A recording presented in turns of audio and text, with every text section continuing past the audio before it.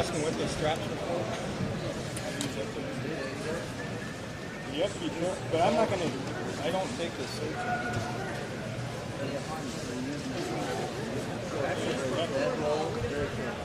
What I can do is put it on, I can put it on the very bottom.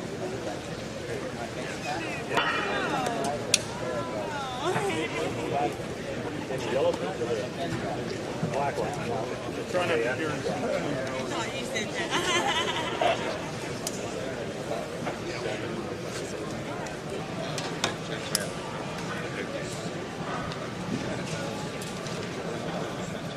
Is that ribbon in there?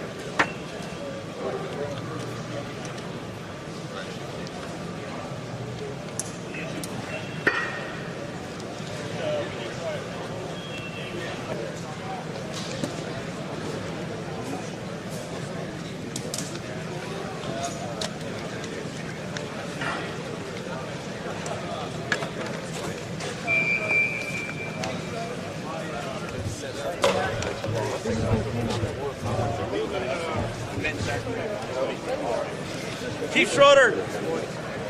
Morning, Chief. Chief Good work, buddy. Thanks for being here. Mike McGregor, thanks for being here. Hello, sir. Hey, Chief. Nice to meet you, Randy Gross. I know. You know a little more about what's going on with seeing the cash? Yeah. Yeah. Well, I appreciate you guys. so you guys are the first ones going.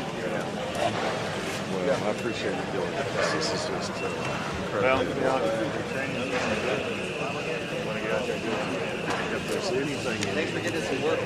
I'm here in that way to make sure you guys get what you need. I appreciate it. Yeah, no, I know.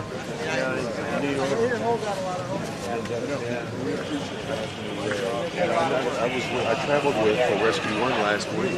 I was down at the firehouse. I was with Terry Hatton. I was with all of them. And they're gone. I couldn't believe it. We were down at the firehouse, just me and the guys sitting around the table. And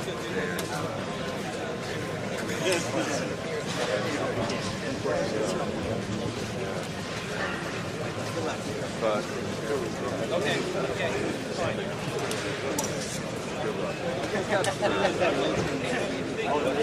yeah, well, yeah, you're right. You need to know your folks. They're responsible. This is massive mobilization. The level of difficulty. I think John and I see a little bit. It's over the top. But these folks, all these are really up to the call. How many are you taking there? We're taking all 64 of our guys out right now. We'll split into after 4 hours and we'll start working 12-hour shifts. 48 hours. How many days of 4-hour shifts? That's at some point. We're looking at about a 7 to 8 day rotation per team. We are, one of the questions I've had from the staff is we want to send a lot now. So we're at 3 stations. Listen up, guys. Come here. Yeah. So, I'm going to listen to it. yeah.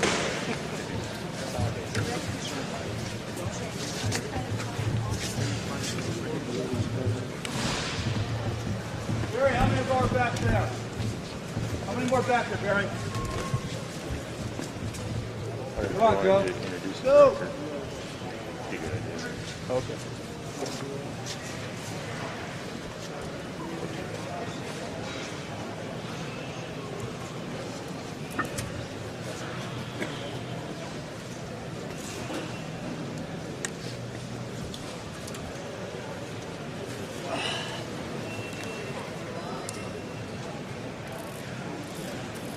Okay, we don't have a complete mission yet. This is going to be our bus, like you guys all know.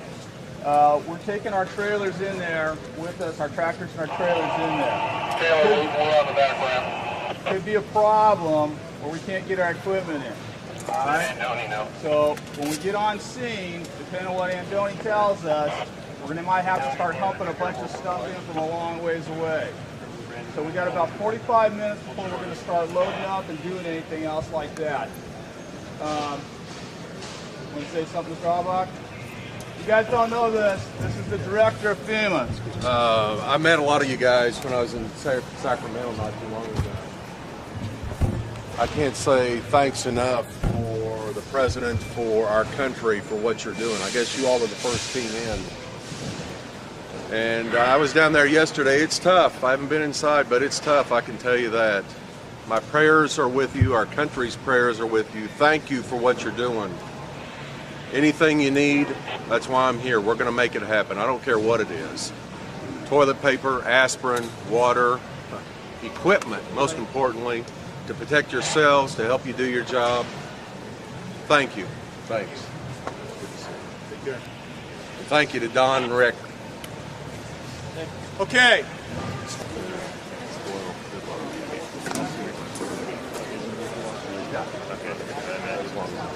Thanks. Appreciate it. We're going to stay out of your way. Thank you.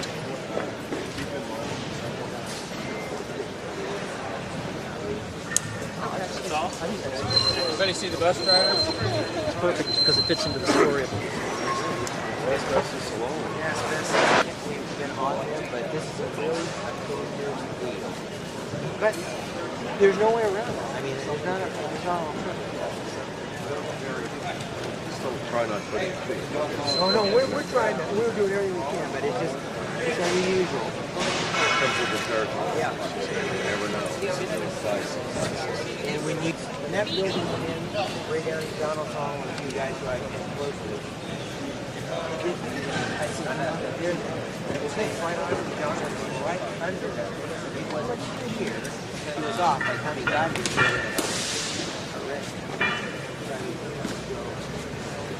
That's we're sensitized. So far with two, with Kenny, I tried to go by there just do my packet and bunch of away and see. Nothing else. I ripped that thing out and got it going.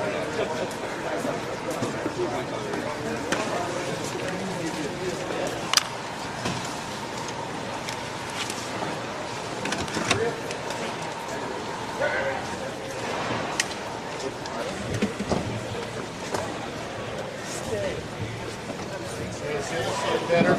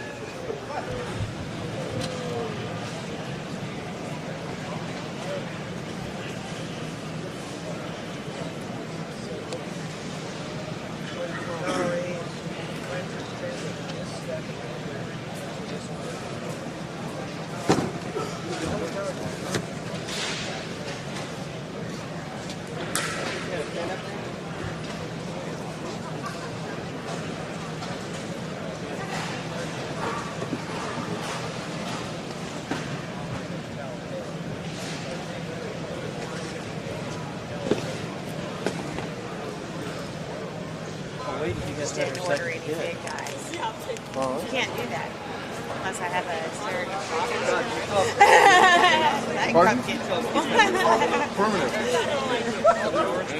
It would be the Steve Aiello case.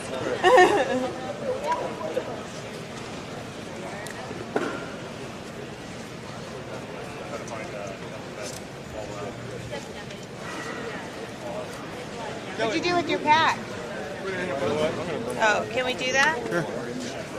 We gonna go get coffee? What? Yeah. You said there was nothing. Well, there was nothing in the there's pieces that are gonna go. Had to find his bag. There just wasn't anything. And then I turned around. You found baskets on. I have something. No, I didn't. Somebody had to turn around.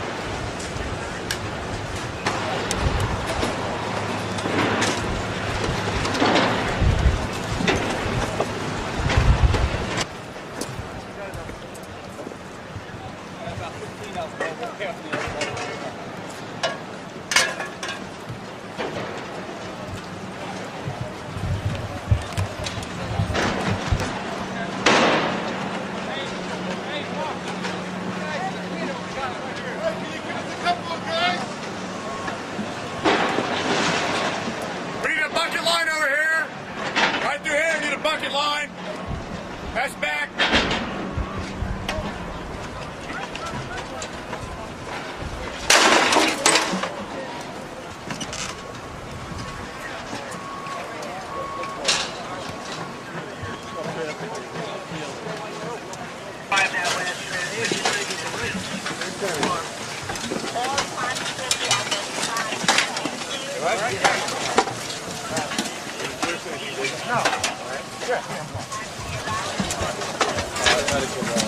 Next to the bottom of the next day.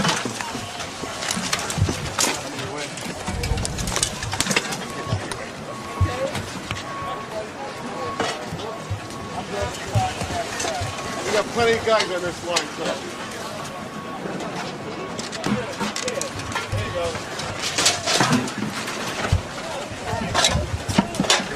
We're getting close enough. I can't shoot while she's in it. I got it, I'm good. Bring it, Johnny, get up here.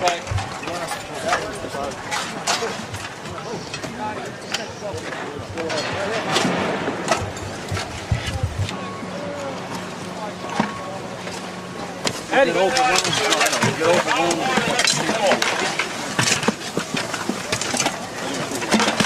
Go for the bumper to start.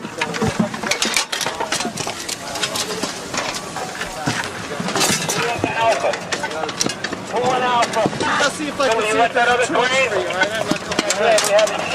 You know, you yell for something too, they'll hand it over. I know, yesterday. No, I can go up there, all right, now we got to get and get another guy out of you on that crane, you'll find him out of that crane, all right? Bucket? Got a bucket? Yeah. Billy!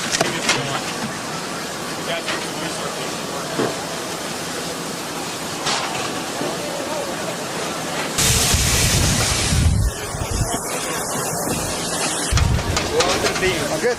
Thanks, guys. Go ahead.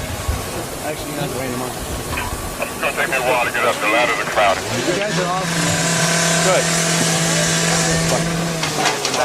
Come on with that clipboard. It's easier. Go under, step on the next one. Okay. All right, John. Go under. Go under now. Good.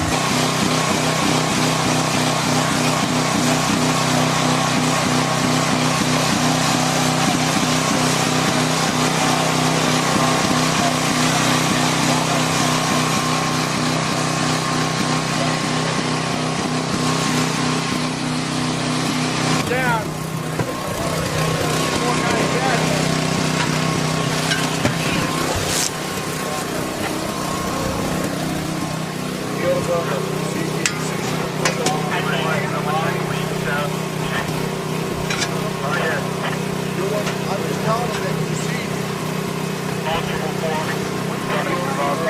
More guys down.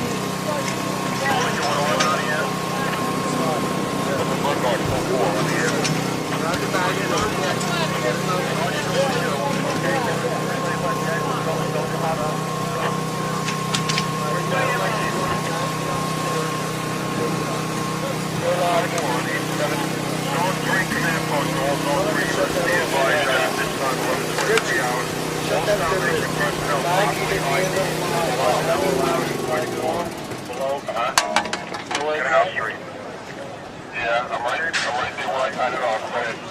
Okay, you're gonna have to, and then they'll pull the rest of the board up together. Huh?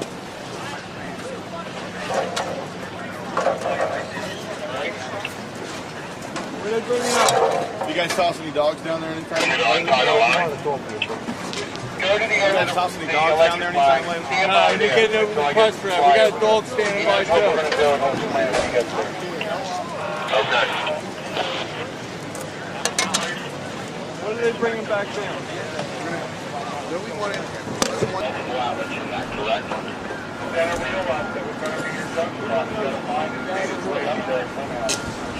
Okay, I think I have it right in front of me, but now I still need a junction box and another Who's the lieutenant? Any lieutenants up here? We're Irish.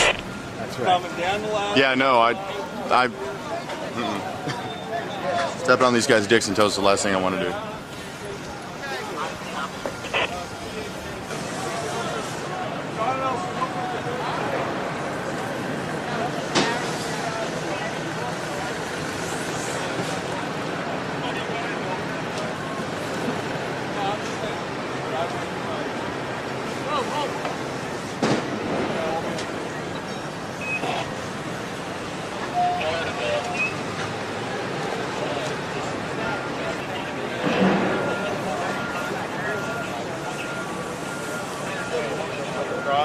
Team right over there. I don't know if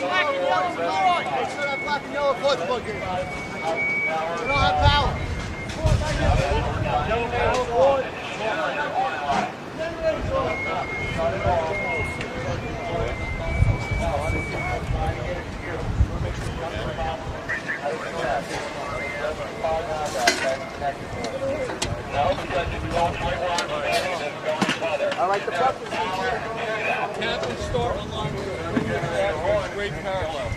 We're just going to stack them up. Turn it on right now.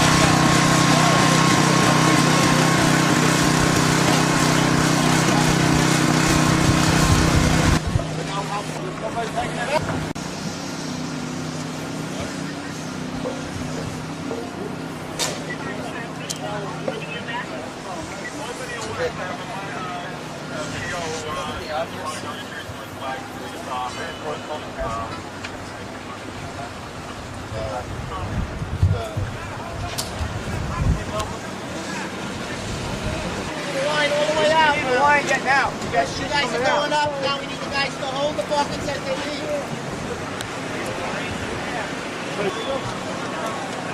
Send the bucket, they'll get the metal.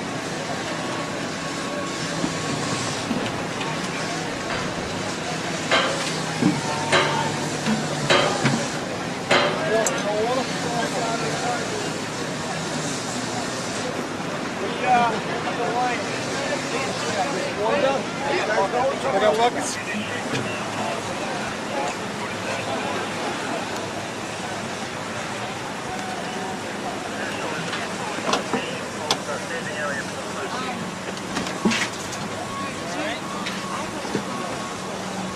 Enter ground zero.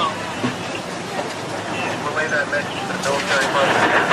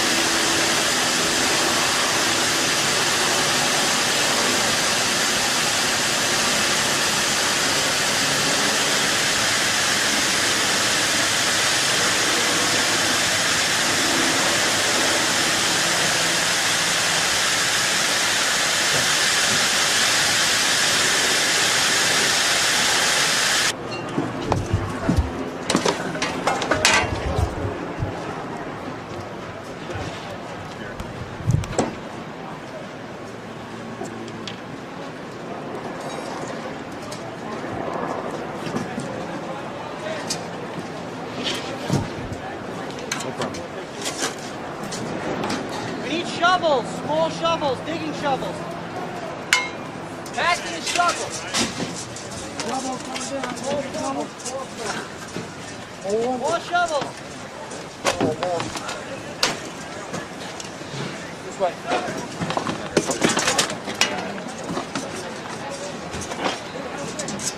More shovel.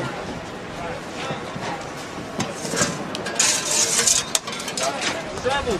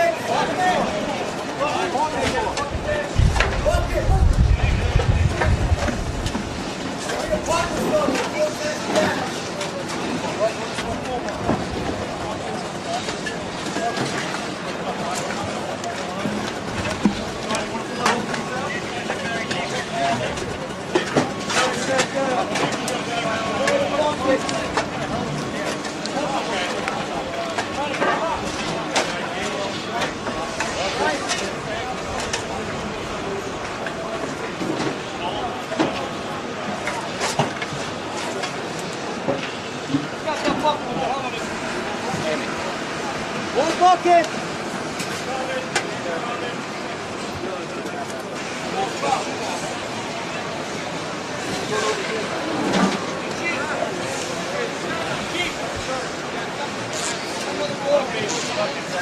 Another what? Yeah, all right. Chief, I need a sawzall or partner saw over here. Bucket. Bucket.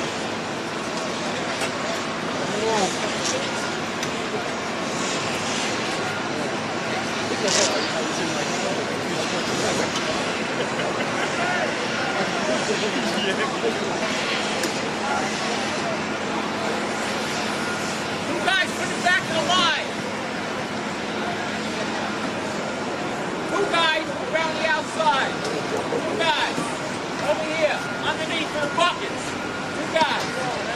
Two guys. Three guys inside. Two guys step out.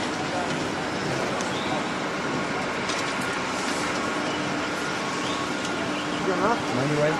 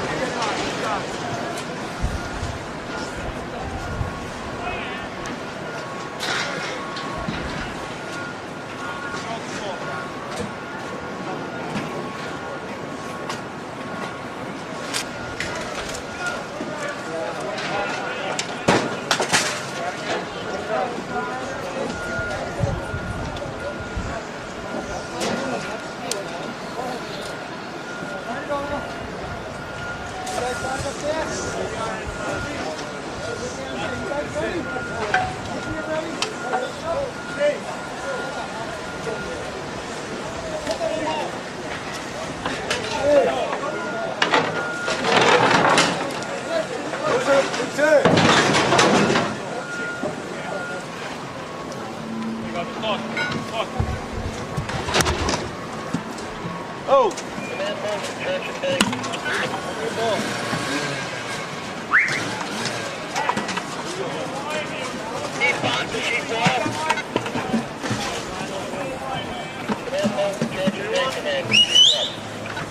Yeah, that works. Get one over here. There you go. Spread it out good. There you go. That's looking for you. So just don't bunch them up.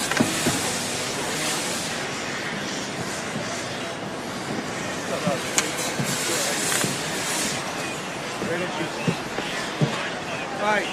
Spread it out. Stay close enough that we can pass the bucket off to each other. Be real careful.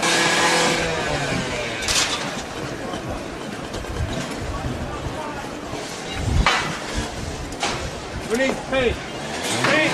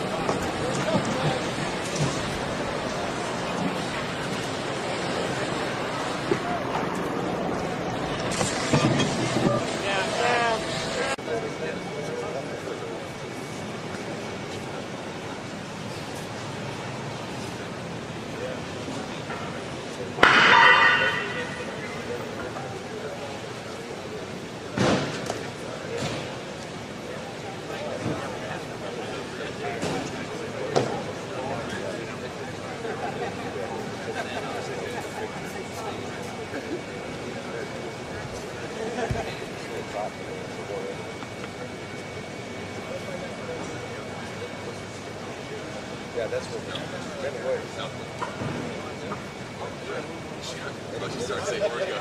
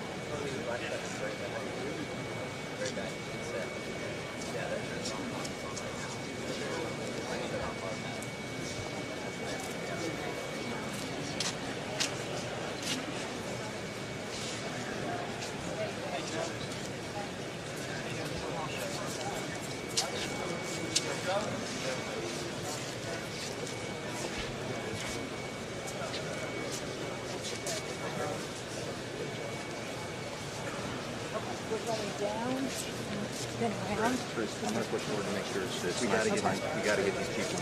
They're not going to take pictures. Okay, yes, no. Yes or no? Okay, yeah, they go.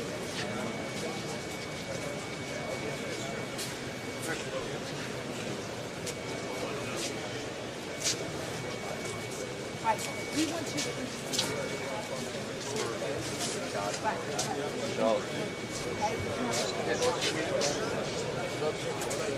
Yeah, that's what we're trying to do.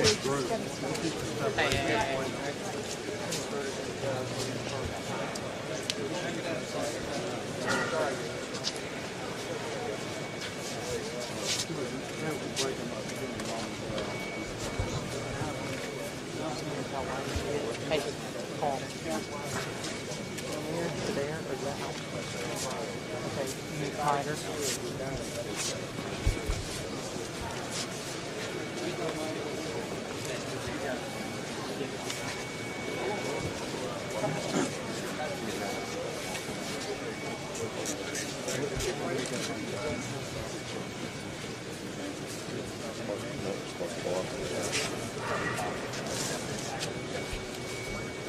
You ready to go? Yeah. Give me a test. Maybe. I don't. So.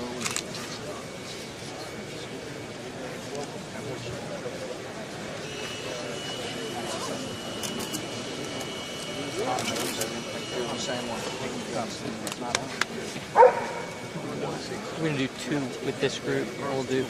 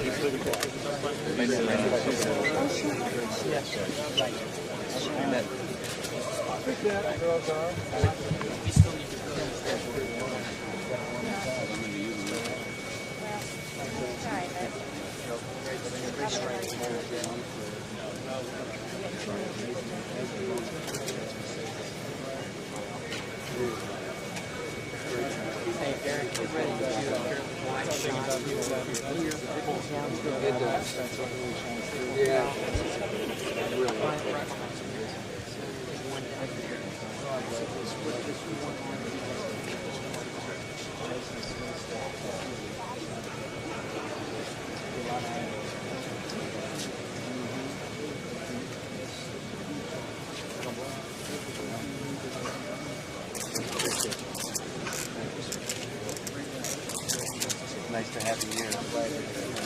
Thanks for supporting us.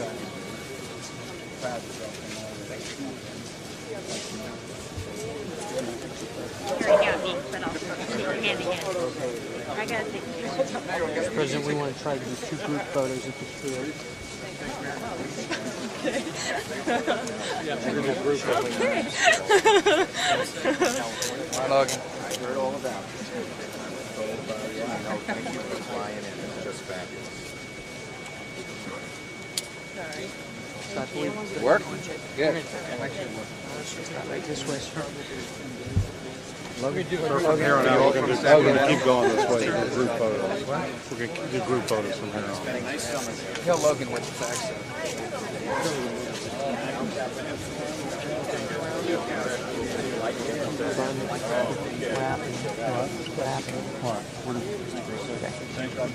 Where are you from?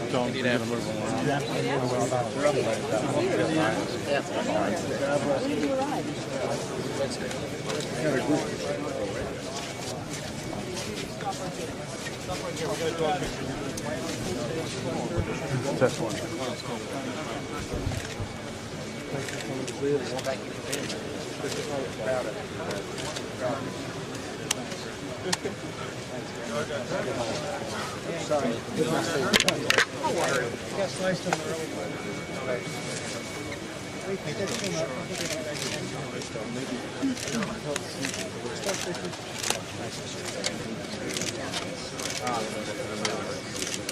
Proud that y'all are here. Thank you, sir. Thank you. President, we're doing a great photo here. Go to that. Yeah, I'm sorry. They can, once the picture's taken,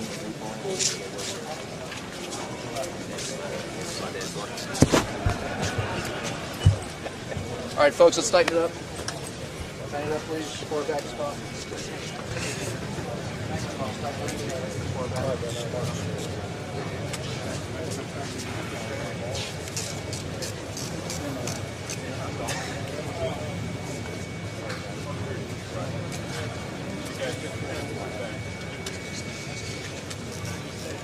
How are you all? Good. Good morning. Hey.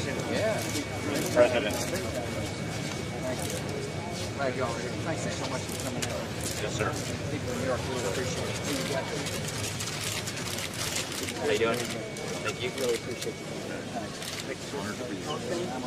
I'm Doug. Los Angeles.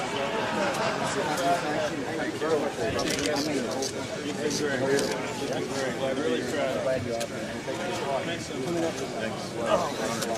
Need any breaks, let us know. Harris.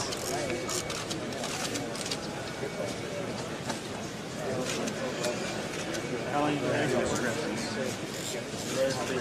Yep. Out in here. Dogs get worn out? They're holding up pretty good. You got to get them impressions. Yeah. Mr. President, I wonder what some of your impressions are. Well, I'm shocked at the size of the devastation. And it's hard to describe what it's like to see the gnarled steel and broken glass that twists the building, silhouetted against smoke. I said that this was the first act of war on America in the 21st century, and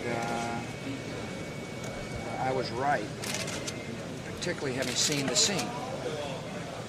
However, out of the rubbles and ash and ugliness, there's a lot of good, starting with the guy from LA that are here. They've come all the way over from California to help brothers and sisters in need, and that is that's a symbol of the greatness of the country. This is a country that's coming together. I was also struck by how angry many of the workers were, in spite of the fact that they had worked to exhaustion. Yeah, they're angry. They're angry at the people who did the crime. They're angry at the people who destroyed life. They're angry at people who caused the devastation. And as I said, I heard their anger. And America will feel the same way. And our response will be one that is justified.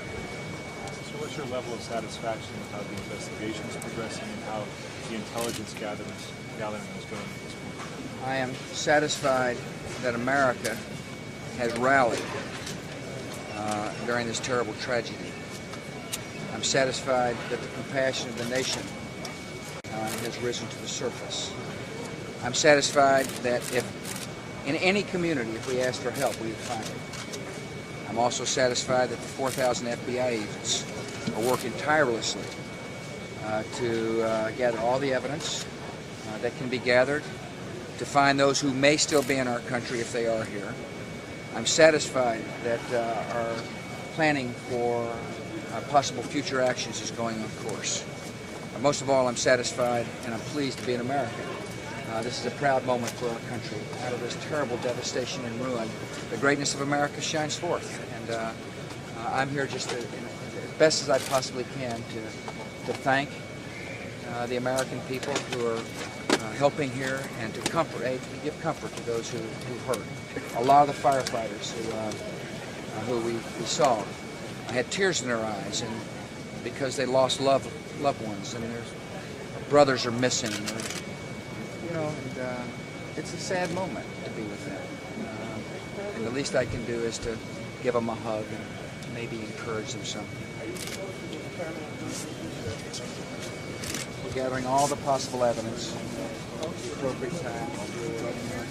We support you, Mr. President. Do you feel like you know who did it? We got a suspect. Thank you all.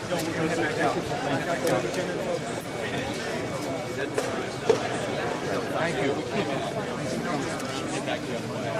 Senator Clinton, Please go back out does she want to get through?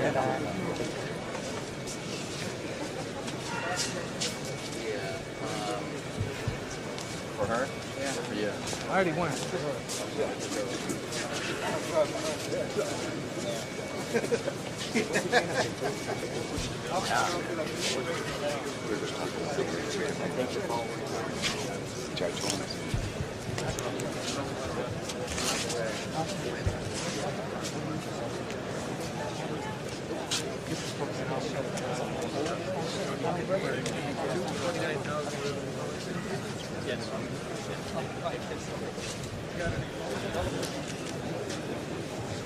He's just going to go straight down. There he is, right over.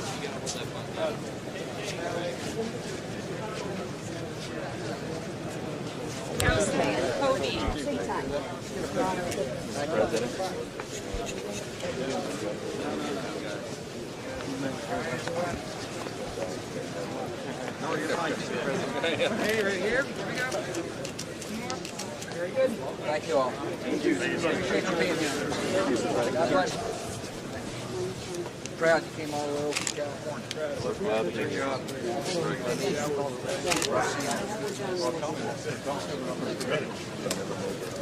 President? Yes, sir. Yes, yeah. Good to see you. On behalf of Pennsylvania, yes. I'm proud of you. I'm proud of you all for coming. Thanks. People in New York really appreciate it. Great Harrisburg, We appreciate you being here. all right.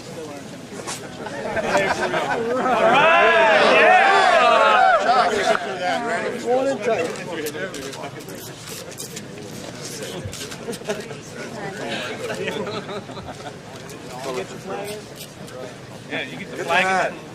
Who's Task Force One? Right. Thank you all. Thanks for being here. Absolutely. Give him a big mark. Give him a big mark.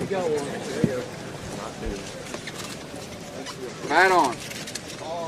Thank you. Thank you. We're proud of you. Thank you. Thank you. We're grateful to have you. Thank you. Very good. Thank you, sir. Thank you, Mr. President. Good folks to be here. Good folks to be here. President. Caring for your neighbors. Thank you. Thank you, Mr. Very President. much, sir. Thanks for coming down. Glad you are here. Thank you for your thanks, sir. Thank you.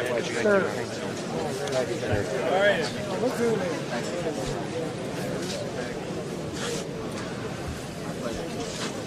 Thank you so much for being here. There you go. They let you in here? Governor! Yeah, come on, we got the Jersey Task Force. Under protest, sir, but Patiently here. Thank you. Glad you're here. Thank you. You're working hard. And I'm glad I'm not shaking hands with you, big man. More and more. Thank you. Glad to see you. I'm honored to have you all here. You know what? Thanks for helping. Mike. Appreciate you. Thank you, sir.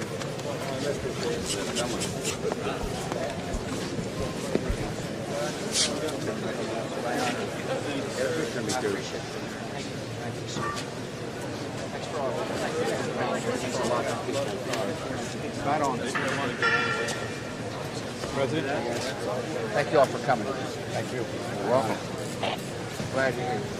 Thank you. Thank you. How are you? God bless you. You all know the governor, right? Sir. You know you're a governor. It's been great. President, thanks. Thank you all. Come here. Give him a smile. Team picture. Glad you're here. Thank you, sir. Thank you all for being here. Proud of you. Thanks for being here. Right on. They're hiding right now. I'm running.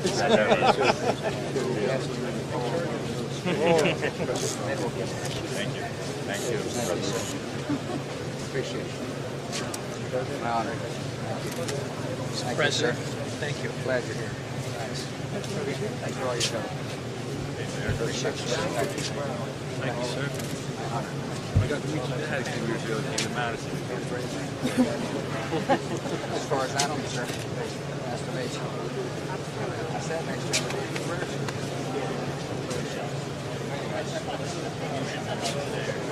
I hope so. I think hard work. It means a lot to New Yorkers.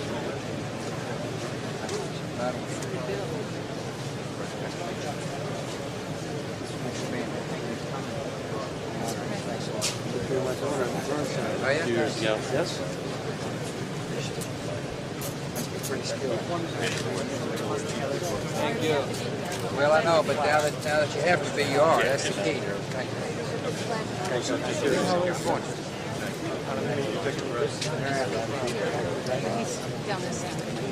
You need me to take any pictures? You need me to take a picture? This one? Yes.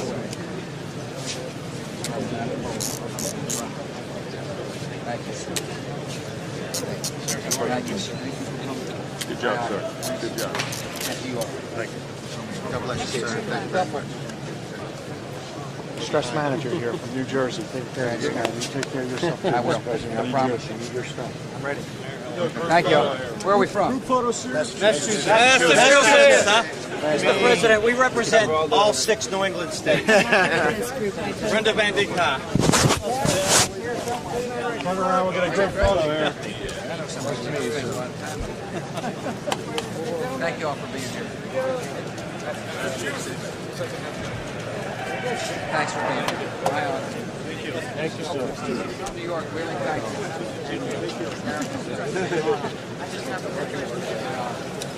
Thank you all. Appreciate you.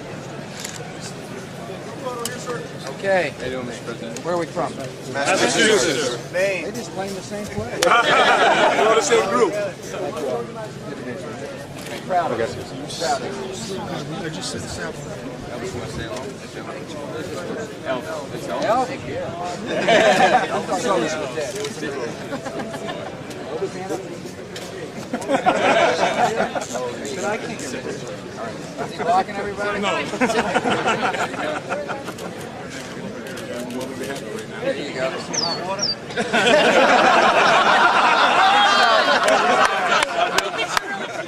I should have thought about that before you voted. You got another group right here? Yes. Thank you very much, sir. Thank you.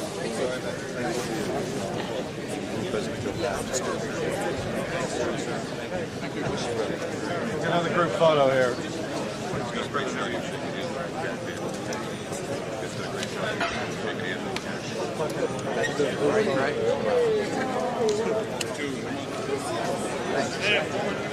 Are we done? Quick group photo, sir. We got 5 more. Group photo.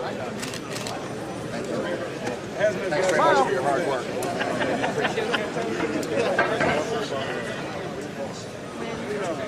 How you doing, sir? Great job. Another group here, sir.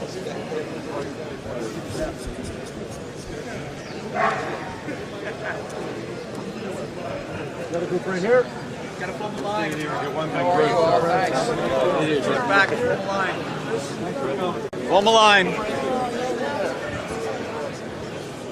Man, can you come up here?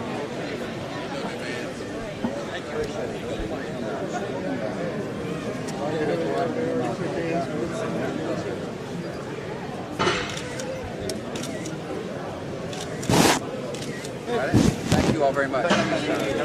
Work hard till we clean it up. You too, sir. doing it. Here's a core hat for you. So. Thank you.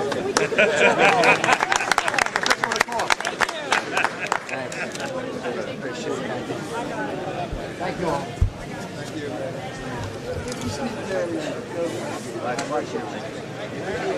Thank you, sir. Thank you. Thank you. Thanks for your hard work.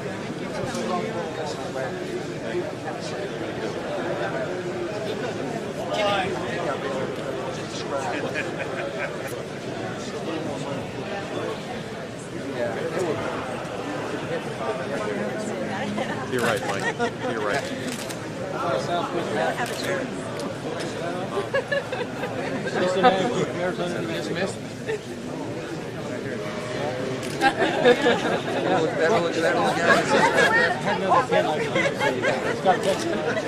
Yes. Thank you all. I appreciate it. Thanks.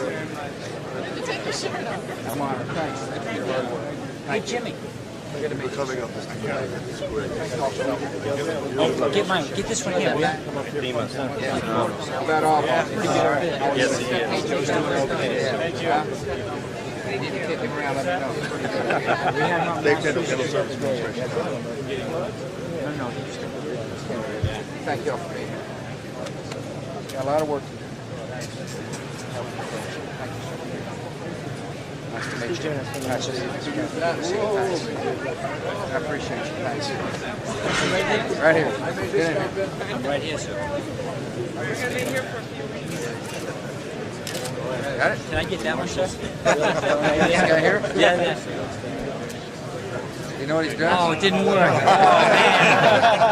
man. Glad you're here. Thank you. Good to meet you, sir. Thanks for being here. Appreciate it. Thanks. Okay, we get when you guys Okay. Mr. President, Good job.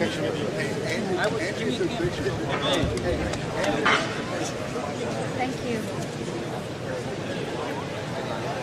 All right, Monty, I think we're set right here. Just where's the new group start right here? Mike's got where the new group starts. Right there. Group photo.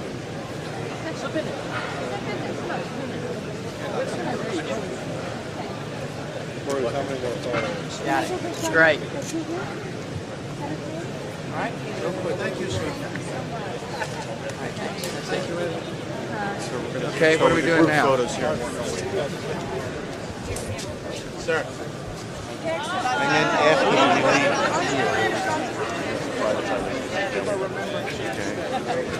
And what are we doing?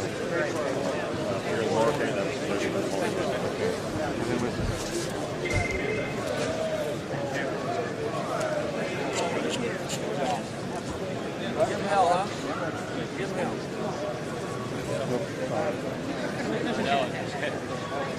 Give him time. Okay.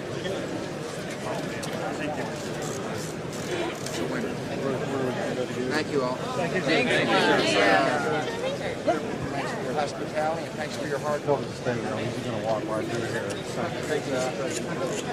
Go ahead. This is the last group.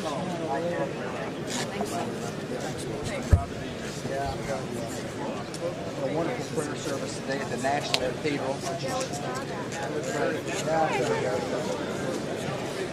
It's part of the whole process.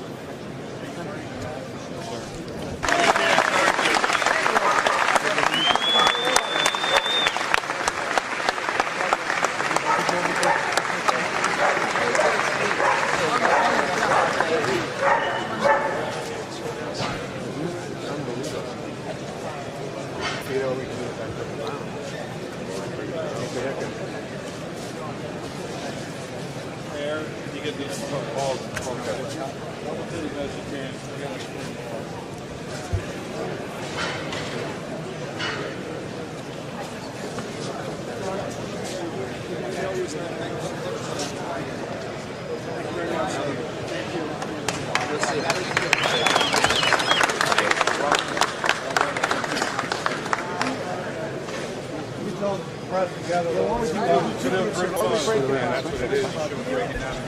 We'll do another group over here. The rest of the guys will make sure mine's on this one. Of course we don't. We're gonna do two groups here, Brian. That one and then let it right here. Where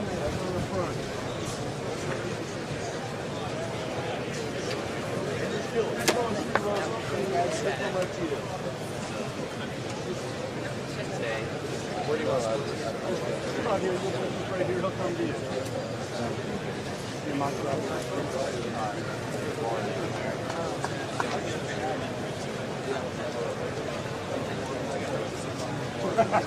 He didn't misunderstand what I said.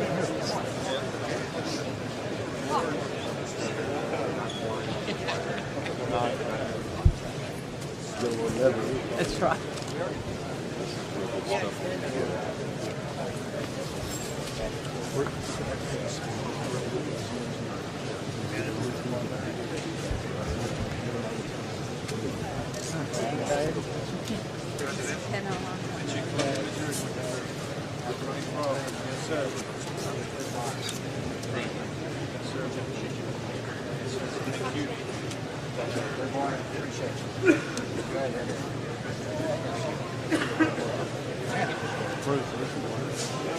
They're the best looking groups. Never seen one like him or her? Yeah.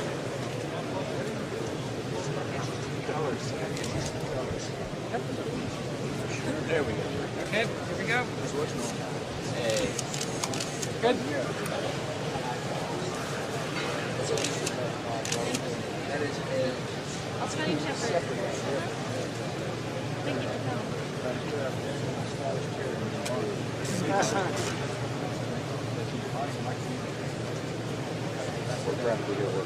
Yes.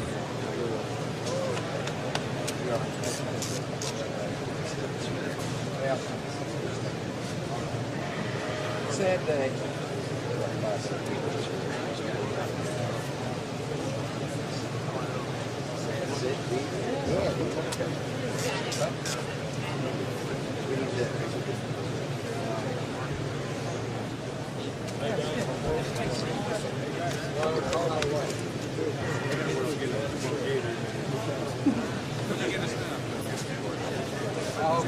Bueno.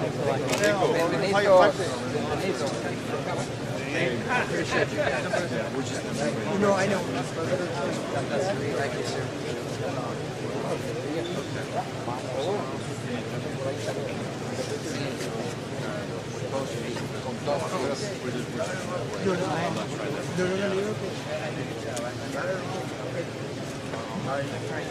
Estamos buscando cuando encontramos. Completo. Completo.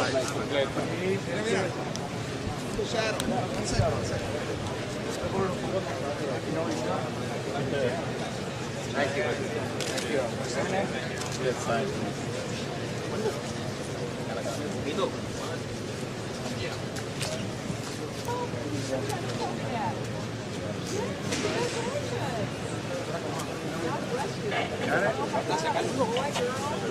Perro.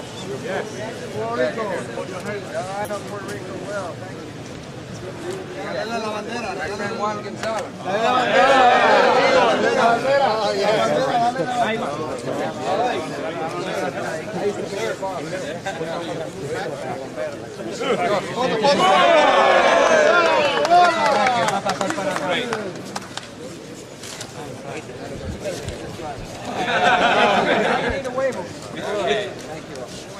Gracias por tu apoyo.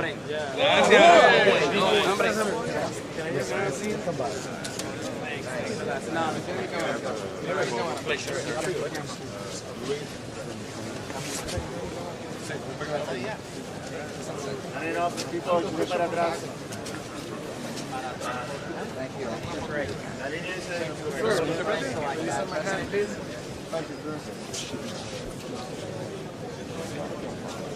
Okay. We'll hold together.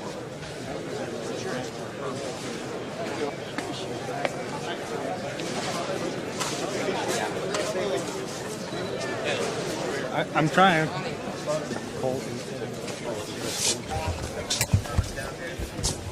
Okay, what are we doing now?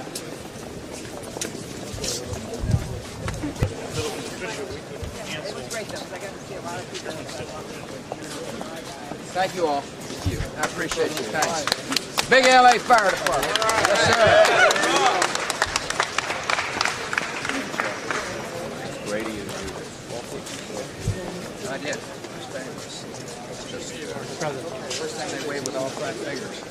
I got a better pen. This could change for a while. Yes. That was unbelievable. I hadn't been there yet. Have you been? Okay.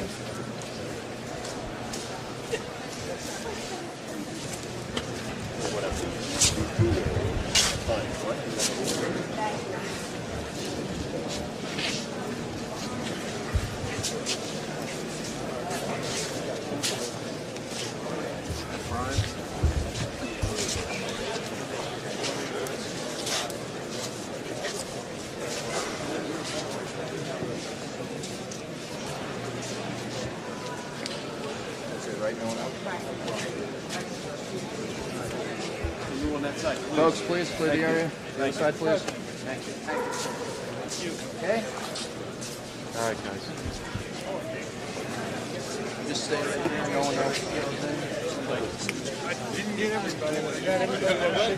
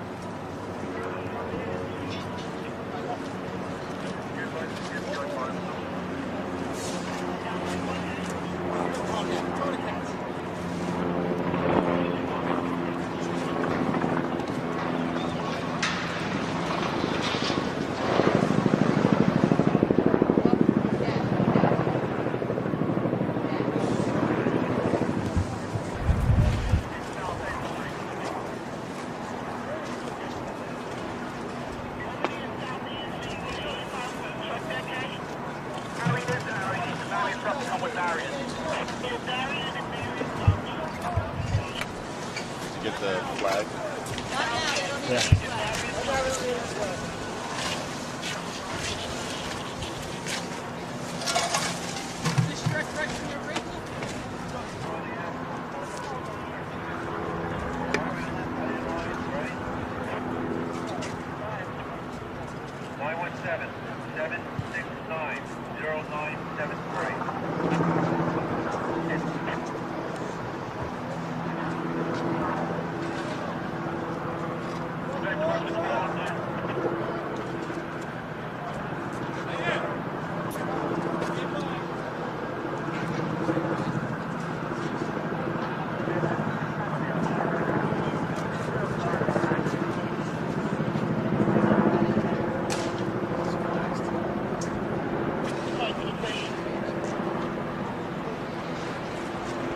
Sergeant received your message. I still don't believe this. Everybody advised a southbound artery that's open to civilian traffic right now. So which building was it that was sort of wobbling that you were in?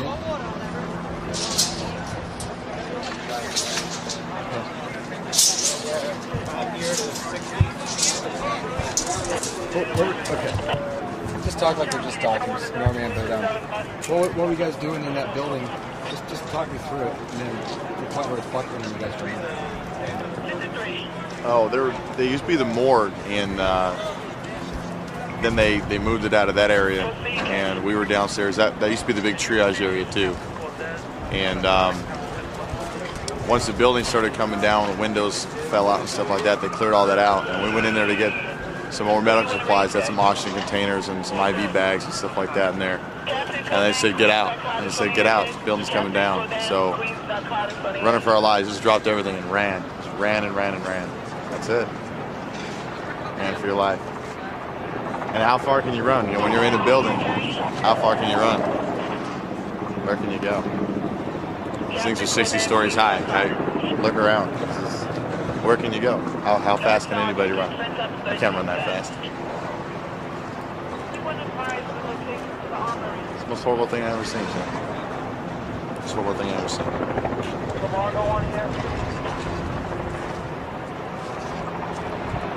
What's it like? It's got to be, I mean, the worst thing in the world to lose anybody you know, but it seems like whenever someone loses, you know, a buddy. When it's a service like military, fire department, police department, EMS, it doesn't matter. When you're out here every single day, depending on someone else to save your life, if you get hurt, it's a bond. It's not a real personal bond. You know, you don't talk about personal things, but it's a bond. It's a bond that you can't explain. It's a bond that husbands and wives don't have. It's a bond that brothers and sisters don't have. It's a bond for public safety and military personnel. That's it. It's stronger than anything. Stronger than anything. That's why they're on. Yeah. I suppose, you know, from a fire to a catastrophe like this is probably where those bonds are made, huh? Bonds are made every day. This is where those bonds are tried. Bonds are made every day, every single call you go on. You know, every fire that you run into, every building these New York guys must go into, everything. You know, every police officer that goes to a door and goes on a call or does a traffic stop or makes contact with the subject. Every firefighter that runs into a burning building or goes into a confined space rescue or anything. Any EMS guy that goes in and tries not to get stuck by needles or get blood all over him and try to stay alive. Or goes in right behind the firefighters in these buildings to pull people out and save them. That's every day. Every day. It's not disasters like this. It's not people coming together and building bonds at incidents like this. These bonds are built every single day. It's every single day. Every single one of these guys risk your lives every day. Every single day. Not a day goes by that you're working and you don't risk your life at some point. Whether it's running a street light, lights and sirens, you know, that's dangerous in itself. It's just a bond. None of that's coming down.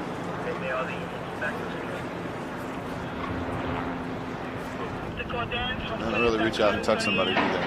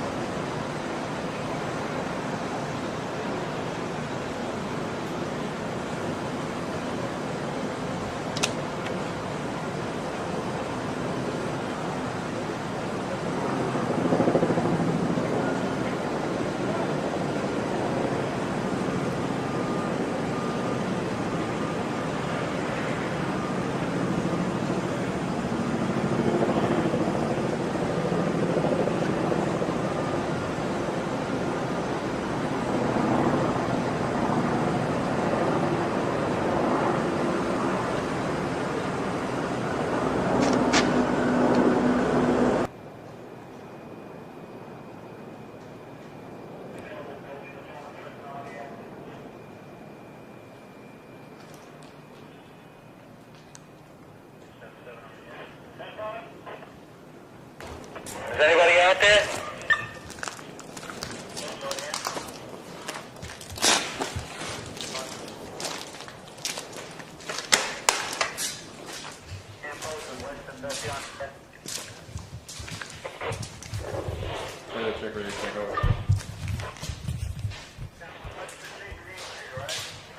Sergeant, you been out in that perimeter or what?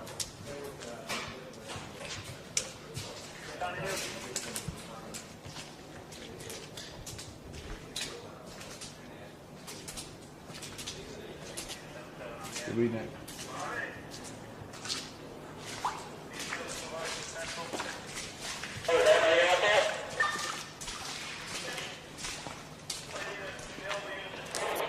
I'm picking up on one of our alternate nets. Who's this? Billy Minetti from All Liberty Plaza, copy. What unit back need transportation? Detail supervisor, central with arrest out of the You're not going to get us in trouble, right? Do what?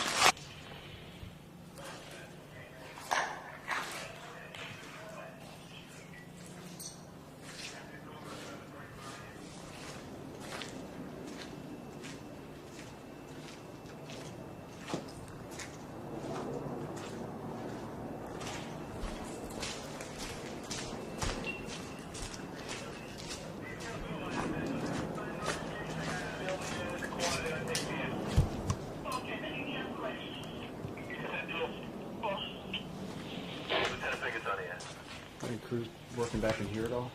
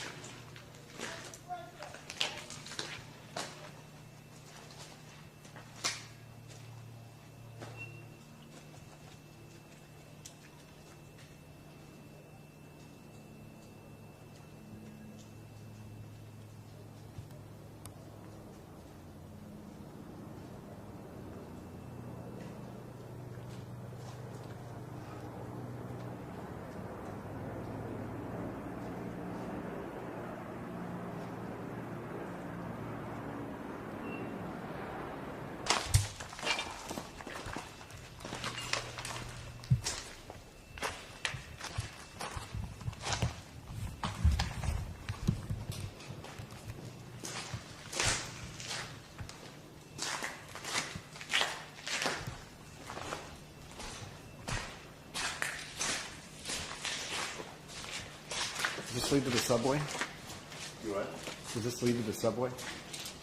Yes, it does. What? Yes, it does. Oh, okay. No, I just don't have my bearings. Right there.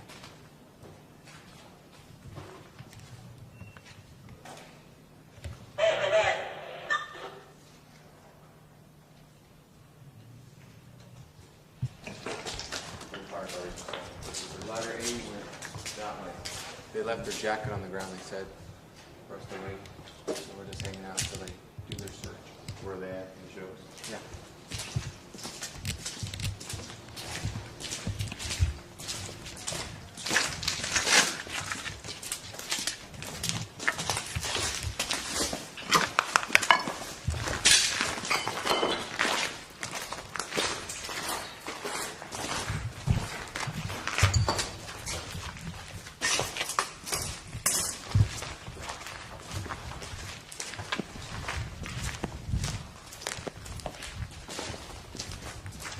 The box.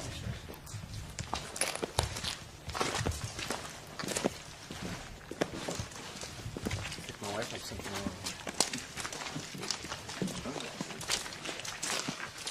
Oh, that's crap.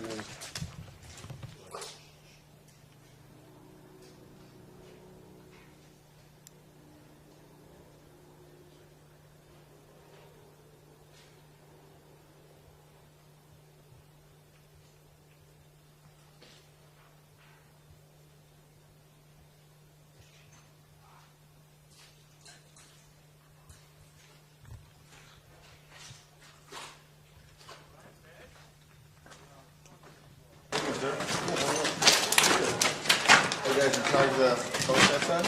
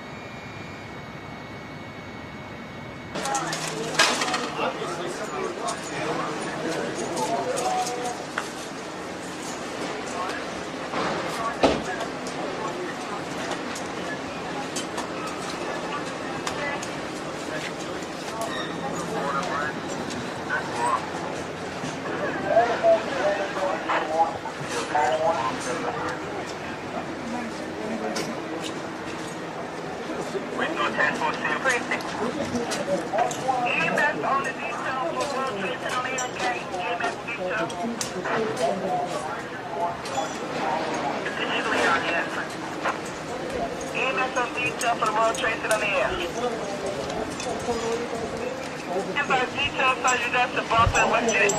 Getting their top lights that they en route, they can't get in contact with them in regards to the ETA. What? He downstairs. John's out already.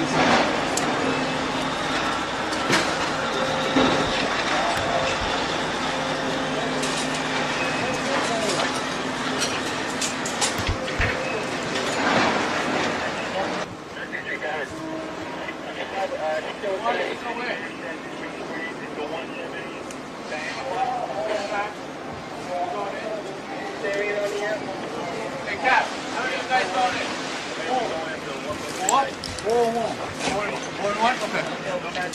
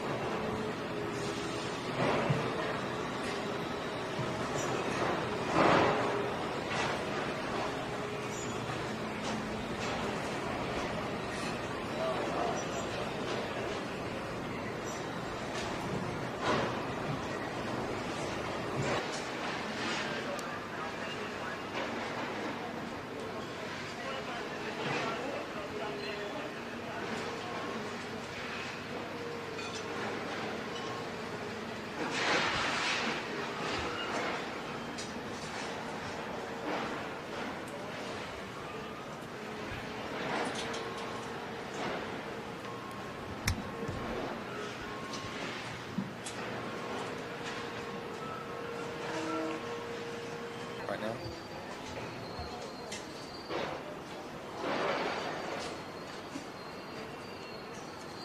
I think it's more of a supplemental force. It's not like, you know, that's our mission.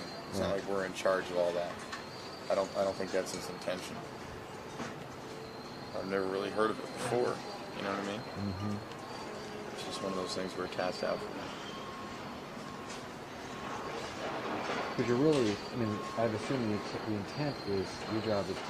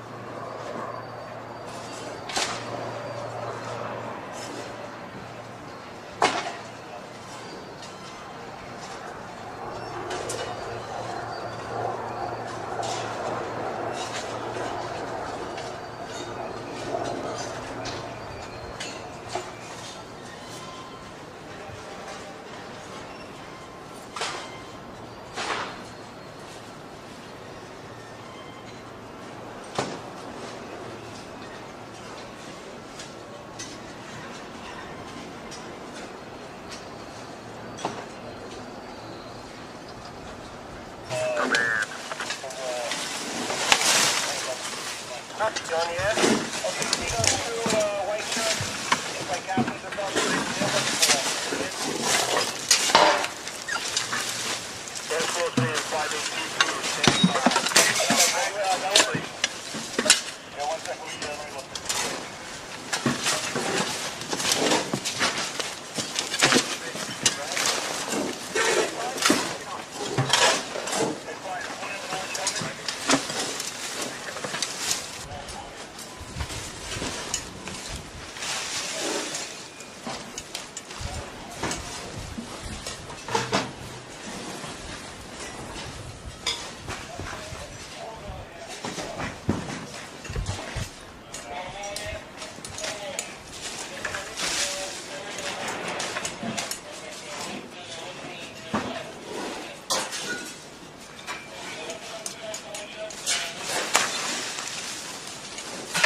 I smell it.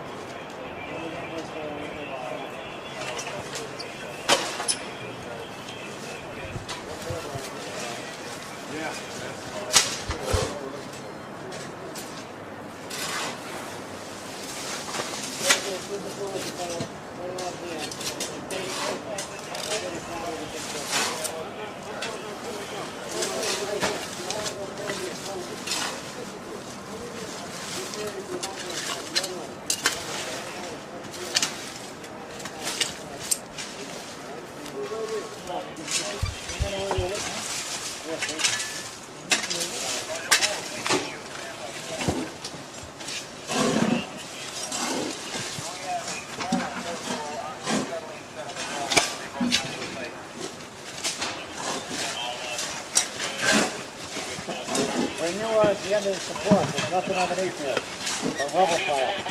Yeah, I'm moving this way.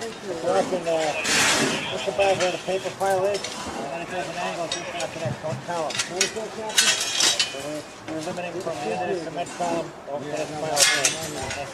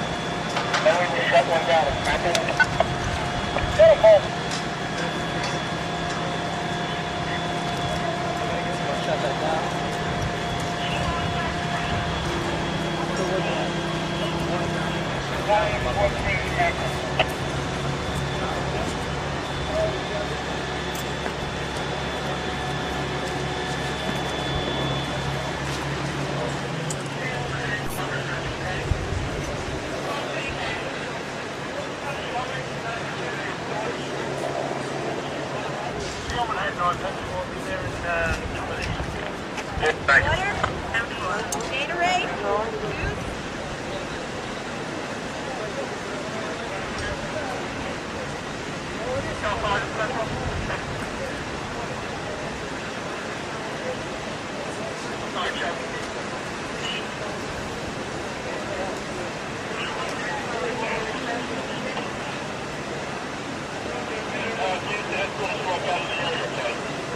What are you doing here?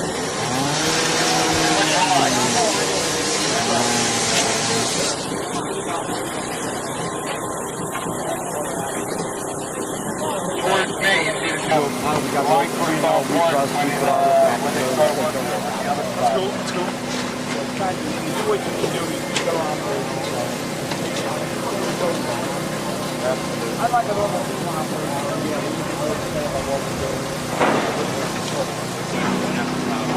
right down the right across the timeline. Take that line slow.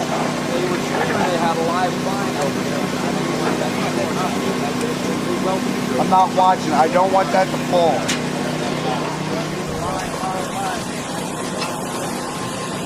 Slow it down, guys. Slow it. Hope you're fine.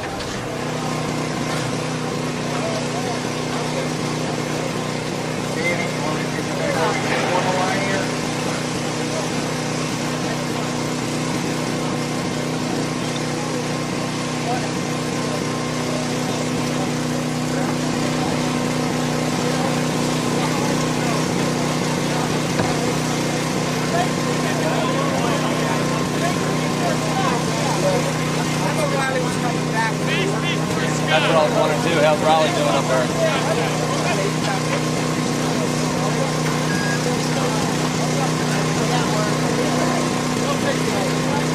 Come this way.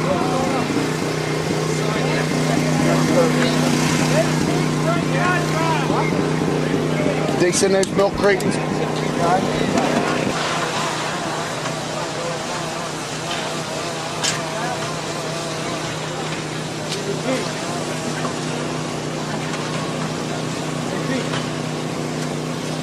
How many lanes of each do we have? What do we got total?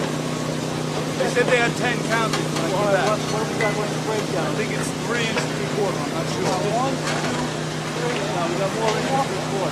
5. Oh, more than 3/4. 6. I just have water. I don't have a Gatorade.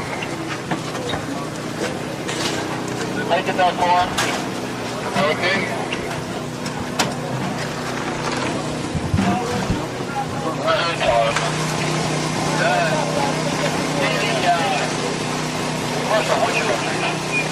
I'm just making sure that I've got my line straight up. They're going to bring about 100 cases of water over here. We're going to get it shipped up to you because those guys need it up on top. What's your location?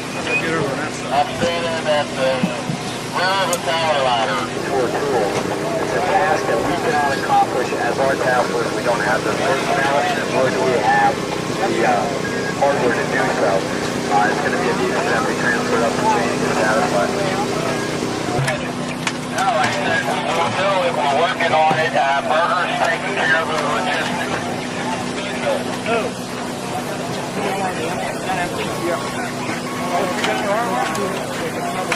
I really got about 3 weeks. I only worked like 3%.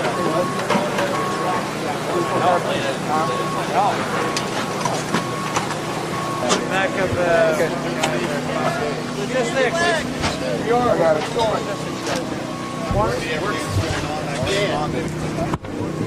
There you are.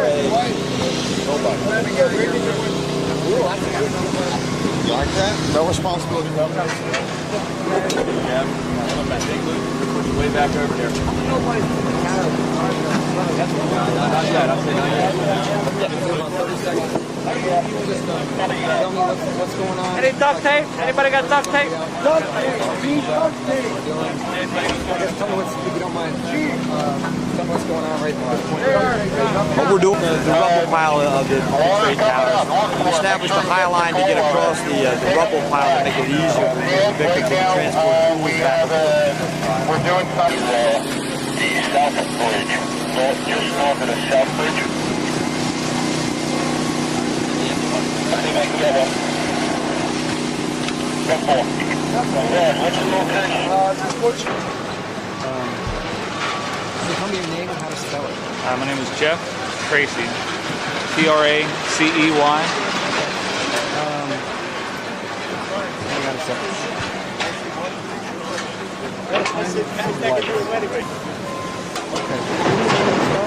My name is Jeff Tracy. Last name is Tracey. What's your position on the Pennsylvania Task Force? I'm a medical specialist. Tell me about tell me about what your role is in MASS. My primary mission is to take care of the task force, our members, to ensure their safety. If something goes awry, I need to take care of the task force first. Our second mission is to take care of any patients, any lifelines that we may have. From there is anybody else, whether they're civilians and our dogs as well. Are you a rugby team? You guys play 15 or 7? How long have you been doing it?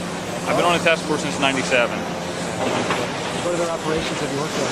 I was down for Hurricane Floyd, and that was our first deployment actually, so this is our second deployment.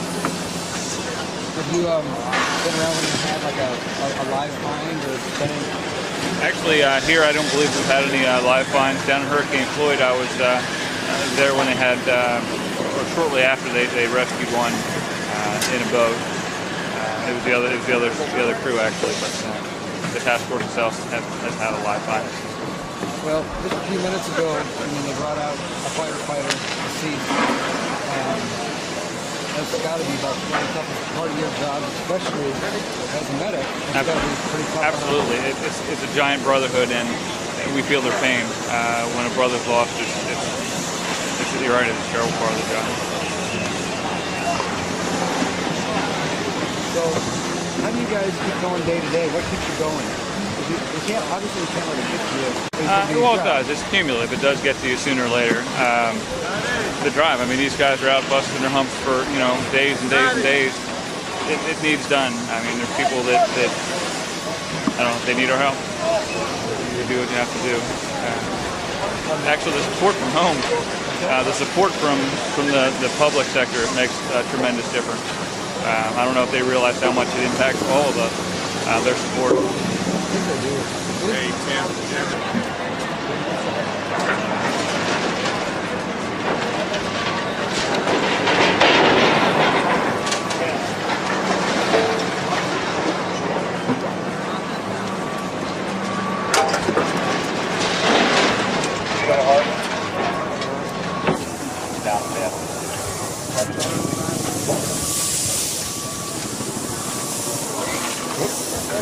Let me check this.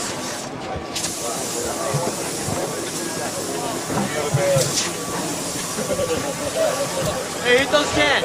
Shut those off.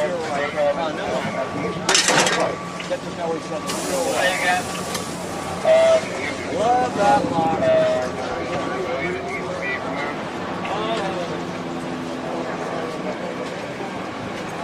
Hold on. There's in effect. Yeah, when the line is off, it's not take more weight off of the basket. That's what's making it go from side to side.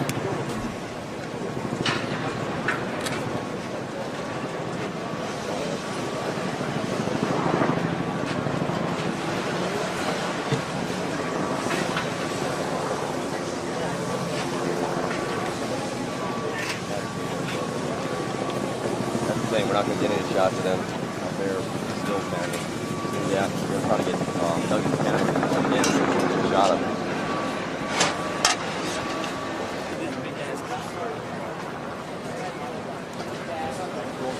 The Hornets was keeping up with that. Why the opposite? Yeah, the opposite. It's still way fine when they did it. But I don't think the Hornets are allowing it lower. Right. The Hornets Prepare to receive Riley. We'll take you, Riley. Take up the flashlights.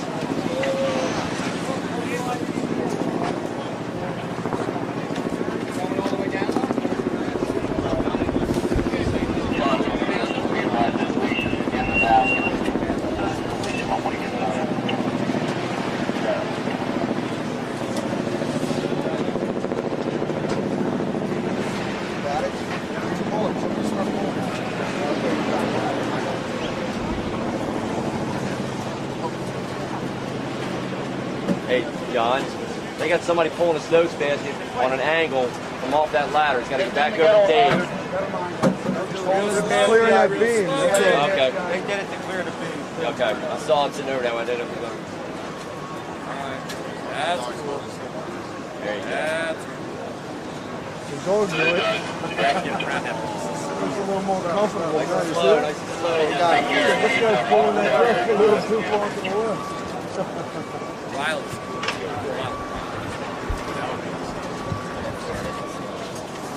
All right, Riley. Hey, can I trade places with you just for a second? Thanks a lot, man. Really appreciate it. Good boy, Riley. Riley is dog. Good boy, Riley. Good boy. Riley. Riley. Good boy, Riley. Good boy. Let's get it all. Good boy, Riley. Good boy.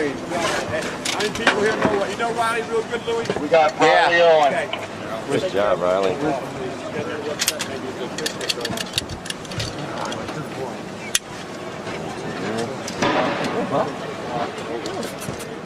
Hey, buddy. Good boy, Riley. Good dog, Okay.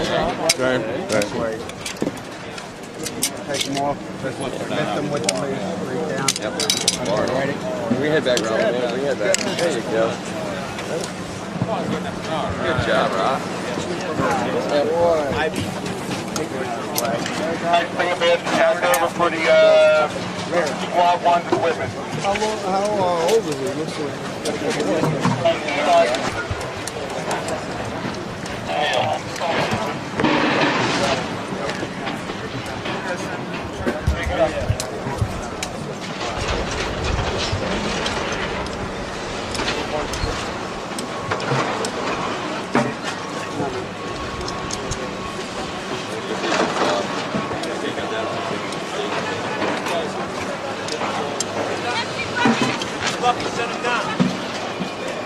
empty buckets. Give me a couple of those stacks of empty buckets. Go down low. That's all. Stay up. Hold on, stay. What's the identifying line?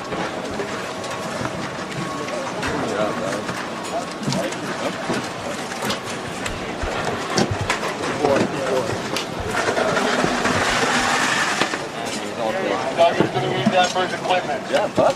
Good job. Good job. Yeah. Hey, Riley. Sit, Riley. Sit. Good boy. Sit. Good boy. Chris will be right here. Chris will be right here.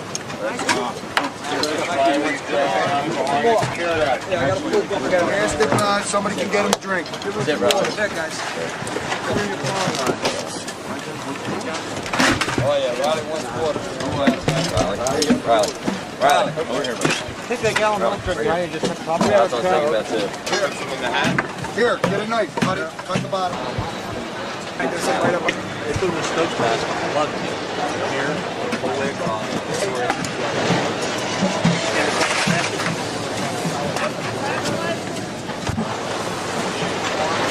What's that? No, we're just checking over just to make sure, you know, you didn't get punctured.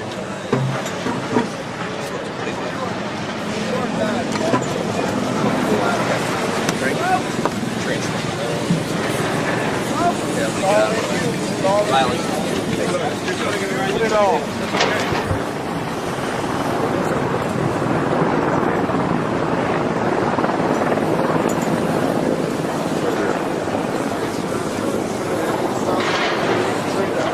You guys were all laughing.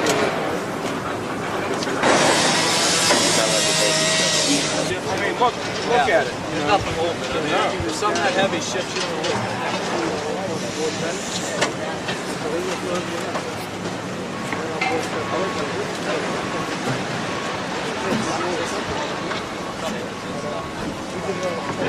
There's some boys, guys from the rescue company down. They said something.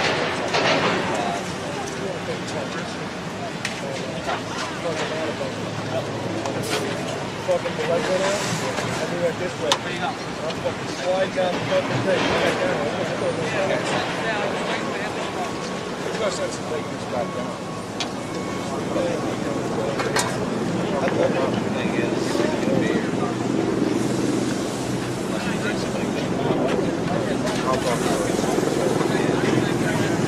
I mean, I agree. All of the time.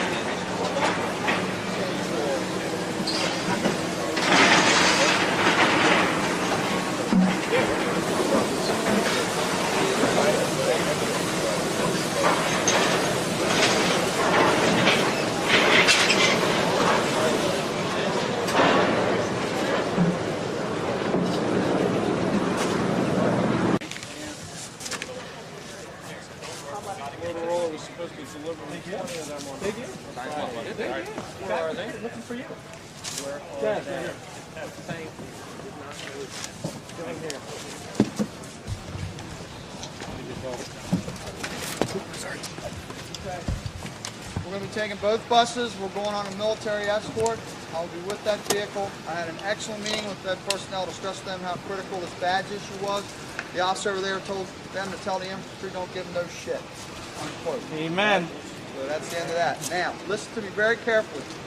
For accountability purposes, once we're on the bus, all right, and I wish I could say this person do this, this person that. Once we're on the bus, get a total number count, all right, so that we're square to go, and then we will stay tight with that. Please communicate that. We'll go as close as we possibly can, and then we'll move from there. I realize it's going to be a little low time.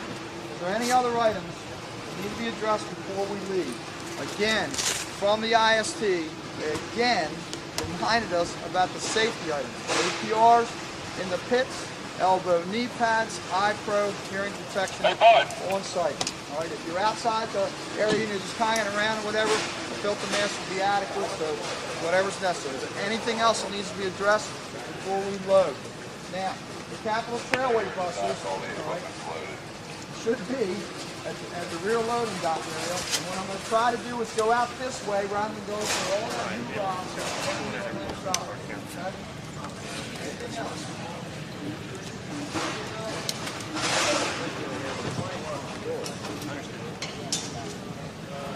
Have you seen anything else you might?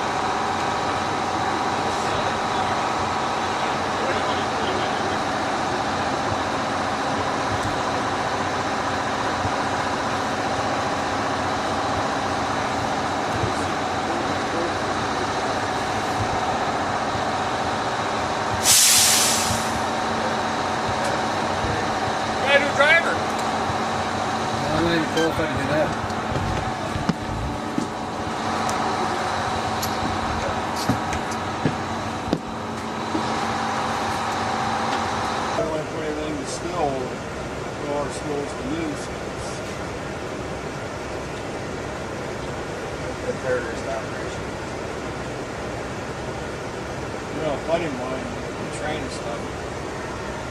A buddy of mine one time, was telling me one time that there was a fire, the lady asked him something, he said, oh yeah, it was a good fire. She said, what do you mean, a great fire? Well,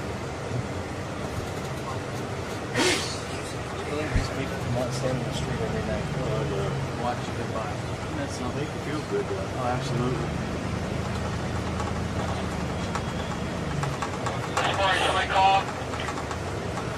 I tell you what, these people out here are loyal standing on the side of the road.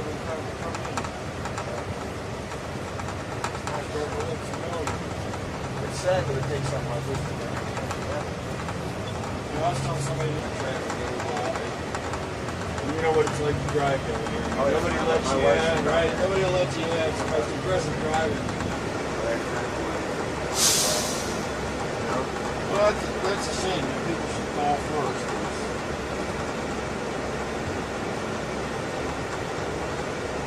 What usually happens is like, when it first happens, you don't really have good scene security yet. And in the passing of the moment, a lot of people get in. They tell their buddies and they all come. A couple of days in, well, by then you got a good career, you got some good scene security, you're starting to be able to do some organizational skills. To manage resources. We had a couple hundred guys from the local unions, fire workers, local labor mine, 2 hours a day on the line, down in New York City ID, work with the city. Sorry.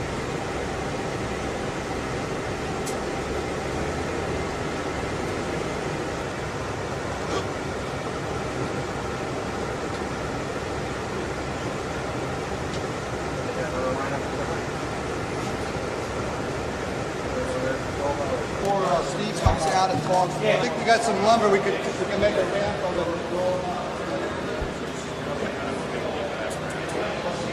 How are you? Oh yeah. What do you do with them after they're in this target-rich environment for so long? You know, you got to decondition it. Yeah, I mean, it's phenomenal.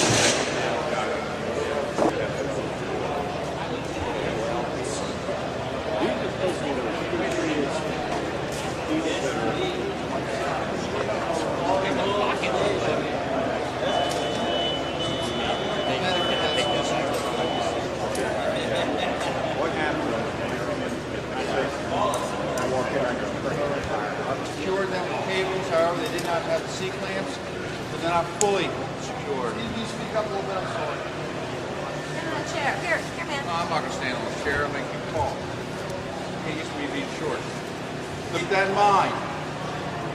Don't forget hazmat issues. Utilize them. We've got them. We're getting into areas we haven't been to. We're getting into some basement areas. A lot of stuff is filtering down into it. Part of that hazmat is also your bloodborne pathogen, body fluids and whatnot. Remember to have your nitros and latex underneath your rescue gloves. Structural issues, the building's constantly shifting, the piles. It's been burning constantly. The heat is extremely high. It's starting to shift. They've noticed shifts yesterday. They tried to look at it last night. I'm not sure what the results were. They were negative. But just keep that in the back of your mind. These guys with these big loaders moving a lot of steel. John and I were standing on one over at least 50 feet from where he was, and we got bounced. But just because they grab one that's fairly far away doesn't... You're a veterinarian with the Pennsylvania Task Force. What is the significance of that? What do you do with the team?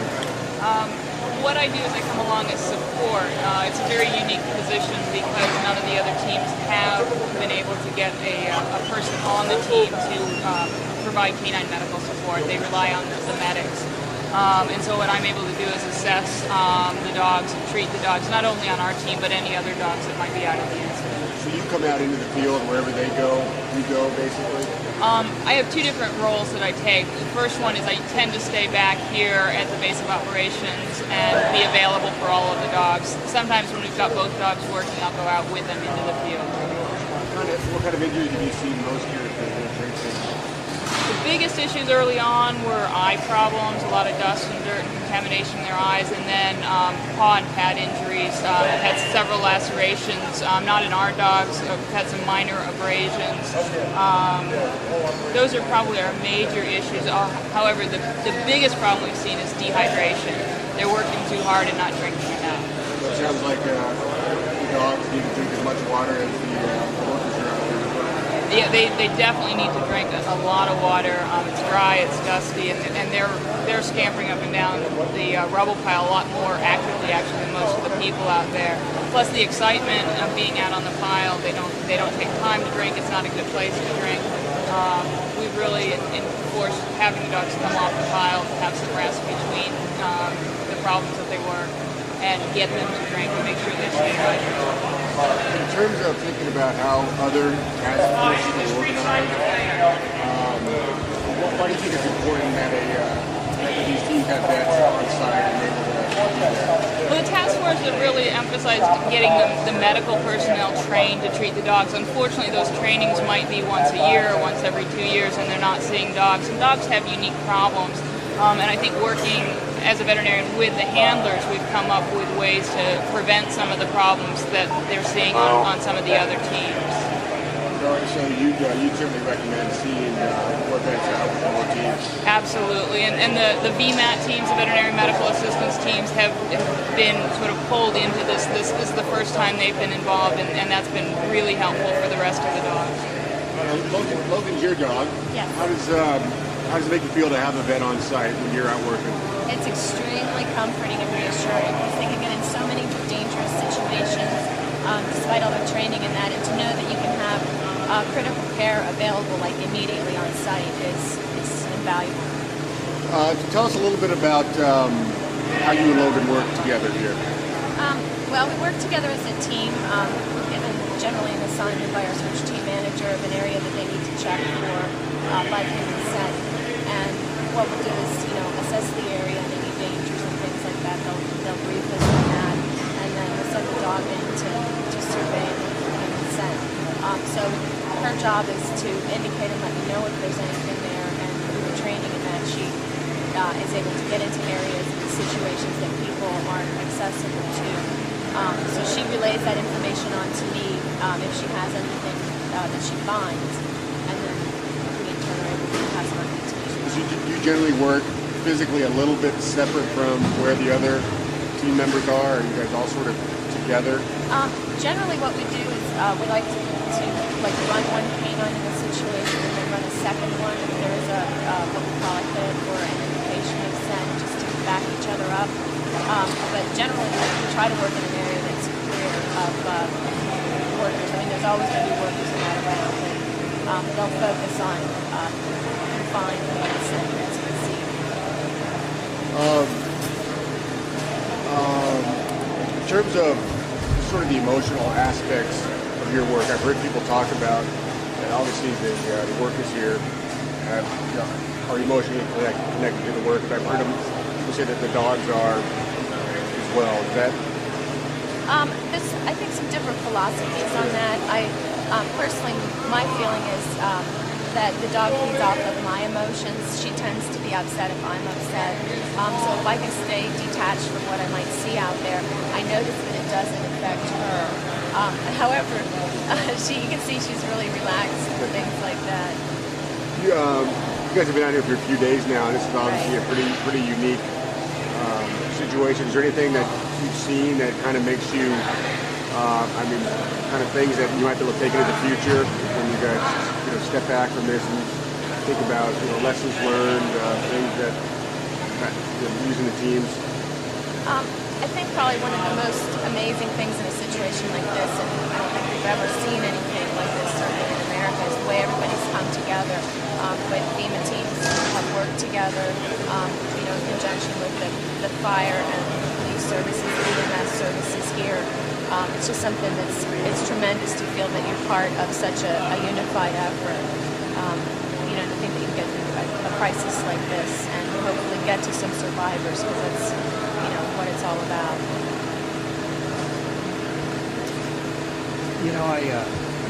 I I've heard that I think like one dog was lost on the job. Yeah, that is true. So far, that is true. That is true.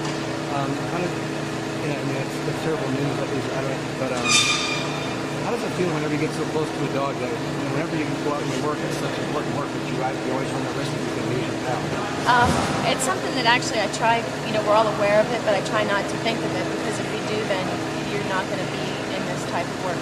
I certainly don't consider that she's expendable. She's here to hopefully find the live people that are in there that we need to get out. I won't send her into a situation that is too dangerous that I know I'm going to lose her, because there's so much time and training and effort in it, and eventually we'll help the people who are beyond help, but survivors want to get to as quickly as we can.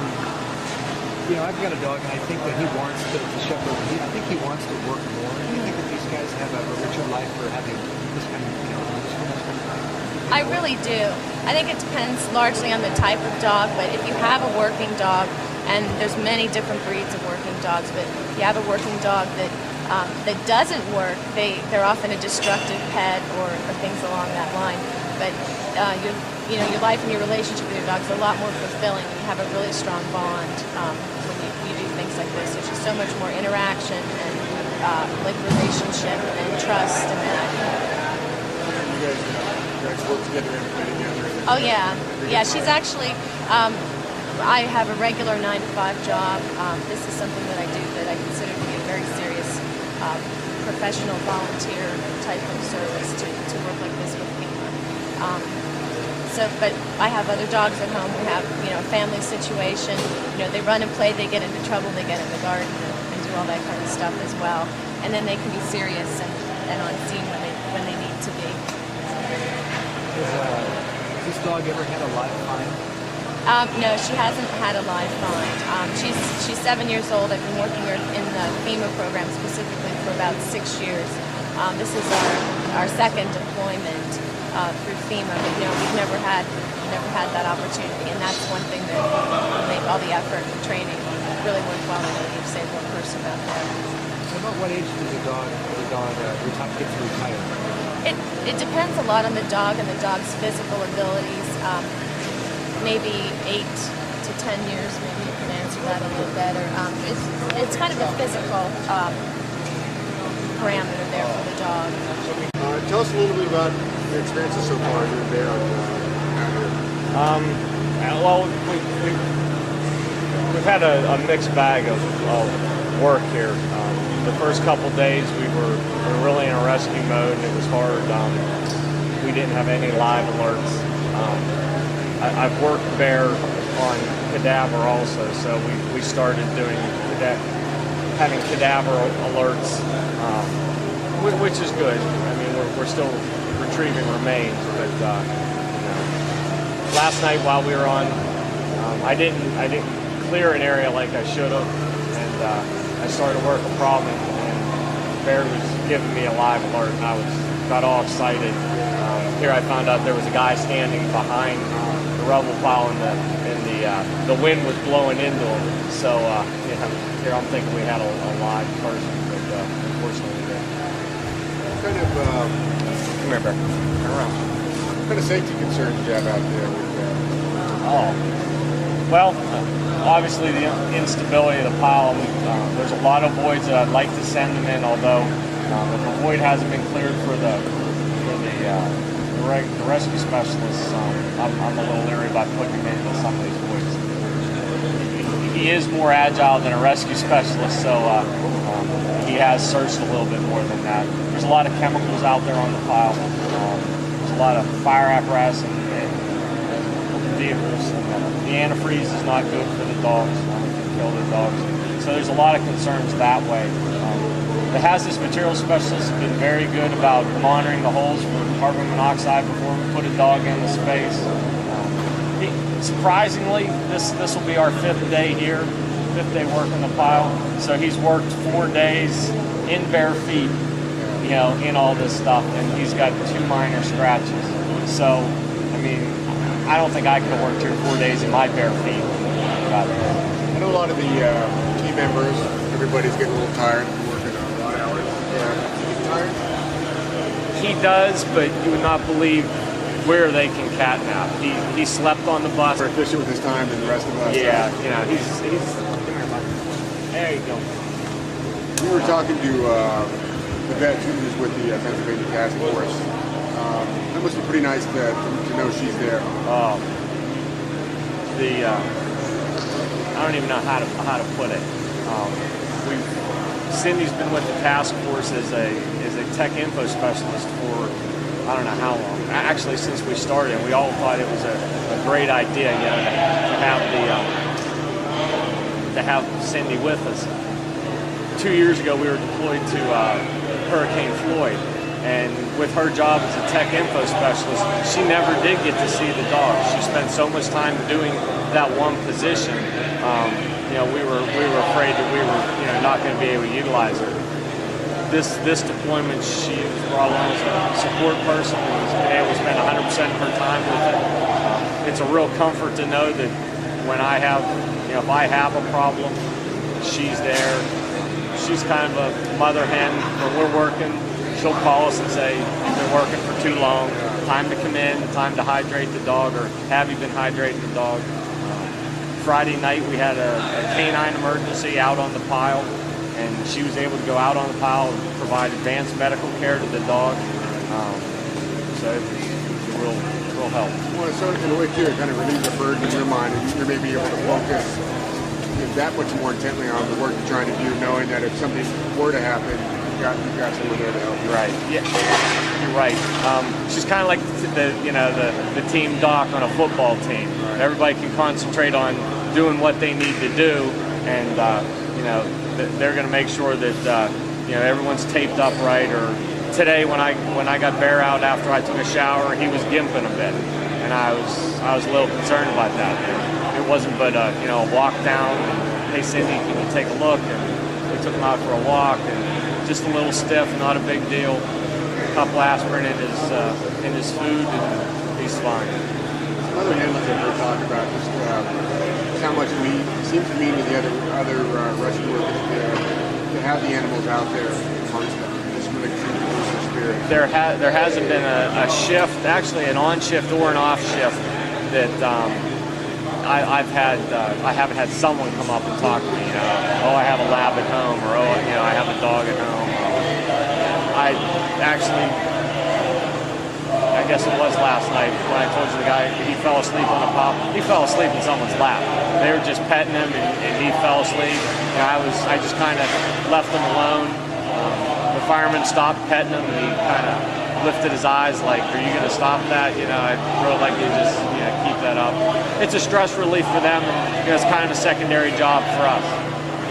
I guess in a situation like this, anything that bring a smile to his face. Yeah.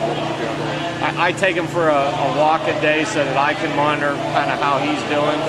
If I ever need some downtime, you know, I can hand the leash off to any one of the guys, and they'll take him for a walk, they'll play ball with him, you know, whatever. That's good.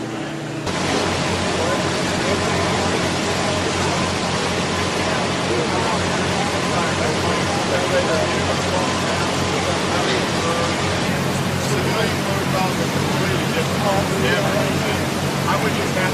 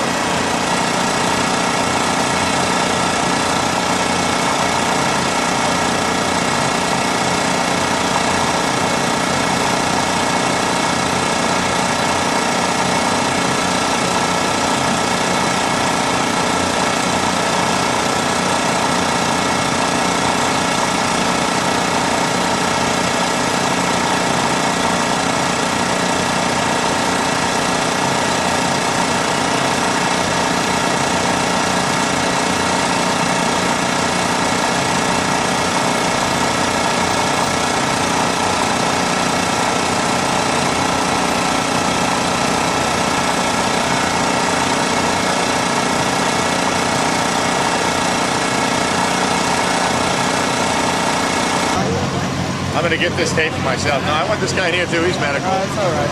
No. You guys all medical guys? This is all documentation. I'm gonna get a copy of this and take it home and keep it forever.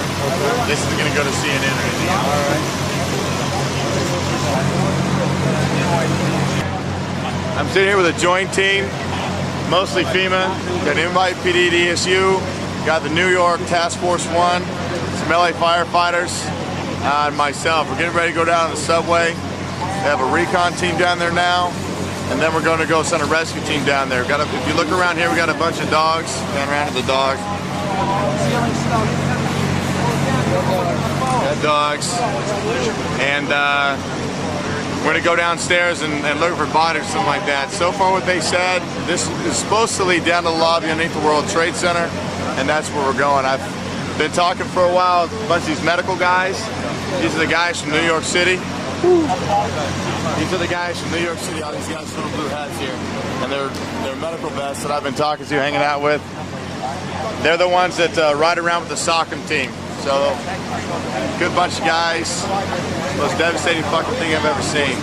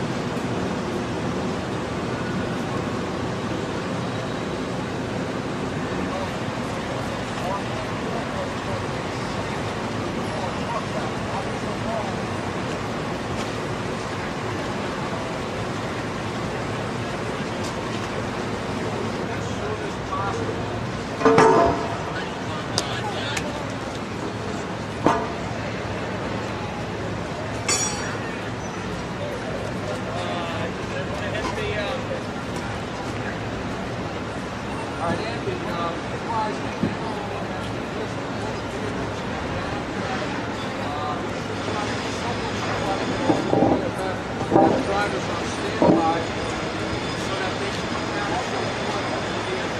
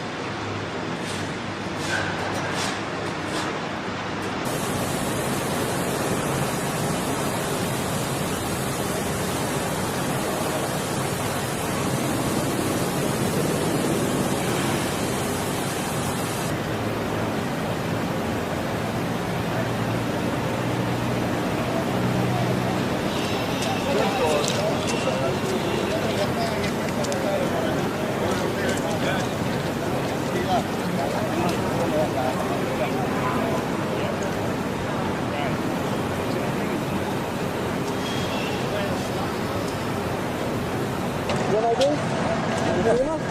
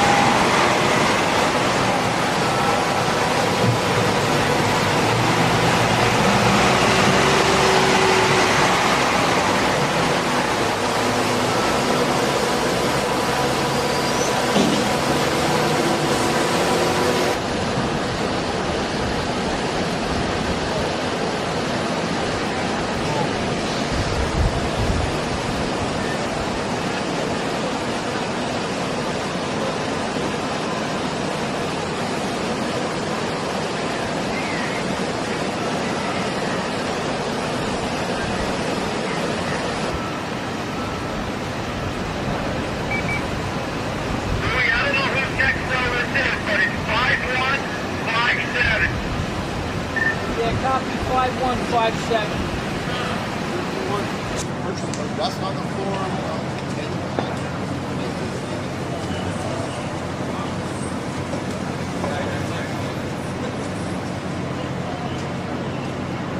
It's sort of sad.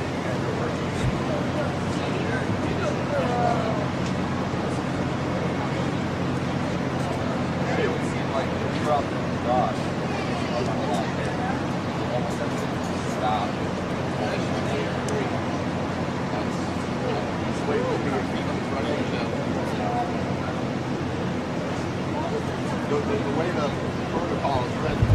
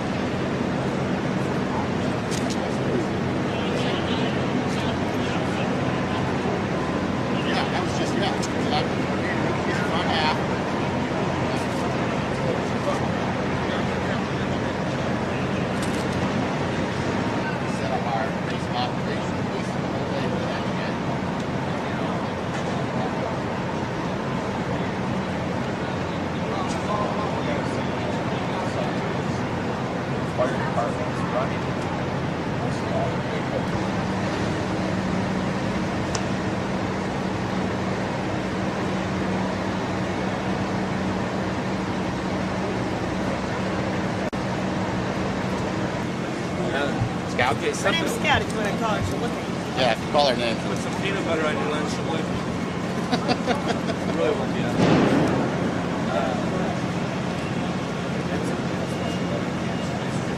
No, I know.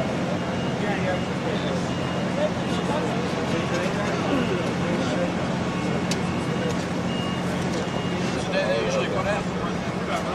They're with us, we're 12 hours on, 12 hours off, but the amount of searching they do varies from day to day depending on what mission they give us. Like yesterday, they sat for 10 hours, and then they had...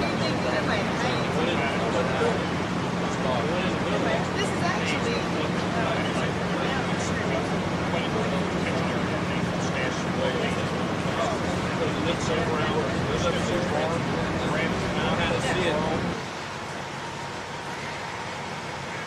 And they all itself. Well, go buy him a silk smoking jacket. There's not a man alive that can resist a smoking jacket. Just kidding. Just kidding. Can you imagine, Jake? And also got those? Any thoughts on smoking? About like 5 minutes, yeah. Okay. Put all those thoughts out of your mind right now. Because weddings have a way of coming together at the last moment, I promise. And why does my feelings come apart? Like what? No, I'm sorry, I don't want it.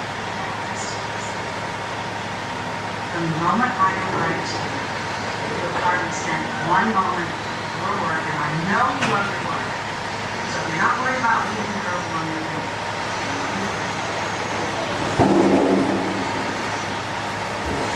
So she leaves the house, but that's her last station. She goes to the studio 6 bucks. So,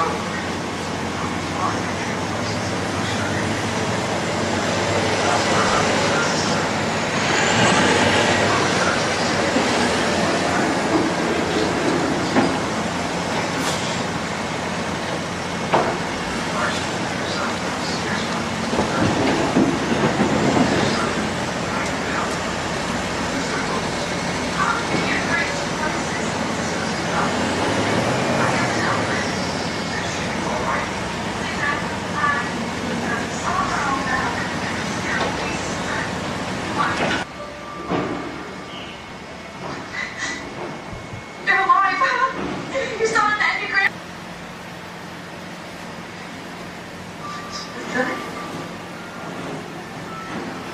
Is he all right? Oh.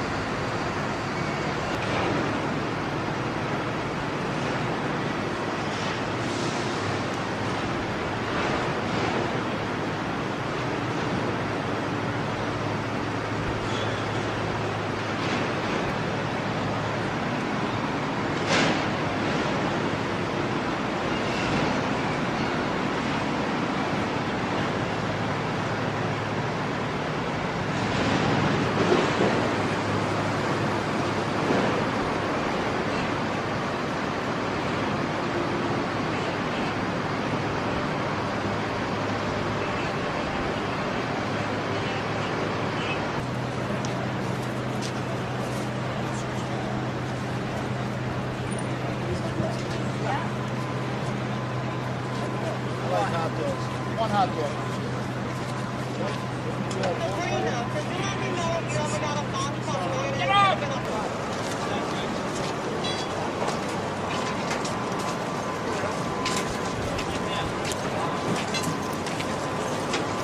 Here we go.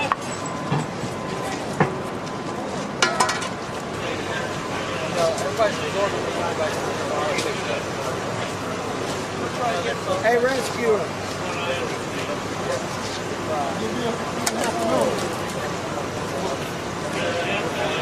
I got another guy to play this later.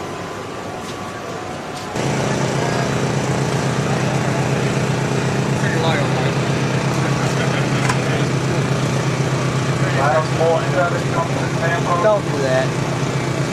It's from FEMA now. He got the dog already. Yeah, you're like now.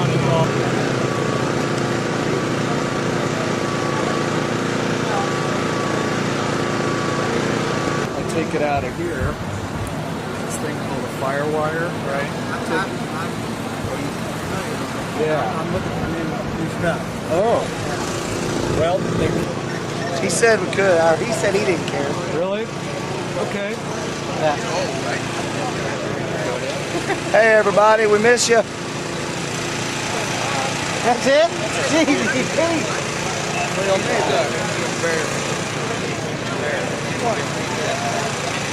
Anyone else want to say anything? Say hi to your family. Hi Angie, hi Ellie, I love you, I miss you. We'll be home soon and be home safe. Thanks. Interview with today's guy. Oh, that's good. They'll love that. Love that. Can I do mine over? Ready? Hi Missy, hi Daniel, Josh, Bethany, and Hannah. I love you, miss you. Say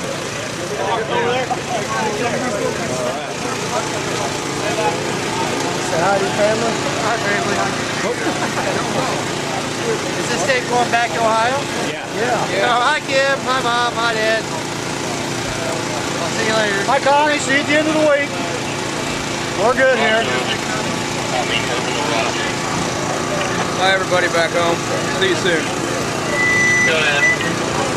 Thank you. Thanks, Kevin. I'm just checking in. We got a place. Appreciate that, man. So when's this going to be back in Ohio? I'm ready to rock. I'll be back. All right. Ready? Governor. Hey. No, I gotta go try to find that. What's that? Say hi. Hi Mom, hi Dad, hi Cheryl and the kids.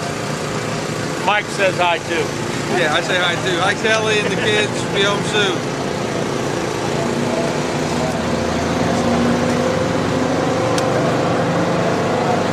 They went out. Kim, I love you. I'll see you later. Be home soon. Short guys in the front. Randy. You do good.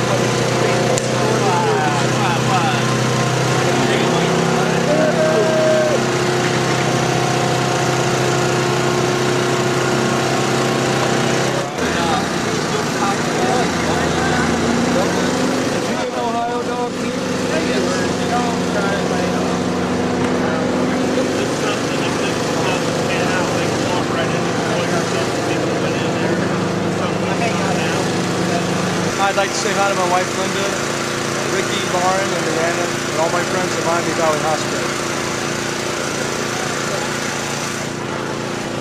I'd like to say hello to my wife Ursula, my daughter Stephanie, and all my friends and family back home in Greater Cleveland.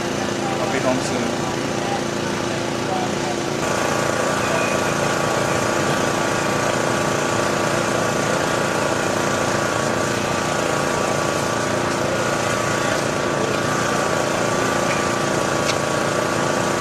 How you doing, Ohio? Just wanted to say hi and I love you to my wife, Angie and Ellie, to the brothers at Fairborn Fire. We'll be back safe. We'll be back soon. Thanks.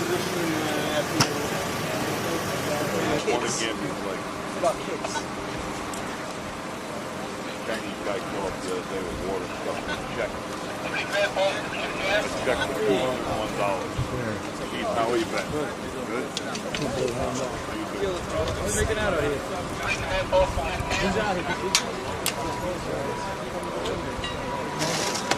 What's going on here?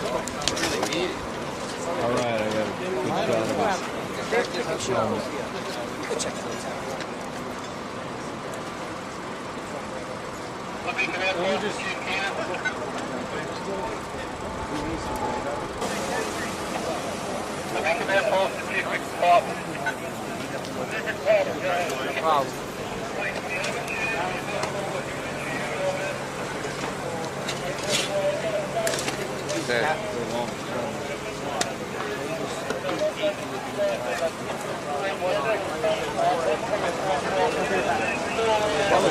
Conquest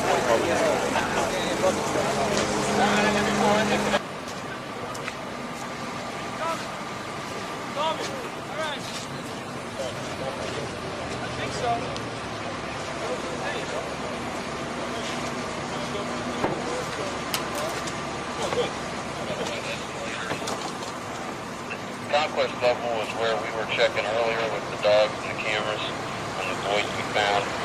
We're going to go down. We've got an easy way to get down the escalators to the next level. We're going to go down there and try to see if I can access this mechanical room we're trying to get. That's a huge crazy.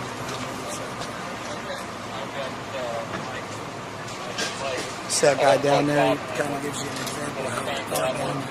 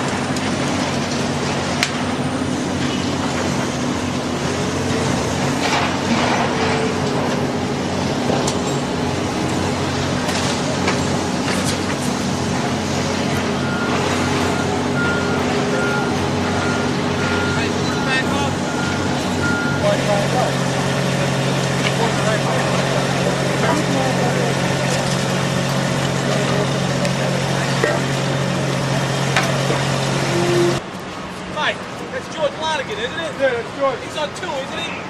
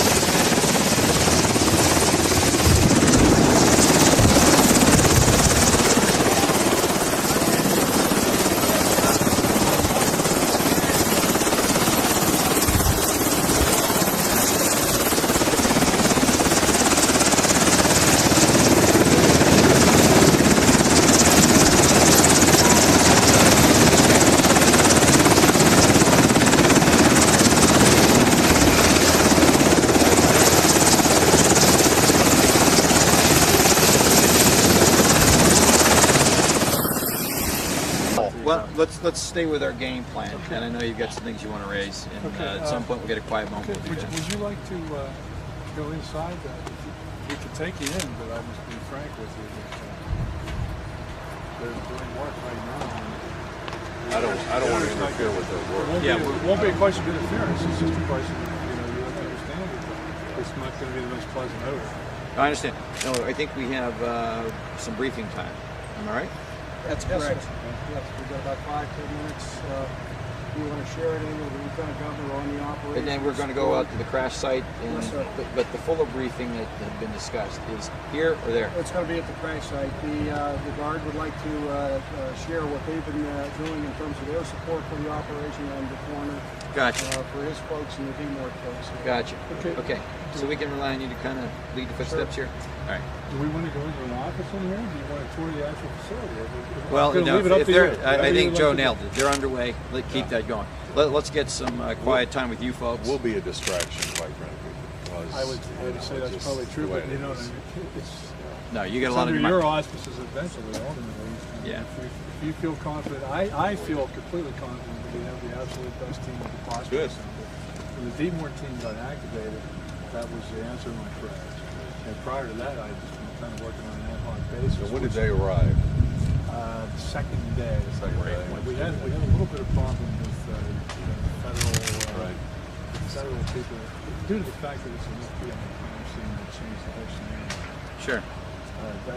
So what was able to happen finally, they were able to get the D-Mort team to come in as an FBI subcontractor. And they're going to handle all the DNA testing, which is going to be the main component. Well, let me make a suggestion here. Let's get a couple minutes in here with you quietly where we can. And we can say thanks and acknowledge the folks who've been cranking since Tuesday. And then we're going to be on our way. Okay.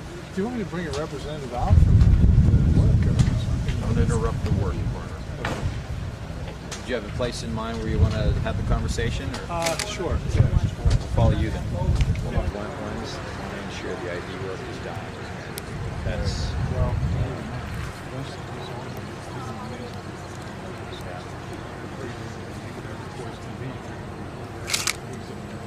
so you're talking about security of all that.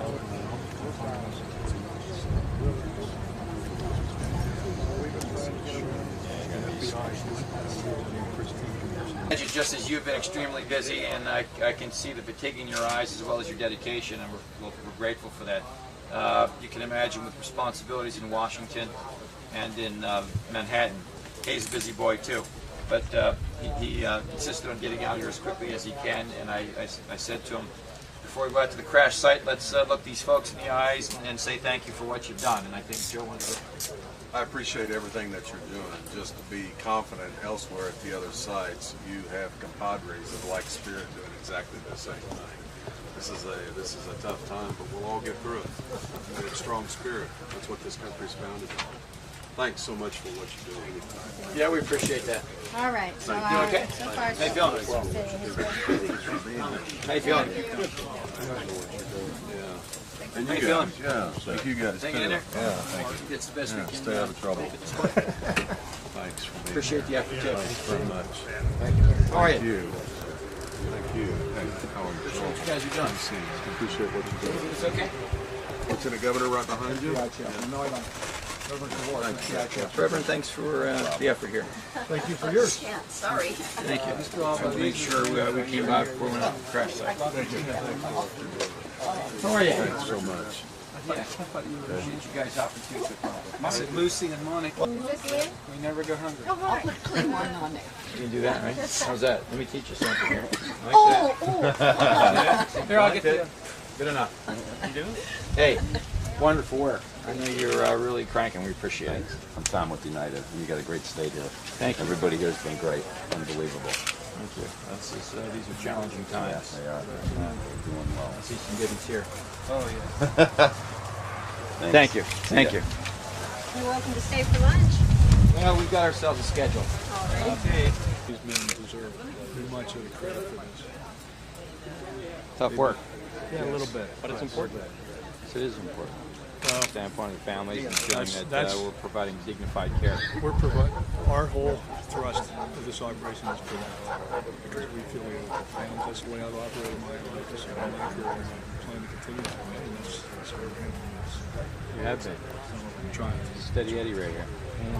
Considering the tallness of this order. Great job. It's good knowing there's people like you behind us. Means a lot. We couldn't be proud of what the Guard can do so promptly when called upon.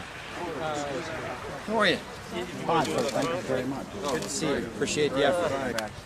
Let me introduce you to Joe Albaugh, who's the director of FEMA. Joe Albaugh. Very good. Good to see you. Nice to meet you. The two majors have been responsible for, in-field movement and support. Oh, thank you. Thank you. I appreciate that. Thank you so much. We provide limited logistical support, basically with 10 3GP mediums, and then we've also provided some support at the immediate site where the Salvation Army, the Red Cross are set up here. One of our tents, several tables and chairs, and they're feeding basically everybody that's working on the site. In addition to maintenance of this facility with the numbers of people that normally aren't here, we've increased the number of people on shifts through the facility to maintain. Let me tell you something. I've heard nothing but positives as far as the reaction and your comportment and what you've accomplished, man. So you guys ought to be proud. We're not done. Far from it. This is, I just said to those folks a minute ago, this is kind of like 3rd and 1 in a football context, man. It's been challenging. I know it may feel overwhelming at times, but we got a few more yards to push in order to show the country and people like Joe that this state can crank it and get it done. Doing a great job. And you have it for what you're doing. Yeah, I'm going to tell you something, Joe. These folks, I truly could not have counseled the governor as far as effective action and the right thing to do without people like General Lynch, these folks, Colonel Ivanko, the commissioner of the state police, the top dog over there, and others that are here because, hey, I see my job is to kind of remove the bureaucracy so that they can do their work. Sure. And they help me do all that, and I've done it admirably. So, thanks for your help. Solid work, gentlemen. Keep it going, okay? Appreciate it. Thank you, sir. I know these are tough times. Have a good day, sir. Thank you. you. Good job. I heard nothing but good stuff. Thank you, sir. Appreciate it. Thank It ain't easy, I know it, so keep pumping it. Thanks. Let me say thank you. I just mentioned to these folks just a minute ago, you've done outstanding work. I don't want to walk away without a speak to the governor. We couldn't do this without you. All right?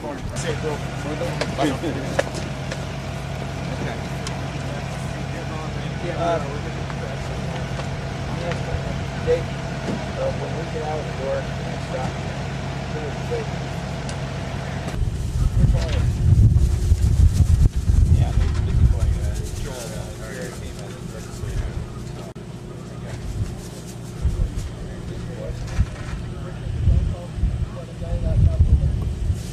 Out there, go get them.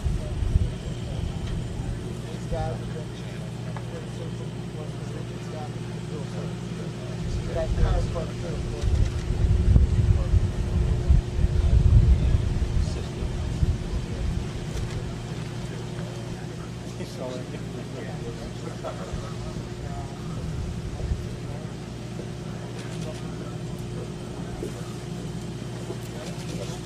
Hey guys, how you doing? Joe Albaugh, who runs FEMA. We've had a couple times out of respect for the families that he's actually failed to shut his operations down. He's a smart man.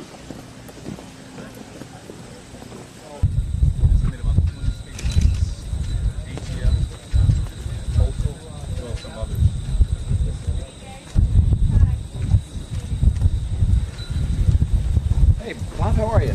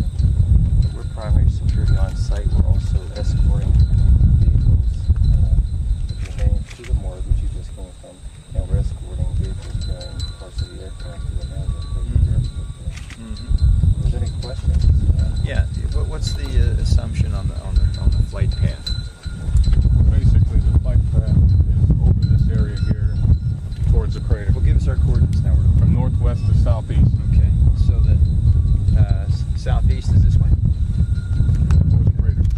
Gotcha. This way to this way. Right. If you can see where the white standard is. Yeah. Right there, that's where the impact was. The tree line behind, you can see it's burnt. Yeah. There was initial fire from the jet fuel, and if you go 4.5 miles out, there is a creek. And another 8 miles further in, there is various light stuff paper involvement and what have you. The people you see working down there are FBI agents, ATF, state troopers. They're suited up because it is a biohazard area. Nobody gets down there. We haven't allowed anybody down there so far because they have to get suited up. It's important. But they work from daylight. Sun up to sundown. That's right. They'll stop about 5:30. That gives them an hour and a half to clean up, get decontaminated, and what have you, change your 5 and 6. So what are the shifts again? Often recorded in your the county.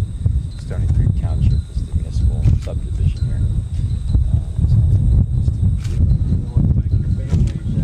We're in 3 venues. We're up here, we're at the morgue, we're at the Family Assistance Center, and tomorrow we'll be conducting the second of 2 memorial services for families. And that's very important. I know Governor Ridge has been very supportive of this, and I think we'll be attending with all of this. Yeah, how did you feel it went for the families? The families were very heartened. The Bush was here, went around and greeted the families personally, and they were very comforted, I believe, by her presence, by the governor's presence, and the general was here as well, and a couple of Congressman Claps were here, and I think they're getting a sense of support from the country. The state has done an excellent job too at conveying that, and I think the nation has done that.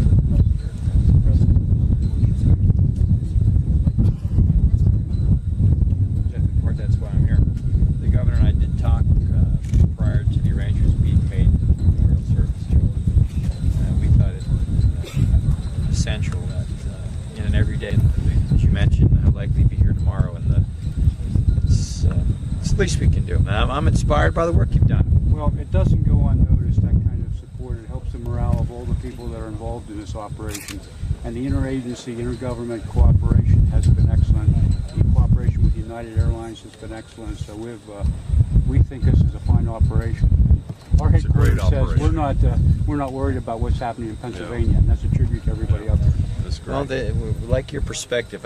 Joe and I were chatting on the way over, and this is a veteran when it comes to dispatching state government, making sure, because of his experiences in Texas and in Oklahoma, that our job, given the fact that you're the frontline responders, I mean, everyone here, is that our job is to see to it that you can do your best work, to act, and to give care, to help resolve, to deliver. Our job is to keep your bureaucracy out of your way and off your back. That's one thing. Have we done that? Bureaucracy, absolutely. We've been able to get our job done, and we've had the freedom to do that, and it's really paid dividends for the families and also the recovery workers. We have mental health services up here for them as well. That's so important. And at all the venues, and especially the morgue. You understand what kind of situation that is, and we have mental health workers down there to help when they come out, get some refreshment in our tents, but also have mental health workers around there. Well, Governor, I think the entire country appreciates the way Pennsylvanians have come to the need here at the site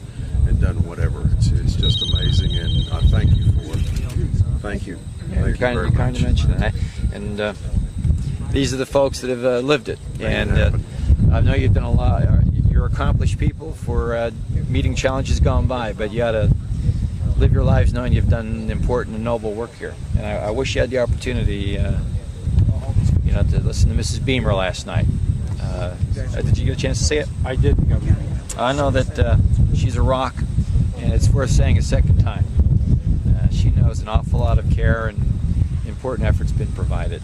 I've been in touch back home, and it's amazing the support coming from all communities across the nation, but in Pennsylvania, to support the activities of the Red Cross and others involved in this kind of situation. So we thank you for your support. You guys stay with it. More to be done. Lieutenant Governor, I'd like you to sir. meet Joe Miller. She's with Somerset Ambulance. They were the first ones really on the scene here with their EMS crews. Yeah.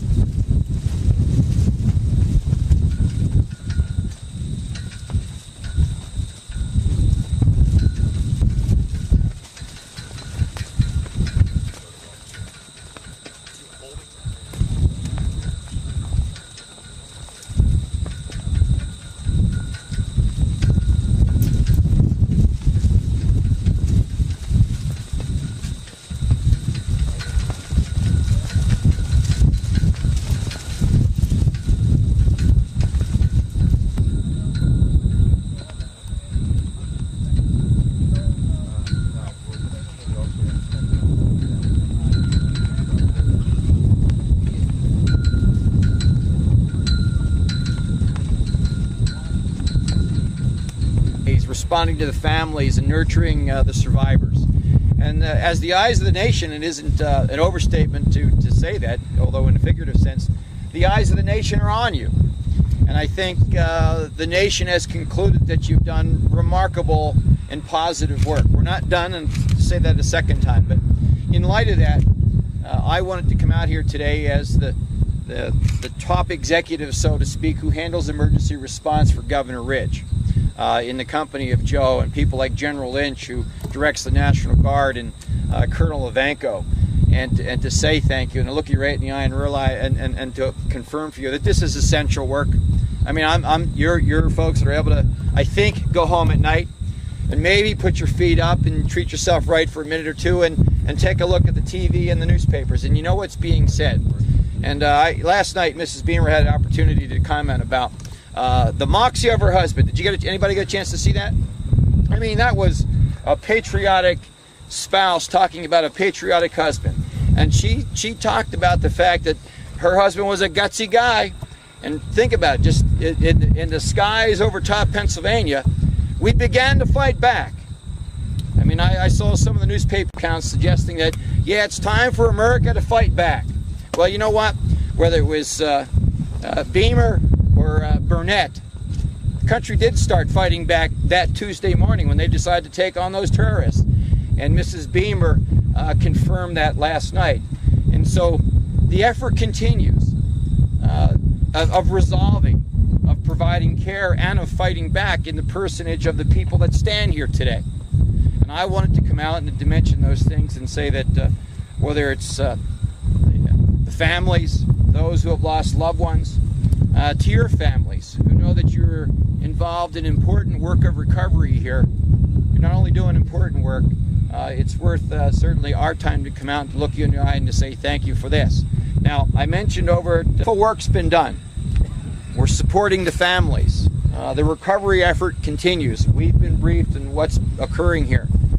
But there's certainly more that has to be accomplished.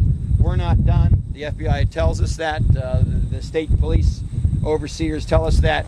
And with that being said, I want you to rededicate yourselves. I want you to handle yourselves correctly. If you need some counseling, hey, be a big man, be a big woman, and make sure you sit down with the folks like Myron. Where is Myron Rickens? Myron is in here with the team, and they're willing to spend some time with you.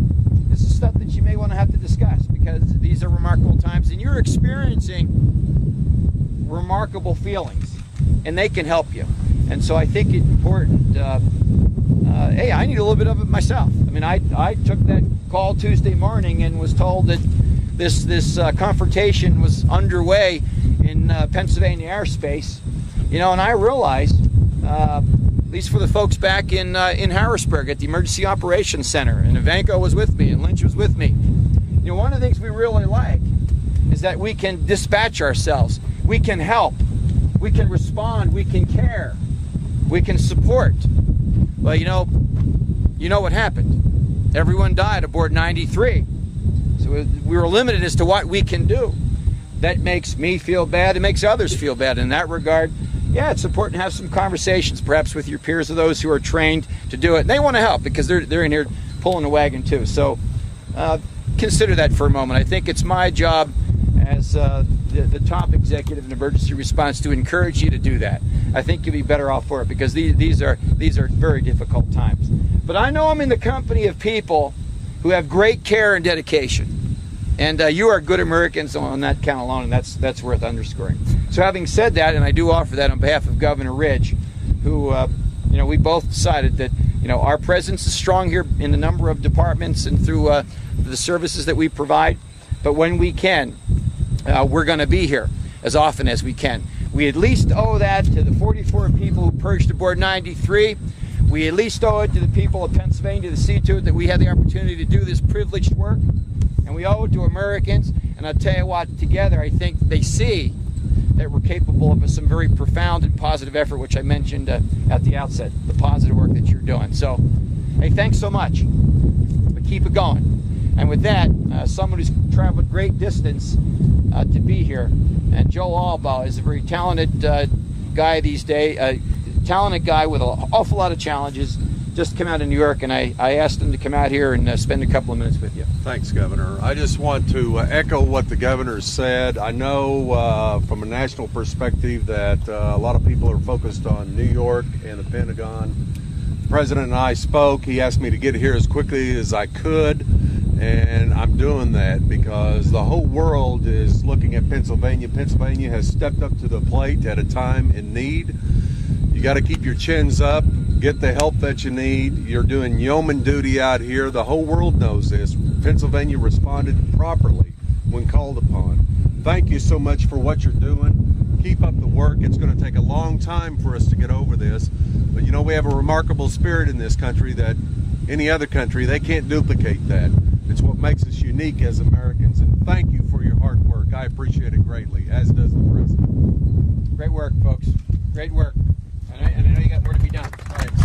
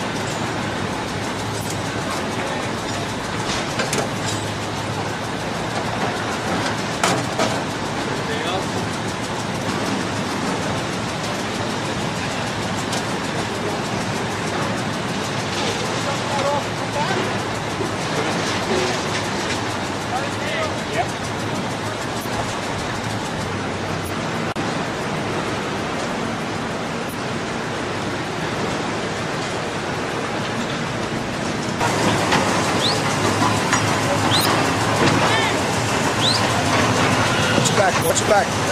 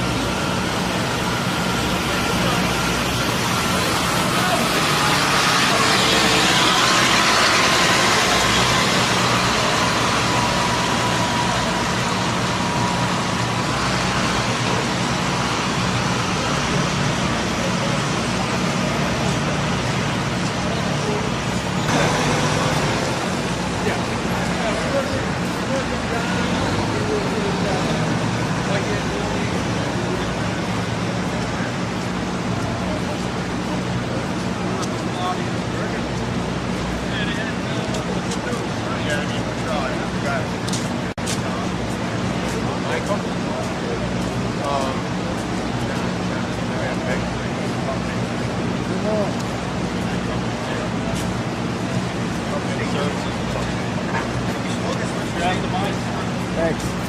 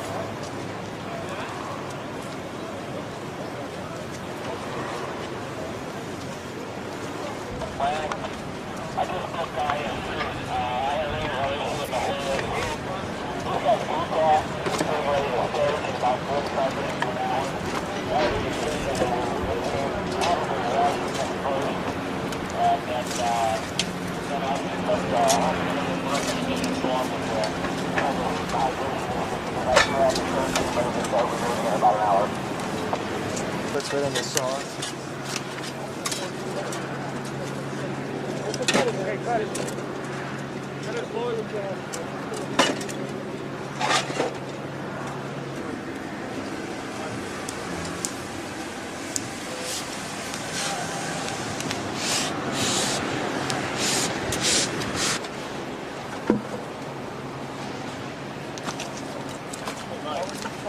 Yeah. That's the only void space you guys had earlier?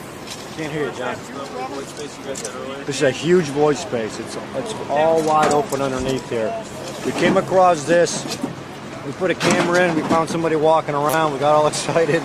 Turned out to be another USAR guy. There's a void in that comes in here, comes in over there, and get in underneath here.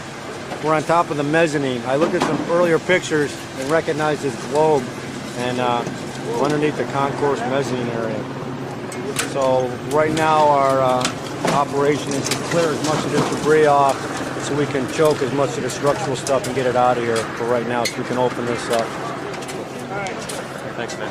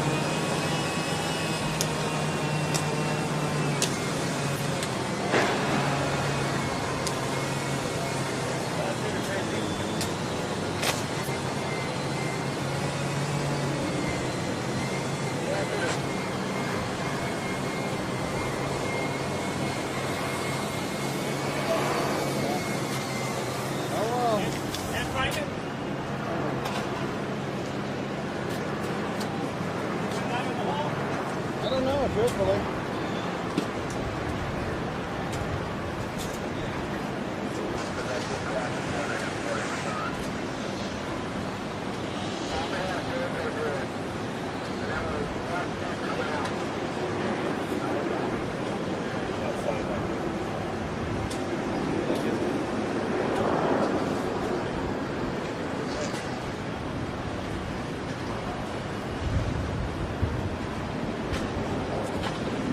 Nobody will learn? No. Take your Take this off? Just hold it. Just say your name and spell your last name. Spell my last name. Jorge Duquesne. D as in David. U-Q-U-E-S-N-E. And wait, what's your position with the task force? I am the structural specialist and the hazmat officer for the task force. As a structural specialist, what are your thoughts about this building? Can you believe something like this happened? You know, I've been asked that quite a few times, and I still don't have the words to describe it. It's unbelievable. I mean, unbelievable. This doesn't quite cut it. What did you think would happen? Amazing sight. What would I would have thought you would have some damage to the top of the structure, maybe the top shearing off and doing collateral damage on the bottom. Maybe some damage to the buildings on the side from splattering and so forth. But I never imagined it was going to bring down so many buildings, nor that it was going to damage so much the buildings surrounding it. It's just amazing. Well, I never thought the bottom of it would fall. Again, I just thought that it was weak on one side and it would shear it off and the top will slide down. But I guess a lot of people thought that way too.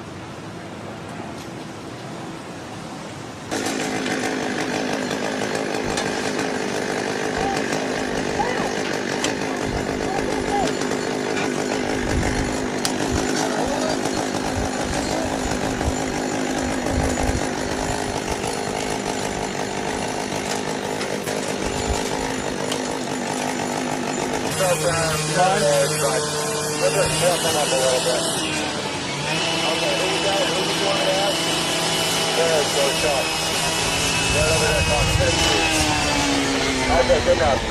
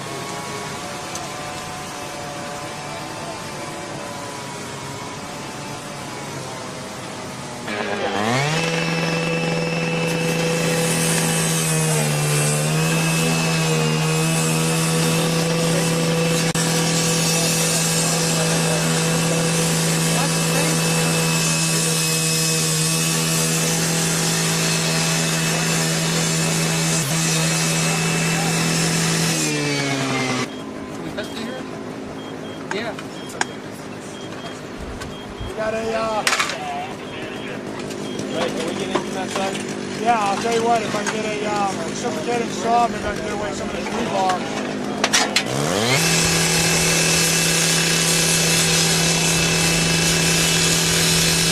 If there's any toxic gases or flammable gases in there. I need to be there at 6:30? Plenty of air moving down here. We got plenty of hose, Jimmy. Okay, I'm giving this to who now? Okay, so at 6:30, I'm giving them an update.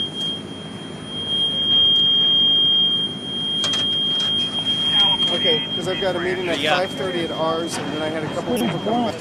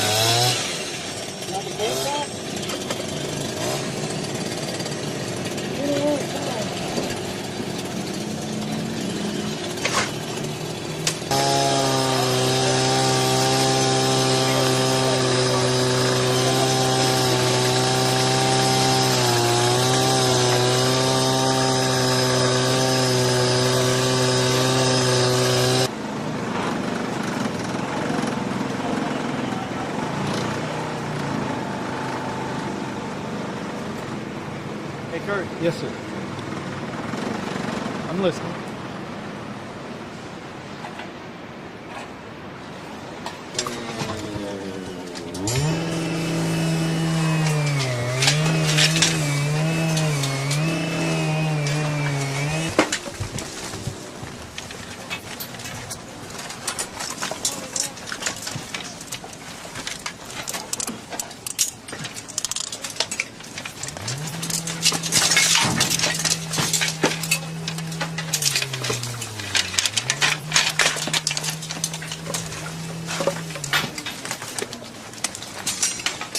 Oh shit, man, that shit scared the shit out of me. Oh, that's Anakin, bro. Anakin, bro.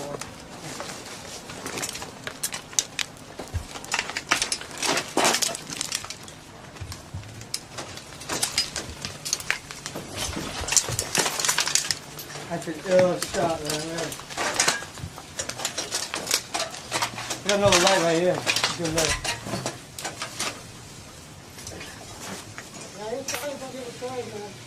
Turn the body. Get the body.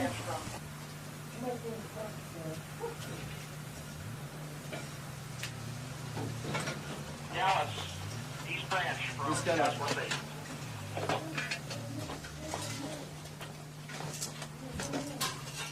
It's all right for us to bring back 3 right now so we can get on with this one out.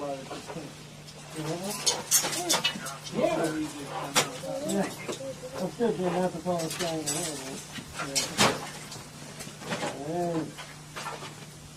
Exact memories. I'm a rebel in here.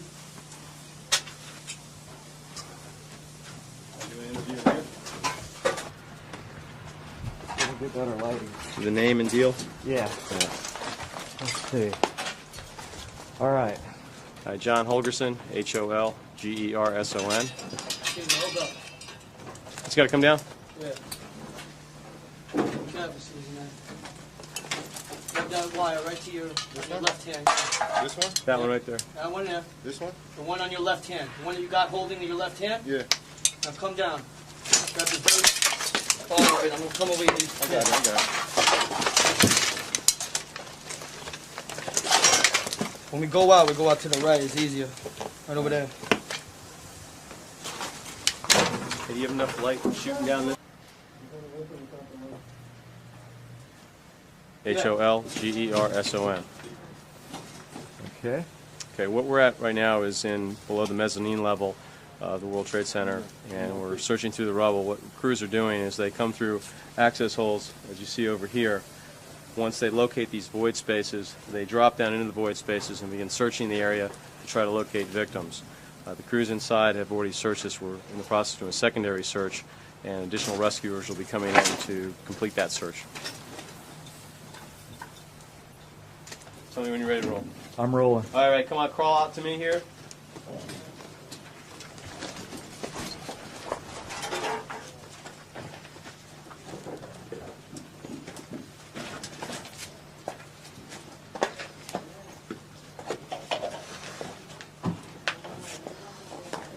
To your left, look through this opening here, Rick, where the danger sign is, and kind of look your head in there. Do you see anything?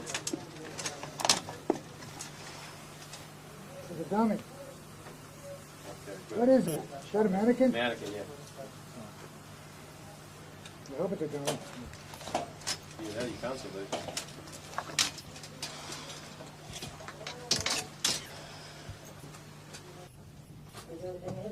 I didn't know.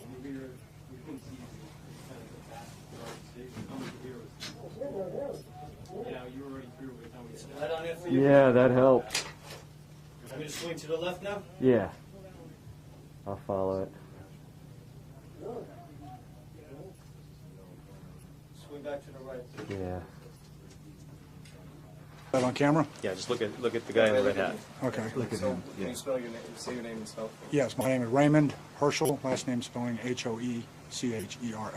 And which task force are you with? I'm with Task Force 2 out of Miami, Florida Task Force 2. Ray, when you find a large void like this, you know, when you know that there's a big opening like that?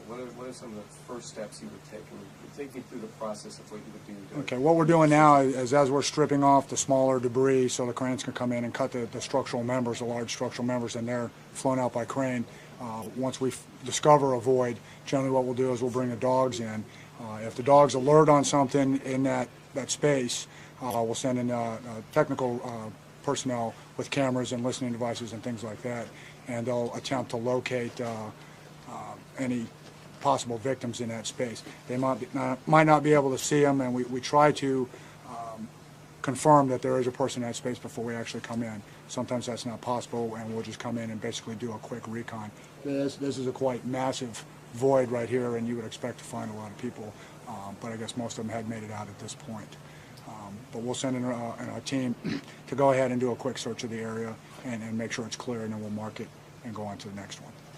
Well, what's the process in searching? I mean, when you mean search, what is it you actually do? What do you physically do? What we're doing is we're looking for any possible sign of any victim in that space. We're going under any void spaces, any debris, and just attempting to locate a victim. In this type of environment where you have a lot of material, concrete dust and stuff like that, it's very, very difficult. You could actually be crawling right over a victim and not even realizing it. So basically what you're doing is you're looking around and just looking for any signs, shoes or body parts or you know, just remains of people. Unless they're alive, you know, you'll try to make contact with them. How long would it take you to search a void, something like this? This, like I said earlier, this is a pretty massive void with probably a team of 2 or 3 in this hole. We would probably be done with this in, I don't know, maybe 5 to 7 minutes, and then move on to the next one. All right. Thanks. Thanks for Thank you. Yeah, I can. All right.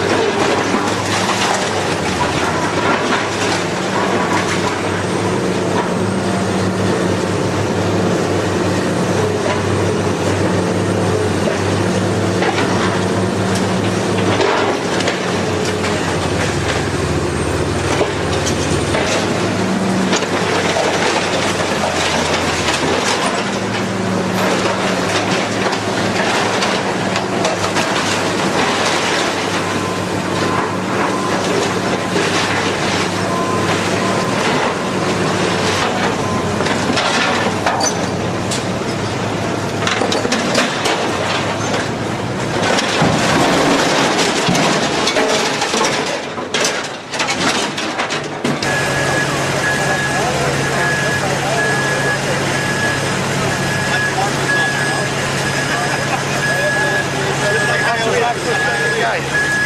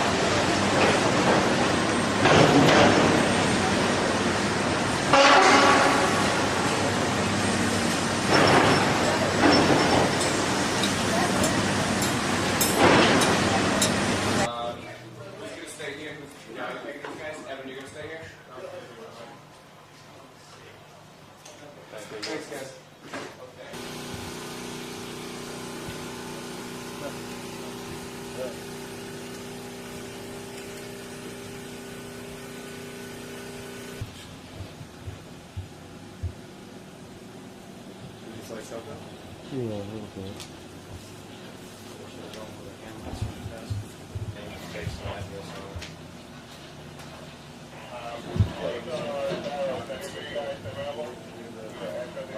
There's no bodies at the value that the biggest piece of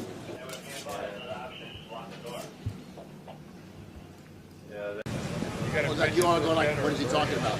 There's something flapping in that poo when I go to bed at night. In the rafters. You've got the order to kill the pigeon. Save the chicken or kill the pigeon. The pigeon I don't want. All right. Oh, I think he's in a bag. It's a rat. Frank, did I give you permission to leave? Brujeria. Every morning I got to deal with this. Yes, sir.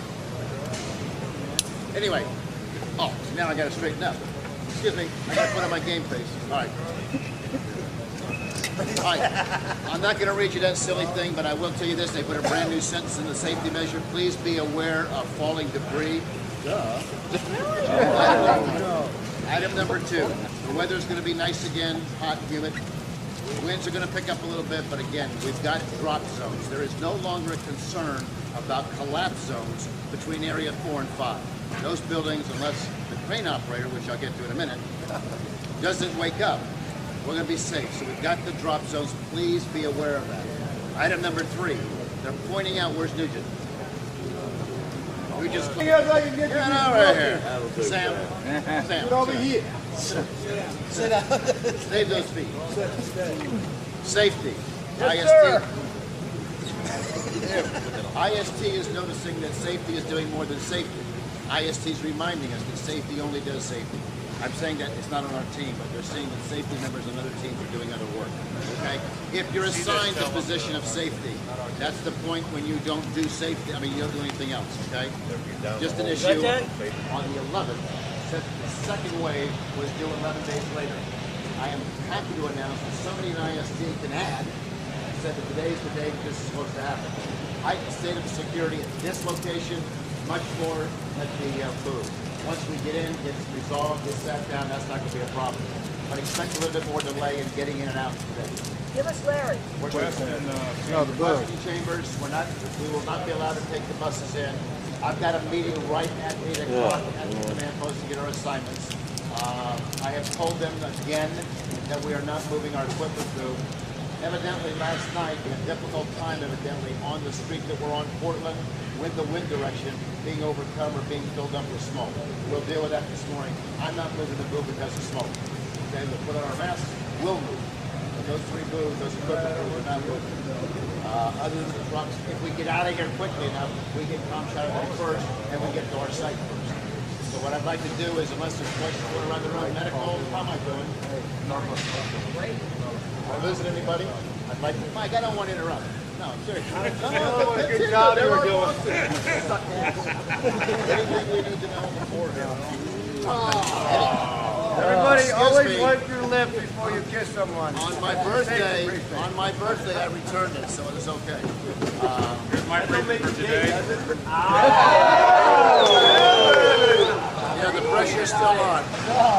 Let me say this. I'll report this. Frank, did I tell you to talk? Jesus. Somebody, and I'm not going to name names, Virgil Fernandez, thinks, because he said so last night, if you were standing there and he said, how many people on A shift have been injured? And I said, nobody. And he said, well, nobody's been injured on B shift yet, and if it takes me to get injured, I will. What doesn't he understand about the picture? Somebody tell him this is going well. Plus, this is a reach around, isn't it? All right. I feel like it's going to be a good day. I think that you must recognize that the San Diego team yesterday, who was introduced to us, they think we're jelly tight. They really do. Washington, the gentleman from Washington, the team leader, is thrilled beyond words. He knows that his team is safe down in there. He is listening to Joe's recommendations. He's not real sure of this guy, but he understands that we've been there the longest and that we know what we're doing. I think that I'm going to get permission today to expand our search area We'll take advantage of that opportunity. I'd like to do it early because I don't know about the rest of you, but by about lunchtime, my feet start swelling and really start being painful.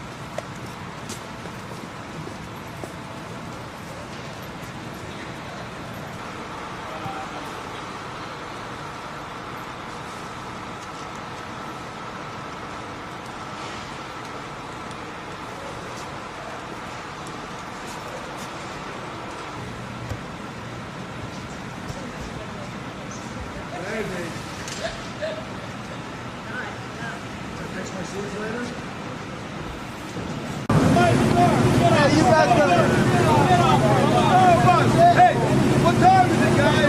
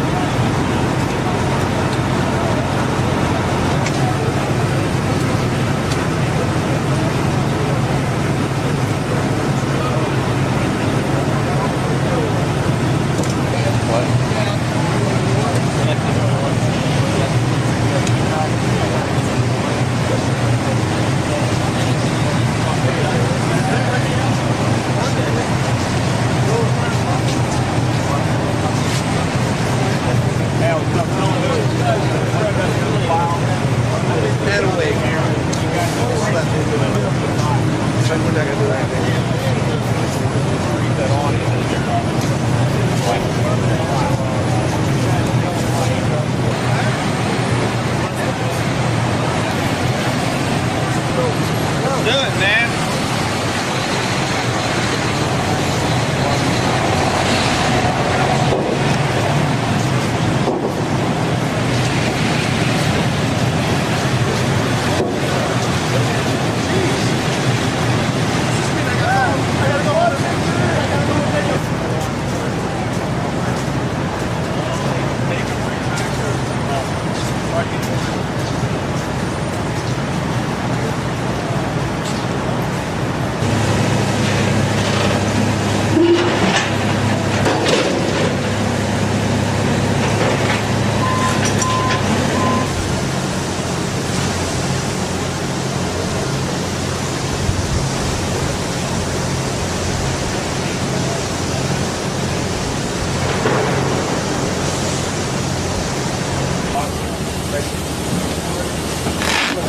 Why do you bother? Why do you fucking bother? I quoted that yesterday.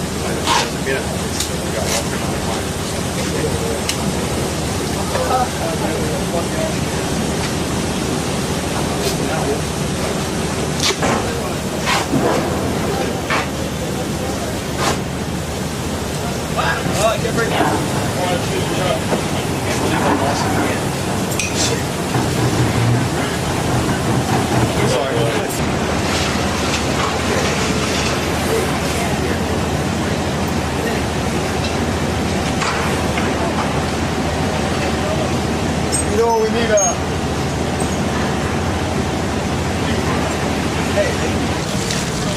I got a couple.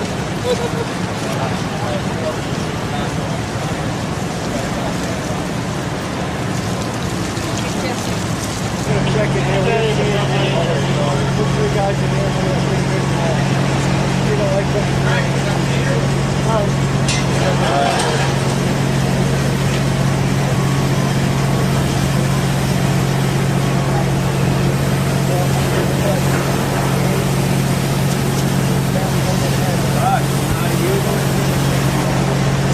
The whole squad's not going, guys. You only wanted like 3 guys to go. down there. Oh, about 12 of us went down there yesterday.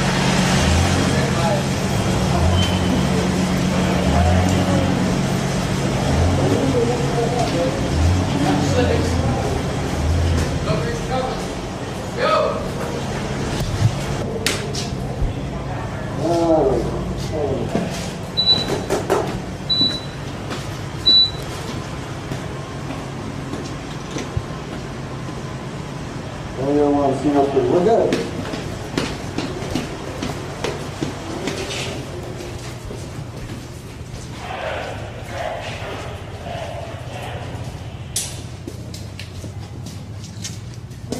Hey, Tootie, know about that third rail, right? Of course.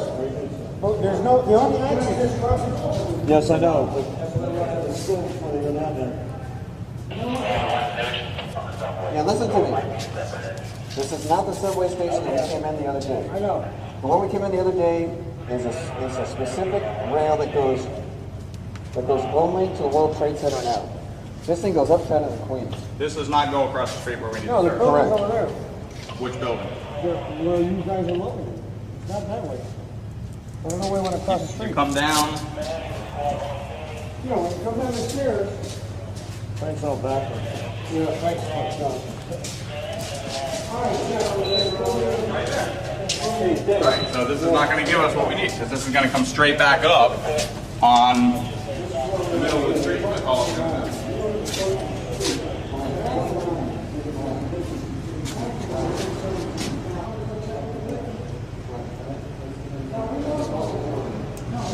That's the one we're in. That's the one we need to get to.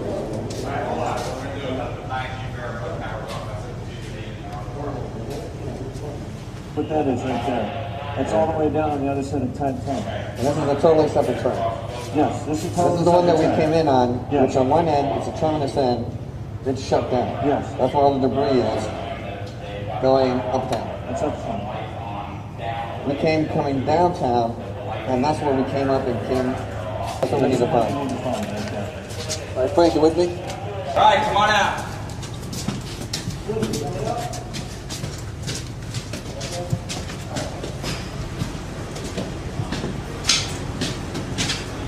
Is that everybody?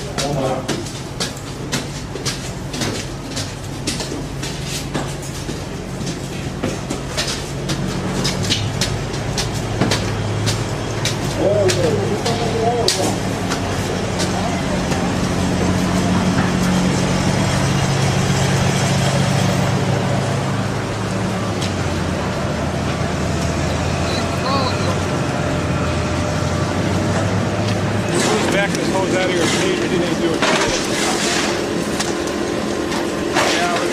Putting the debris, buddy. Just get it off over here. We can throw it back into the building. We're going to give up on going through that side.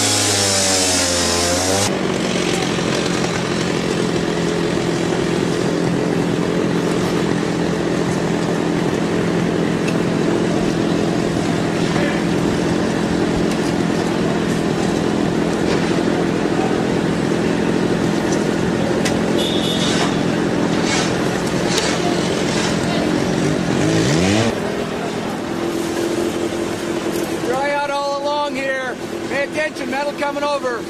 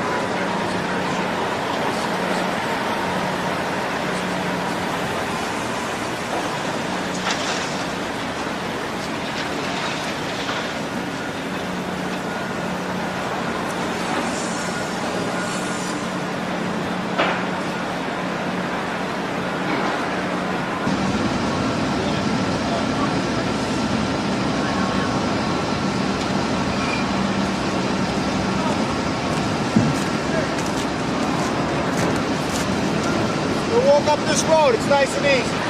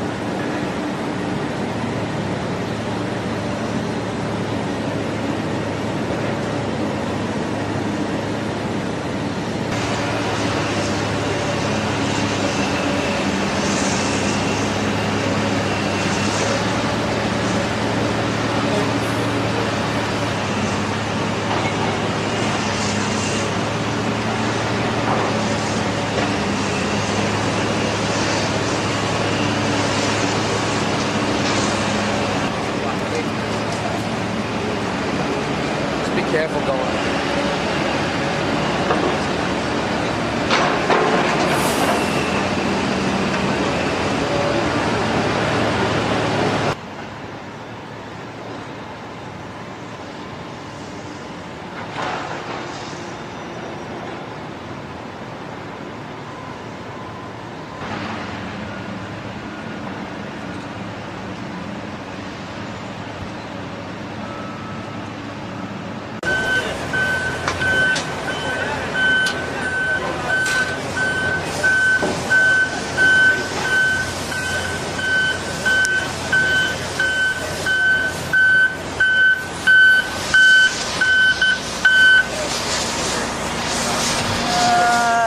How about we look under here? Looks like a decent little spot.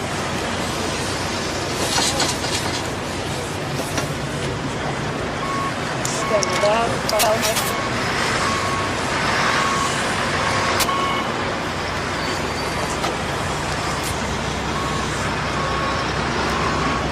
I can increase the light on this, make it brighter. So it has its own source of light back there. Got an all sorts of light at the end of the tip, so I can make it brighter. Now I can articulate the camera end to go left.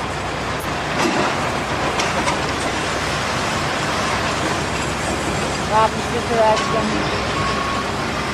The only way I can see up and down with it is that I'd actually have to turn it, but that's not a problem. This also has sound capabilities. It has sound capabilities. Sound source at the end of it, and I can put a hearing camera in my ears so that I can listen to voices, heartbeats, anything like that that may be at the end of this receiver. How long does that stretch? 8 feet. Got 2 articulating arms. So I can get this one to extend even further here.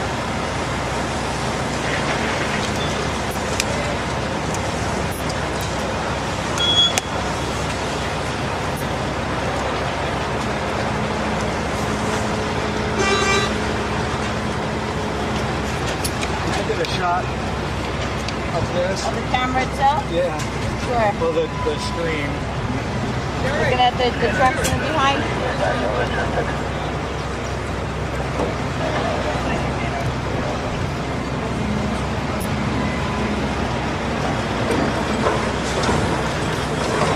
Got the dump trucks in view? Yeah, I see it.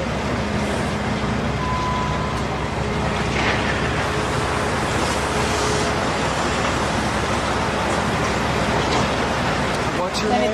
Mary. Where are you from? From New Jersey Task Force 1. New Jersey Task Force 1? Yep. Thanks a lot for your help. Hey, it was my pleasure. Awesome job. Thanks very much.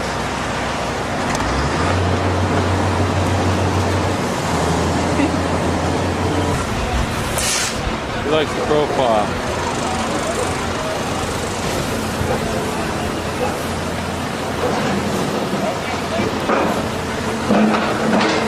Is that your task force over there?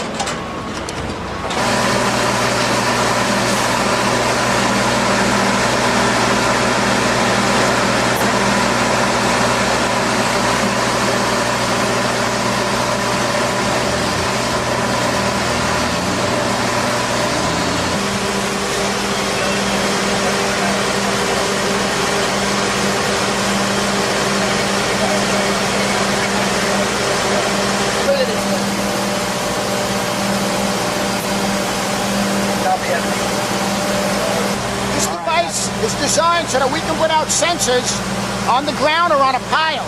We can even magnetize them and stick them on steel so that we'd be able to hear you if you're making any kind of noise, tapping, even breathing in some instances. We'd be able to hear you with this system. The system is set up on a 6 probe, so we put it around in 6 things. As it works better, what we would do is we would actually shut down one, then we'd shut down another one, and we would actually narrow the space to where we can actually find you. We would get the dog in to give you a scent, and then we go to work and we get you out. All of this stuff is designed to make our jobs, you know, as diggers and tunnelers a lot easier. We've been able to find you a lot quicker.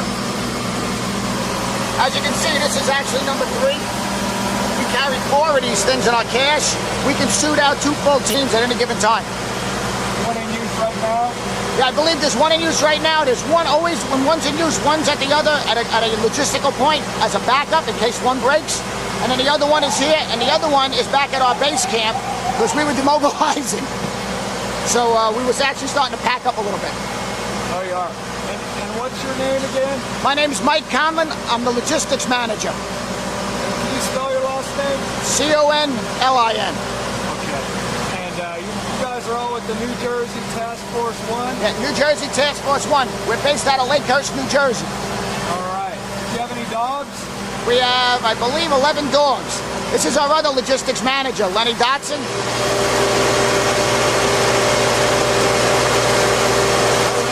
How you doing today? Good. We're here just taking a sort of a survey of the high-tech gear that you guys use in search and rescue. Can you tell us about anything you're using now? You just showed us some sensors. They have the fiber scope out? Okay. First of all, can you spell your last name? Dotson, D-O-T-S-O-N. Pardon me? Dotson, D-O-T-S-O-N. Okay, thanks. All right, now what about the search cam? How about we get one out and show it to you? How about I get one out and show it to you? All right. Thanks. See where we're FEMA too. The reason why it's in the back of this truck, our other truck didn't come in yet. We actually have another straight truck coming in that would match the set of these 2 tractors. Now this is your emergency operations truck? Yeah, basically when the plane hit the building, we went to the Navy in Lakehurst and we commandeered 3 vehicles. The Navy down there is great to us. That base commander is tremendous. I mean, basically, whatever we need in a time of emergency, we have. That right down to drivers. You borrowed this truck from the Navy then? Yes. Might be up here. How long you been out here? We were here and operational, I would say within 5 hours after the plane hit the building, we had our people on the pile. You were down here 5 hours after? Our base camp was set up. Our command post out here, the forward command was set up, and the logistics section was being set up, and the dogs and the guys were setting up New York City's base camp for them, and our dogs were on the pile already within 5 hours. We try to move as rapidly as possible. Okay. That's the nice part about the trucks. Now this is, what do you call this? This is a search camp. Okay. Yeah, we got a picture of this earlier. Did you? Really? But we kind of had to get out of there. Oh, yeah? You don't want me to hook it up Okay, there. now what does this do? The light on it. It also has a speaker on the end. We can extend this into holes. We can actually rotate the tip around. It shows you back a videotape, actually a picture on a video screen. And we can also hear it. If you're down there, we can talk to you through a speaker in here. That'll come out there, and then you can talk back to us if you're trapped there.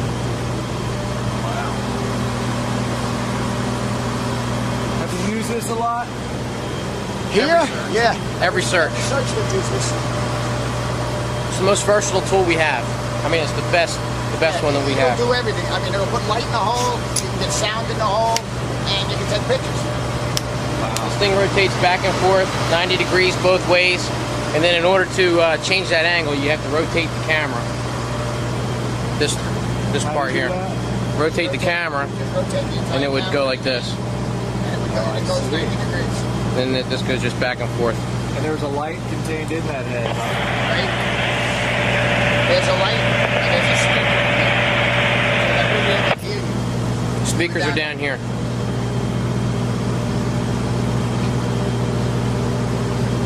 Cool. How much do those cost? A few $1,000. Money was no object.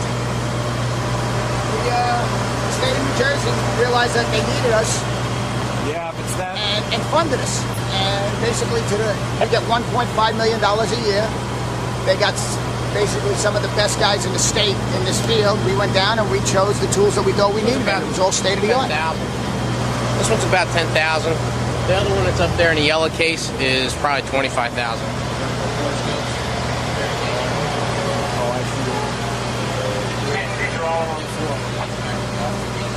What's the difference? One's on it's a fiber optic. It's just a cable. It's bendable. Oh. It can go. It's just a long cable. It sits back here. The cable goes out and you rotate it and it'll go all the way down to a hole. Right. It's got a metal sheeting on it, so you don't have to worry about it getting snagged on stuff. Basically, what we purchased, we have about $500,000 worth of technical equipment, search equipment, in our cash right now. I know that's an awful lot, but like I said, we can actually field 2 teams at any given time. When we got here, we came with 130 members, and we were able to outfit every man. And it's good, more than worth the expense for... Oh yeah. No, New Jersey definitely feels they're getting their money's worth out of us. And the guys really do a great job. They work hard at this. We drill constantly. The search and dogs drill at least twice a month. The other sections will drill at least once a month. Logistics drills almost every day that I'm down there. We're doing something. So, I mean, it's well worth it. Yeah. Now, so that fiber optic thing can look around corners? Yeah. That actually went into a vault. You'd be able to stick that thing down the tube and look around the whole vault. That also has a light on there.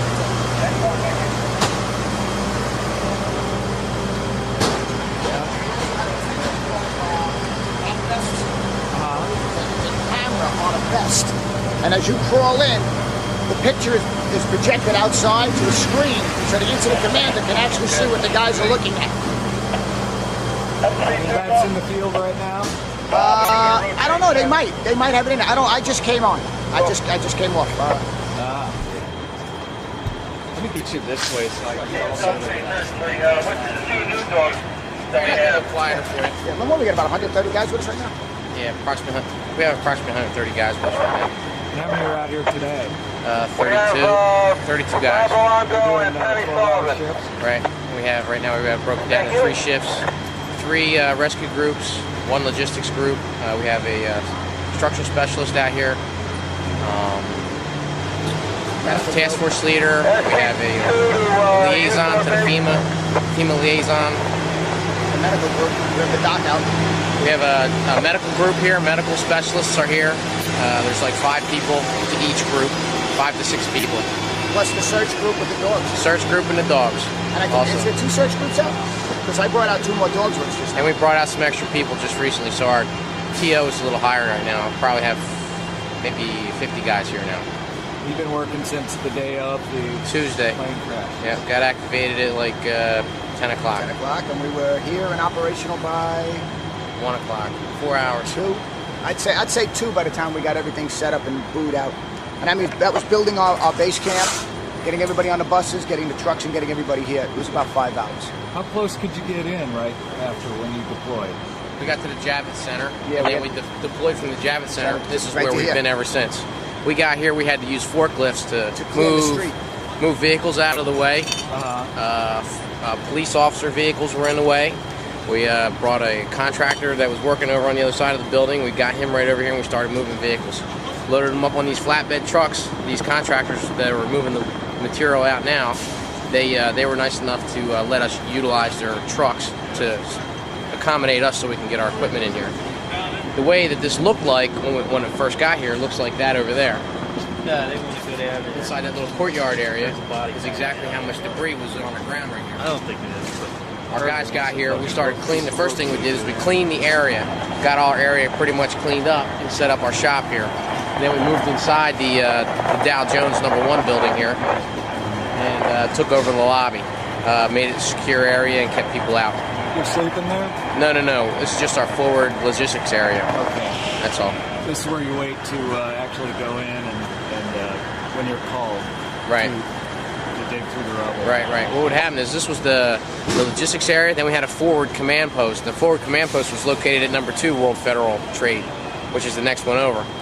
And Here is where our logistics was, and if they wanted to do a rehab or something, the guys would come back here instead of jamming up over at number 2, because they had New York FEMA team there, New York Task Force 1, they had Pennsylvania Task Force 1 over there, and our New Jersey Task Force 1 was located over there also. So it got kind of jammed up in their lobby. So we had probably 10 or 15 people, maybe 20 guys in that lobby for quite a while. And that's where the 3 teams got together and they worked on their plans for the day, what each guy was going to be doing. Over here, logistics-wise, whatever they needed to go out in the field, we had it all set up. It's a shame you weren't here the other day. You could have seen our operation. We just broke it down last night, thinking that everybody was going home today. And when we got here, we had some more missions to do. So we this is not the way it looked like when we got here. We brought some more stuff out, so our guys need the tools that they needed to have, or stuck on the truck in the bottom. That's why it looks like a little mess out here. And have you gone out today? Your other crew is, right? Yeah, they're out front of the building right now doing search and recovery of some more body parts. We had some dogs have some hits out front. There's pieces everywhere.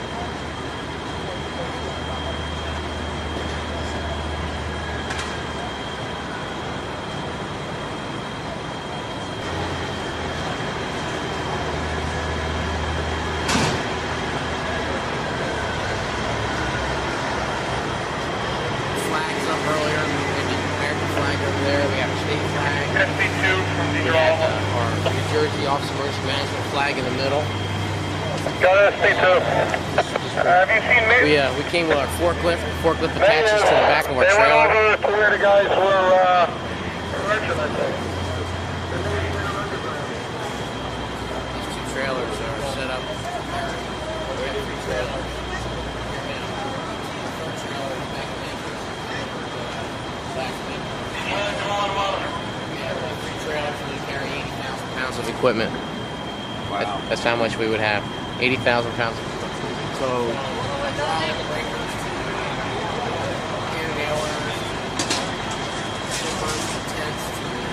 shoelaces for the guys. We are a self-sufficient team for 72 hours. That's including fuel, power, food, underwear, socks, you name it, we got it. 72 hours. Showers, we have showers.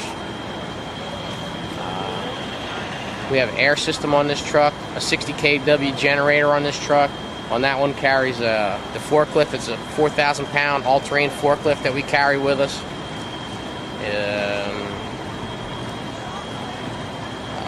6 portable generators, 6,000 watt diesel generators, 2 5,000 watt gas Honda generators, 5 or 6 Honda 1,000 watt generators, inverters, whatever you want to call them. Here's one right here. It's a small one. what's that do? That's a real small. What is it? Listen here. This is a real small generator. Oh, I see. It's small enough to take into a hole, and it's very, very quiet. Turn it on, put the choke on.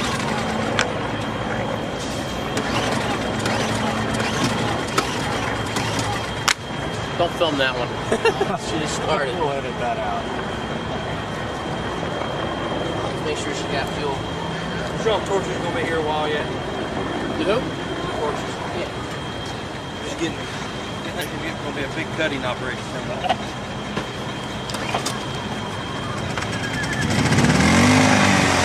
Pretty quiet. Pretty quiet unit. Yeah, it is. The exhaust on it here is not even, it's not even hot. That's how cool it is. It's not a very hot unit at all. And do you use that to run? You can run this. You can run 1,000 watt, 2 500 watt quartz halogen lights, or you can run a 76A. One of these. You can run a coring drill with it. One unit, one thing at a time. Here's a 76 hammer drill here. But what makes it nice, instead of taking a big generator into a small area, you can utilize this for what? This is a hammer drill or a chipping. It's used as chipping or hammer drill. space. If we're trying to enlarge a hole, we'll use something like that. It's easier to get in, it's more maneuverable, and it has the power to it. Yeah. It'll drill from half-inch, even smaller than half-inch. This is a 1-inch bit, drill bit, all the way up to a 2-inch. 2-inch drill. Wow. Same piece of equipment. Can you run that off that generator? Yes, you can. Lose of electric energy. The Honda 1000s have one drawback. You have to let them run for about 5 to 10 minutes to build up the capacitor that's in them. Otherwise, you'll just keep blowing the circuits. You have enough electricity. And we had to tell the guys that. I mean, our guys are so used to pulling, starting, going to work. We had to tell them they had to slow themselves down and start that. So now what we do usually in logistics, we'll start that up before we give it to them, run it, and make sure that the capacitors build up. Then once they get out in the field, it's already working. This one over here is a hammer too, right?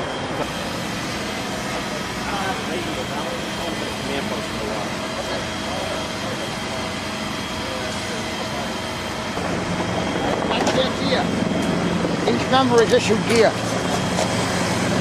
It's issued as clothing, knee pads, elbow pads. That pack is a 24-hour pack. Okay? They'll carry enough to live on for 24 hours. 24 hours. They also issued a 72-hour pack, which is given to us in logistics, and we ship for them. Basically, we're self-sufficient for 72 hours. We're trying to bump that up to a 5-day, but right now, I'm waiting on the delivery of a water purification system. And as soon as that's in, then yes, I believe we can go up to a 5-day. Self-sufficient, yes. This is a Hilti DD100, sorry. That's a DD100. This is the Hilti DD100. This is that coring drill that we were talking about a little while ago. This one here will drill up to a 5-inch or a 6-inch hole into masonry block wall. Don't matter. It could be concrete, rebar, steel. This is what one of the bits looks like. Bits, different size bits. They have. This is a dry coring bit. Doesn't require any water. So what happens is we have this DD100. You could use it sideways like that with a water bit or a dry bit. But if you're going to go overhead and go through the ceiling of something, you can use a dry bit, and all the dust falls down here, and just so that you don't use water. Water runs down and it'll get jammed up in your drill. Water off some of those like jaws of life kind of things. Oh, Yeah, you're starting to. Yeah, we have 2 complete Amcus sets, not Amcus, Homatro sets. To switch over to a water operation, you stick this adapter on here. This has a water hose that connects us to a Hilti pump can. This bad boy goes on like that. You got yourself an extension if you need an extension, and then we have a water bit, which I don't have one right here. There's one over there, and that attaches onto the top here. And then this is what they would use for drilling into the ground. You were going to use an extension. It has its own water can, so you don't have to bring a water supply to it. It actually has a can that you can set up next to it and run it with that, and then you have to go fill the can up, every so often. It makes it a lot easier than trying to run a garden hose up into a rubble pile. This one needs to be cleaned up, guys.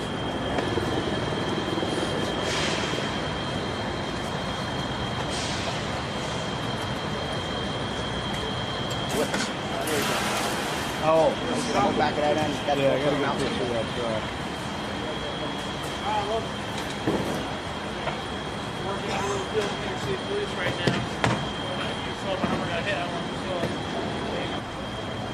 Cutter. Say again. We've actually got 2 of those. Okay, we have an exothermic cutter here. It's a oxygen burning torch kit. It's a underwater cutter's dream, really. This is what they use. They have a backpack with an oxygen cylinder inside here. It lasts about 15 minutes depending on how you use it.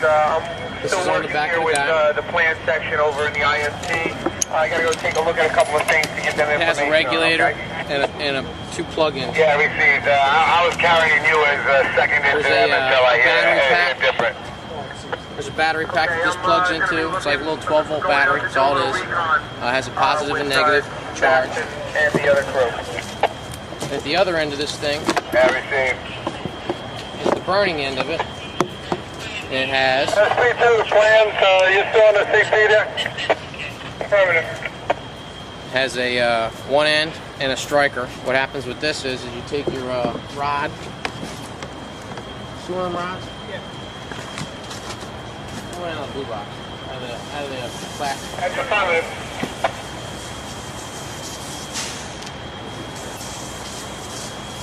I need a big one. But anyway, this ain't the right one. This is a smaller one.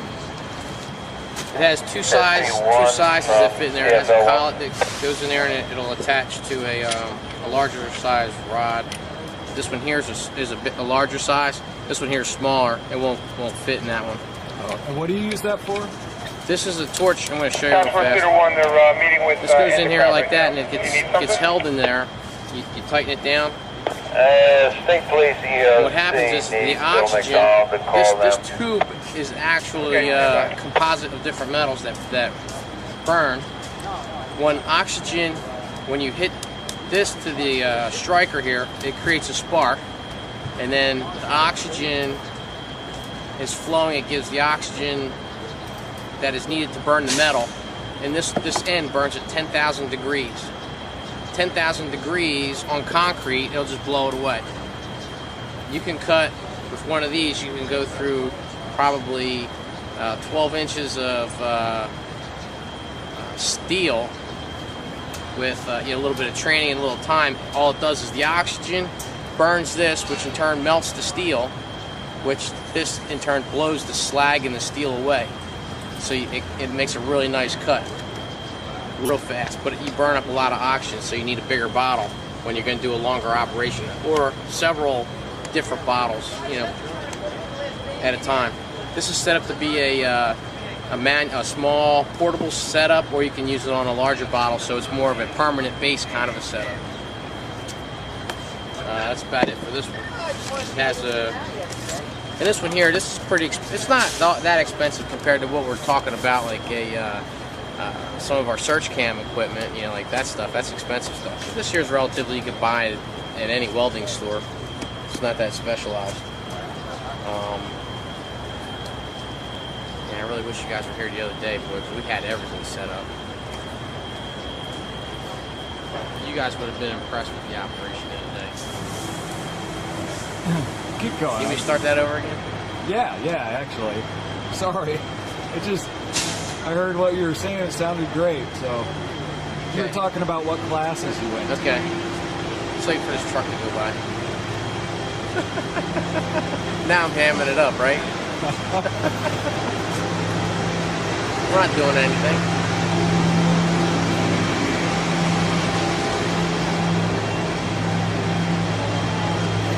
Alright, here we go. So anyway, I'm a logistics manager for the Urban Search and Rescue team. One of the things that I need to know is I need to know all the tools kind of inside and out, and all the specialties of all the people that are on the team. Mikey and I, we go to hazmat classes, we go to confined space classes, structural collapse classes. We go to leadership classes, we go to anything under water rescue classes, confined space, I think I said that, high angle, rope rescue. So whenever anybody on the team from any facet of the team needs a specific piece of equipment, we need to know what they're talking about. Like if a structural engineer says he needs a piece of ABC, and then a confined space specialist asks me for an ABC piece, well, the ABC piece that might be for a structural specialist is different than the ABC piece for a hazmat guy. So you kind of need to know what operation that they might be doing for the piece of equipment they need. And we're pretty proficient with all the operations and how to repair, take them apart in the field, put them back together so we don't have to wait for any tools to come back. Most people, they come, the tool gets broke, it gets sent to the shop. A tool here gets broke, it comes to me or Mikey. We try to repair everything we can here before it gets sent out. So actually, as far as high-tech equipment goes, you guys are high-tech equipment. Yeah, high-tech. We go to a lot of training to know how to operate, maintain, fix everything that we have, right on down to our air bottles, to these things here, to we have Hamatro hydraulic equipment that they use for vehicle extrications, or if you're going to use it to move a piece of concrete with a jaws of life kind of thing, spreaders.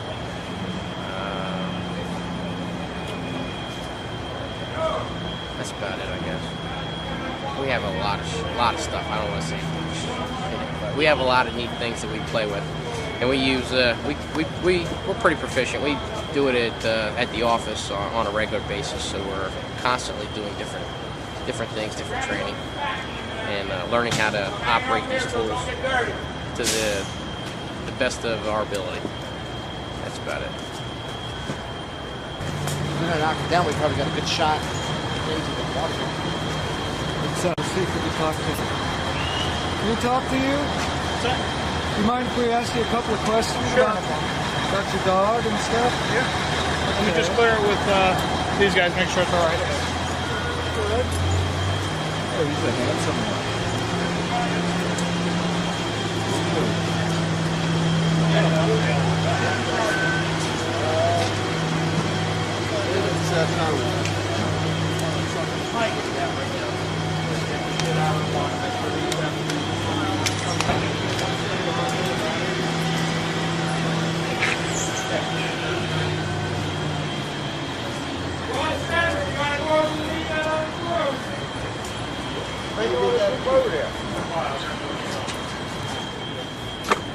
Who you are and your dog's names, and just in case we use this spelling.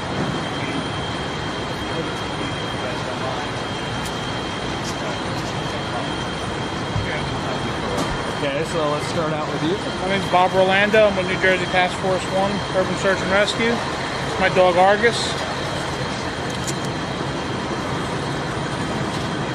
Say hello, Argus. Okay. Hi, Penny Sullivan, New Jersey Task Force 1, Urban Search and Rescue. My dog Quest. Say hello, Quest. Are they related? They look alike. Just friends. Just friends, huh? And, okay. Let's see. So this is your own dog? Yeah. How long have you had him? I've had Argus 3.5 years. And how long did it take you to get him up to the point where he could be a search and rescue dog? Just about a year. Year of training. What kind of things did you do to train him? We went heavy on agility for the rubble. Build his play drive as a reward. Bark alert.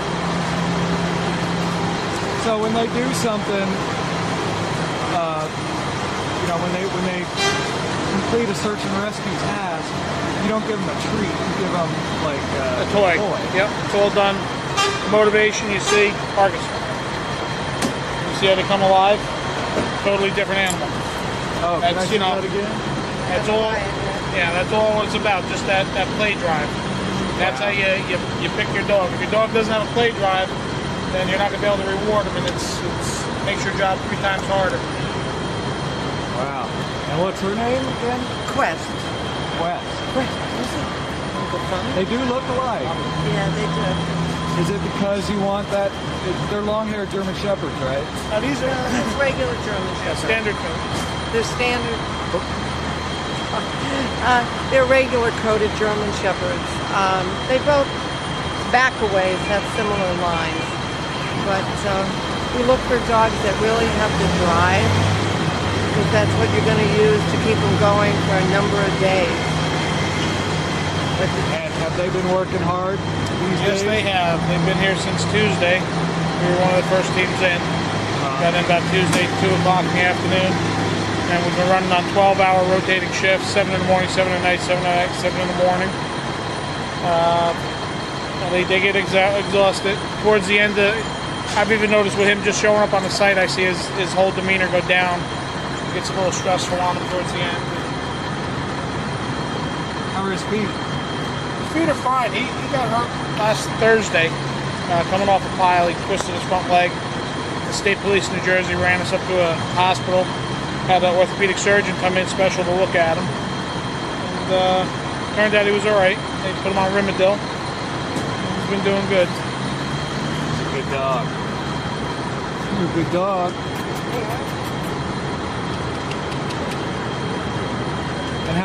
How about Quest? Yeah, he's doing good. He had some sore spots back in here, but it's just a skin irritation from the dust and stuff. But otherwise, he's doing good. But they do tire out because he gets a little low. When you ask them to work, though, they know they're going to go to work. Then they fire up again. Where do they sleep? With us, actually. We brought crates with us. The task force has them, but each handler sleeps right next to the dog's crate usually. Do you wash them down every night? Yes. Yeah, last night, usually the handlers will take care of their dogs before they take care of themselves. He had a thorough shampoo last night, put powder on his sore spots. We usually feed him. There we go. Feed him and make sure they're walked before we take care of our own. So, if you were going to say you want to go work, they get different.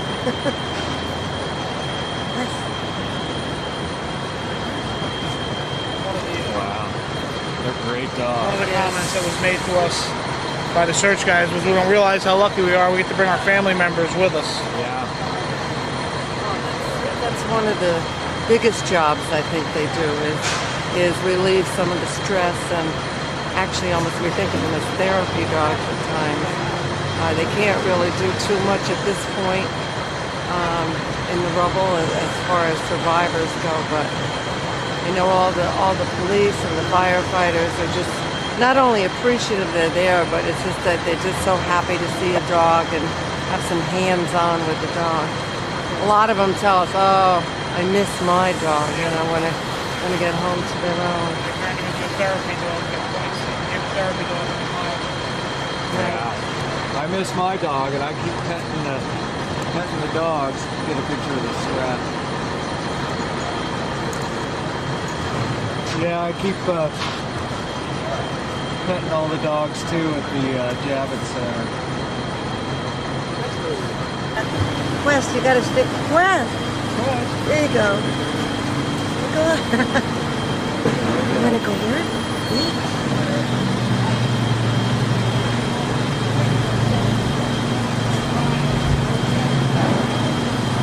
Does he have one? No.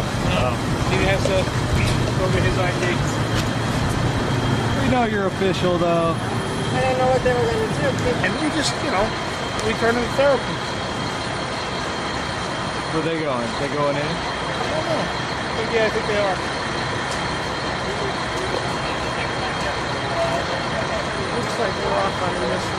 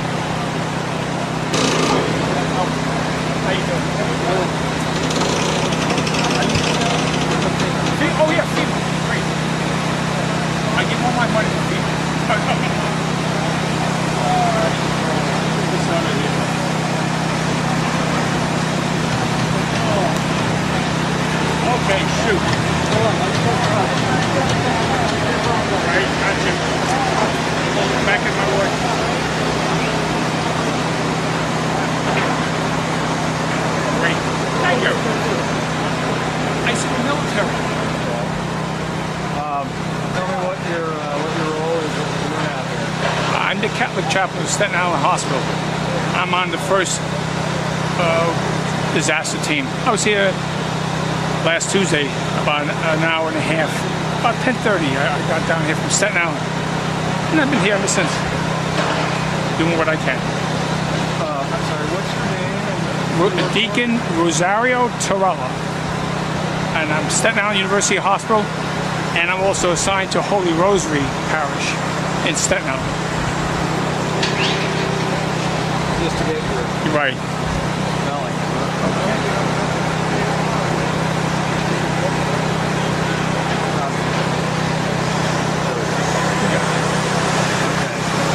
So tell me about your impressions of what's happening.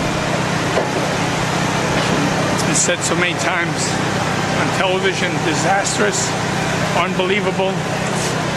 I don't think there's an adjective to describe this. You have to be here to see it. On television, in the papers, pictures are different, but when you're at ground zero, it hits you right where it's to say it's unbelievable that such a thing can be in this day and age with the disaster that's happened, and of course, obviously, the number of lives that was lost. Are you here counseling? I'm counseling firemen, police officers, EMS, and whoever needs my help. That's why the fire department gave me the helmet with the cross on it so they can see me coming and going. And they've come to me just to be reassured, a prayer, and nothing extravagant. And I'm here. That's the main thing. I'm just here. Even just to talk, finding out where they're from. Because, you know, we have people from Sacramento, California, from the Yukon, Nova Scotia, Denver. I just met a whole group of firemen from Boston. And it's good. It's good to see someone, as a member of the clergy, it's good to see us bouncing around. And there's several here. So, basically, that's it. I'm glad you're here. Everyone certainly needs help. I appreciate that. Thank you. Thank you very much.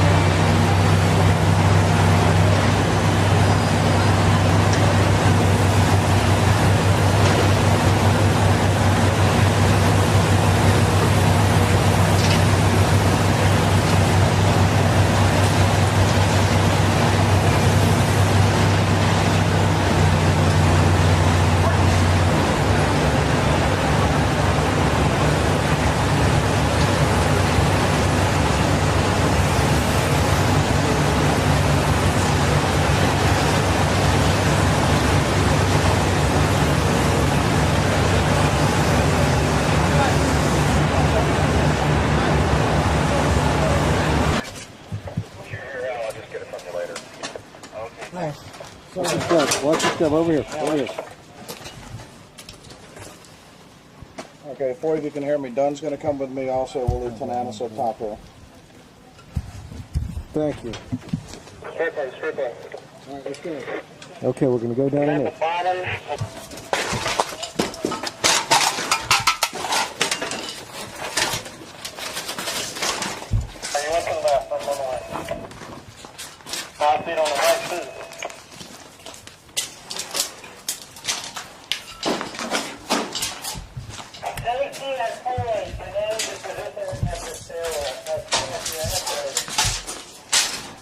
Hey, Lloyd, you bring up the rear, all right? You what? Bring up the rear. Okay, I got you.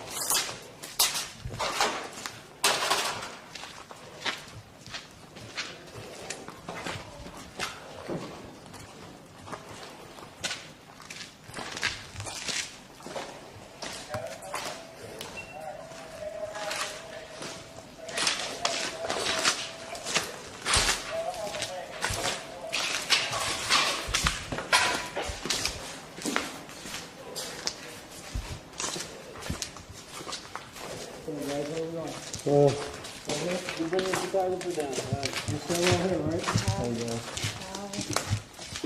Medical, you stay off? Yes, sir. Tomato, you're staying here? Tananin. Tamina, you staying here? We wanted you to take the photographer and the other two people to wait at the escalator. Okay, Lloyd took care of that already. Did he tell you to stay here? Okay. Where are we here? I now have 4. Where are we? Yeah, this is the mall. We're on the mall, the gallery or whatever, the mall level.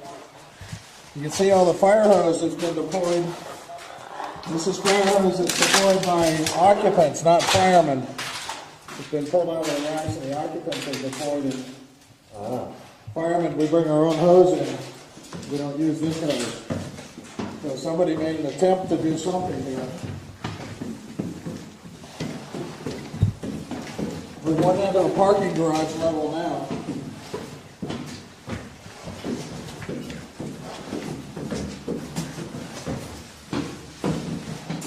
I'm going to call Floyd.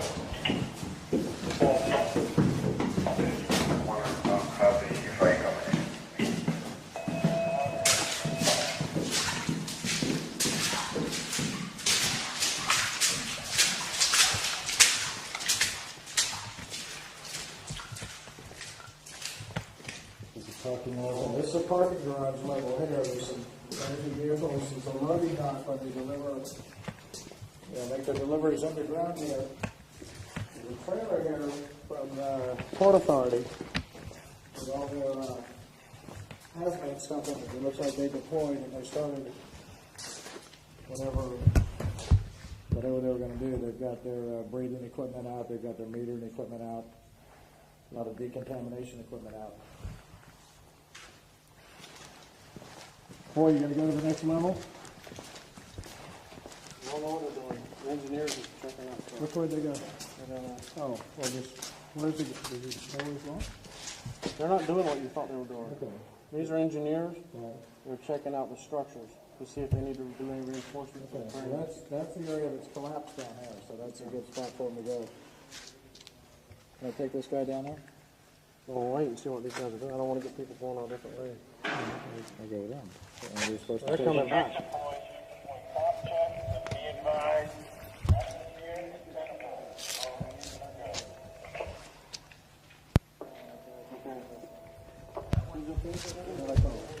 Medical advising that all the atmospheres are within normal limits.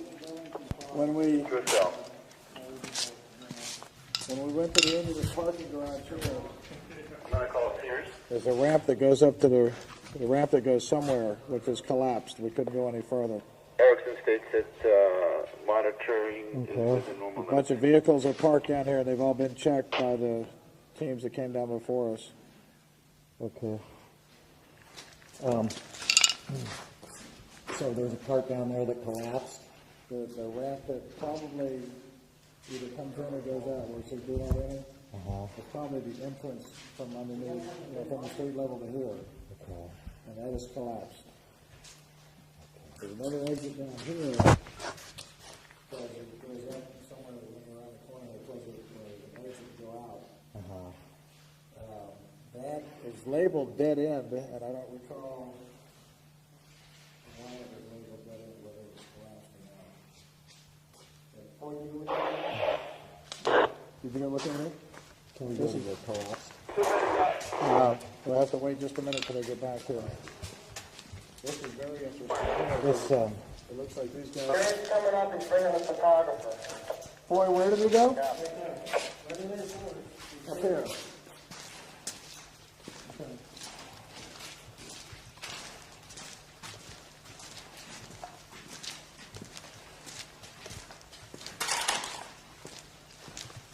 Sure, once you got split in from there, okay?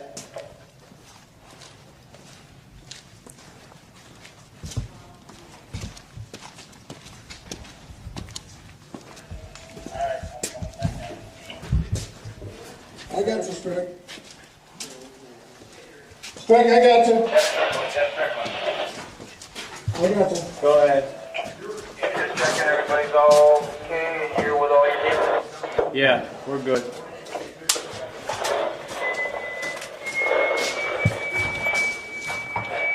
Mike. I'm gonna go over there. We got open mic. Check your mic. Well, I'm gonna run a guy to the street. When do you guys want to run up and see how far we are from the road? Should be right there. Should be. Huh? Should be right here. Gary, can you run up there? Just give it a look, see, and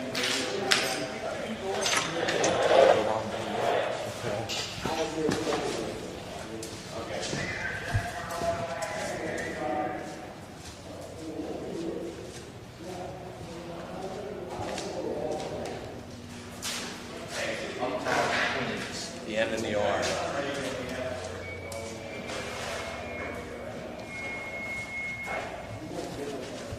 that's yeah. We're sporting. So most people are not here. Most people are probably not. I would say Yeah, you're at this car. I'm down here with Boyd. Can you still You're read gonna me? see the other subway. It's impressive. The tracks are full of water. Huge hazard. You walk along, you just fall in. Subway cars are crushed.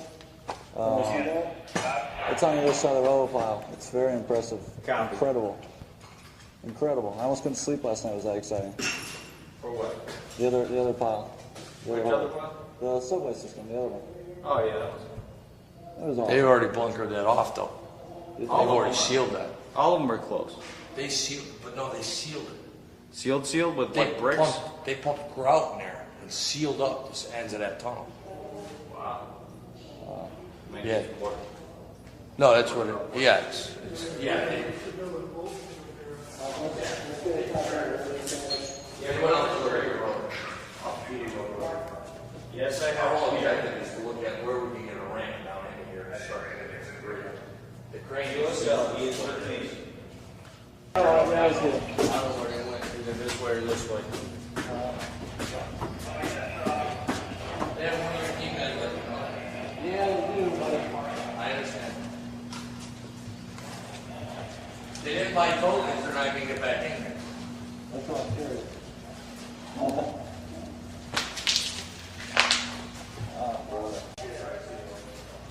Let's try to get them back, or at least where we can all be in. Rich. Where are you guys at? I'd like to go park out right now if I could. They're looking for you guys for right here. What's for interesting Colin. is Portland Street Station. They're trying to get on basement 1, and they want to survey basement 2.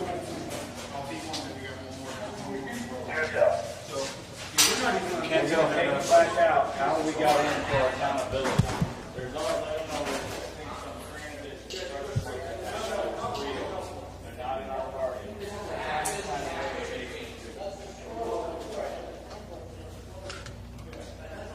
Back out to the lower town where you're at. Come on, fellas. Let's stick tight. The fact that there's no escalator there. Can you take the escalator?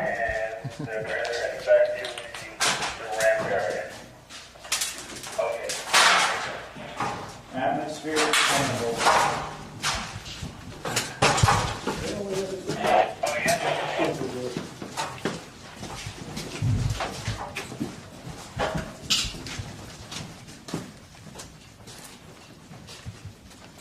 Okay. We've been down here before? Right, there's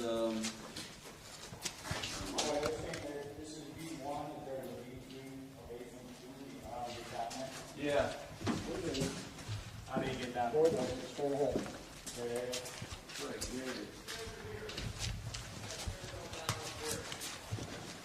All right, can you move somebody up to this stairwell point and move somebody there? One's right there on your left. I know where you're at.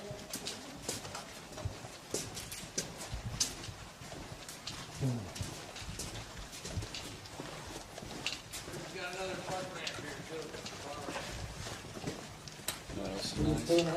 they're all open. We want to go. We want to go down and deep. This is it. They're gonna have this hose stretched all the way up the hose line here. They have it stretched up here and up there. This building is secure above us, it didn't fall, so. You can't even imagine the fear. Well, anybody down here, just roll this thing out and walk out that fucking front door.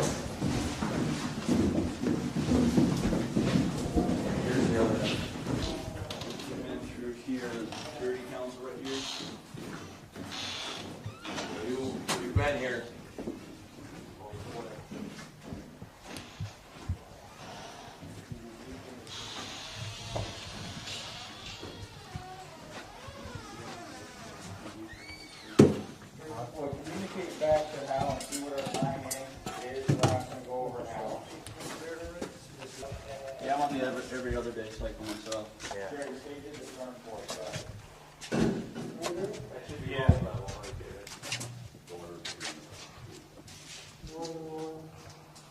This was all flooded. There's some marks in there where they had the water level marked in the subway area where it was all flooded at one time.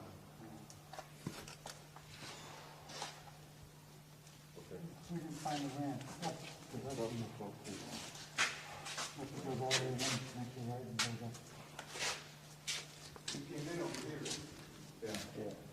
You guys need to go down there? We'll go wherever you want. I want to see how far this goes. Okay, yeah. It goes pretty far back. Yeah, we'll go wherever you want.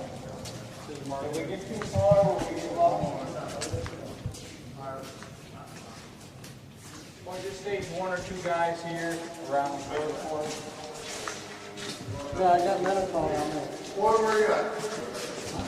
Living here.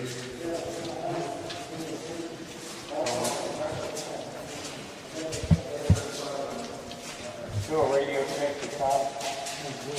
Good to outside. Good.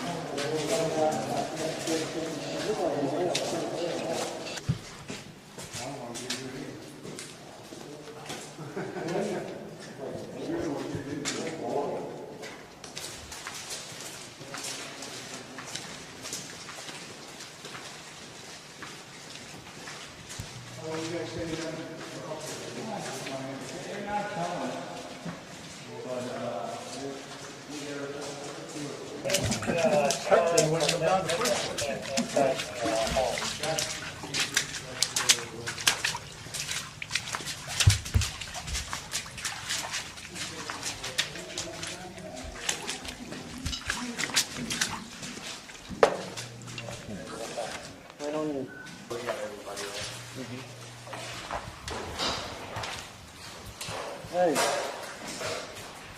Gary.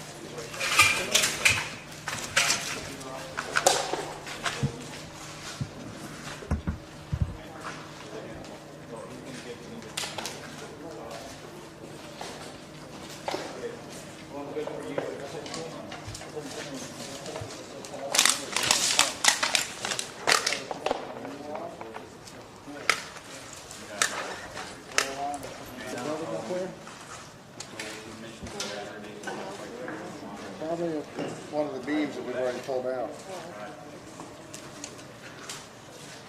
You guys have them out?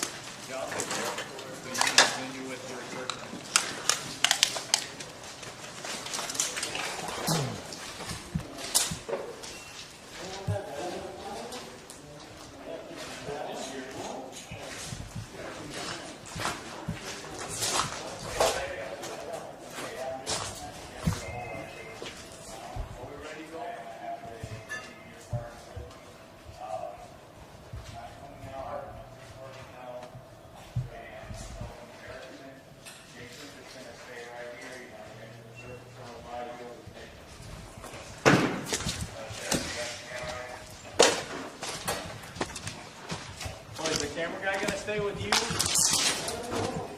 Camera guy, what do you want to do? You want to stay? We're getting out and they're staying in. What do you want to do? Okay, are they going to any new areas? Or? I don't. Yeah. Well, we're going to lunch, so they're gonna continue to work. Who do you want to stay with? If I stay with them, how long will I? Don't know. Okay. It'll be an hour. Oh.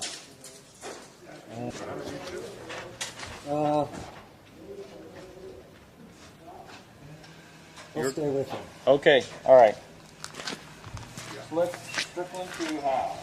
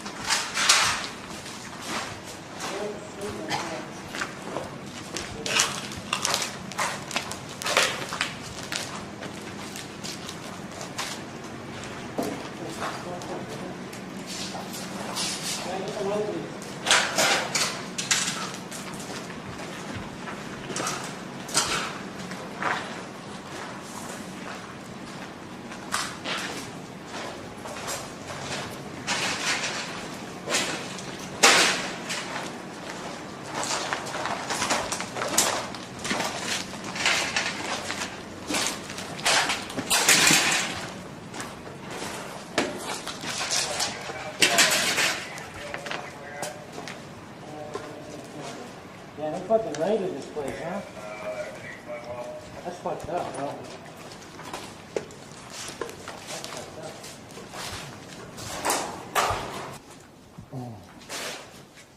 What's up? I don't know. Scared, E10.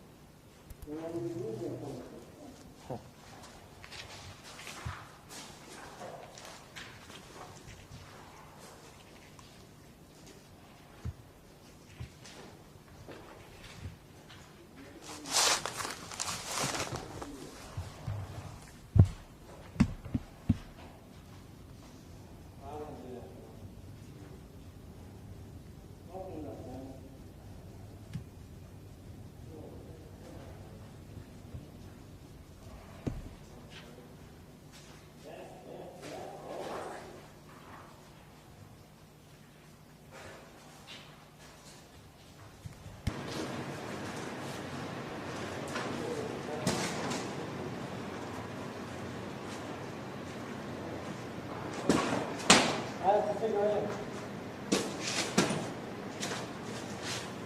I don't know. You got paint? Paint? No, I don't. What is that paint? What is that paint?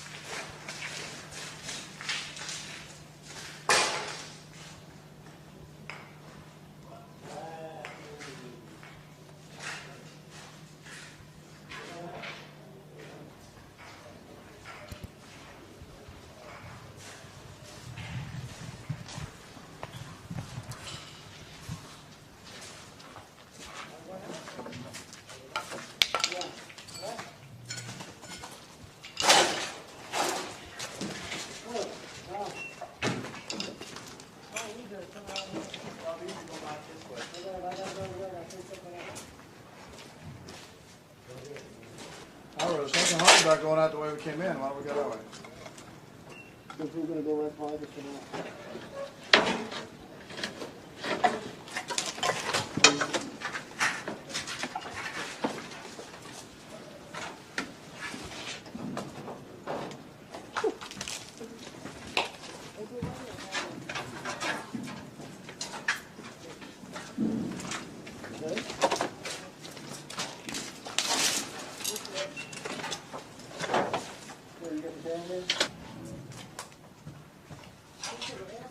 It's hard to even tell what it is.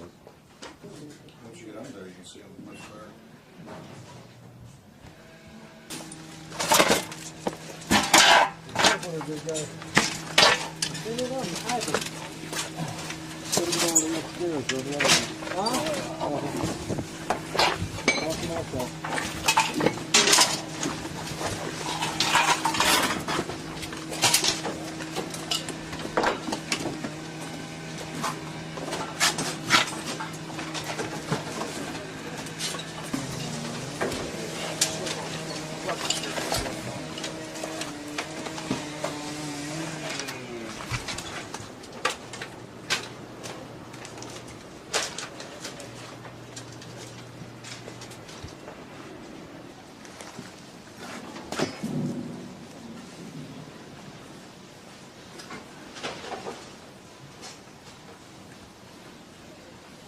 Put it in dump trucks and hauled it somewhere, trying to put that plane.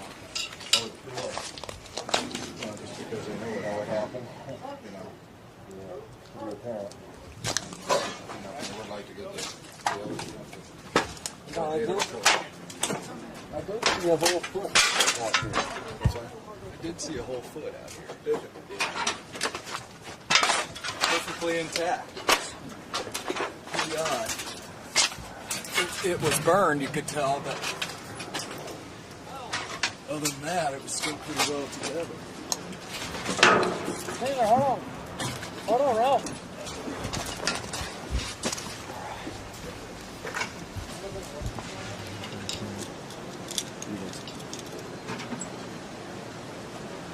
Go by or not?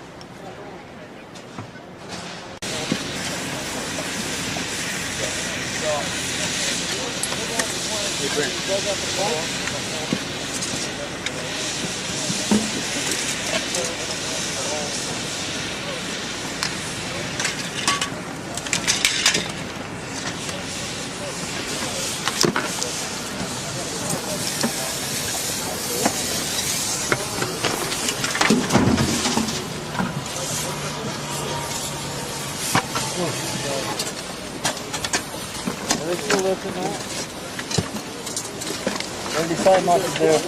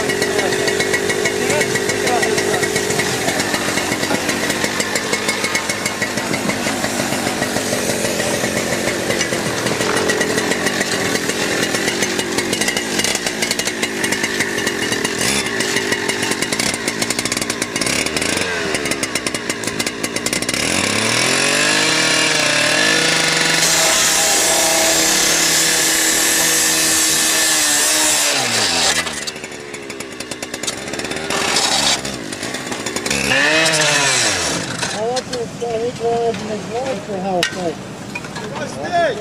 This is normal.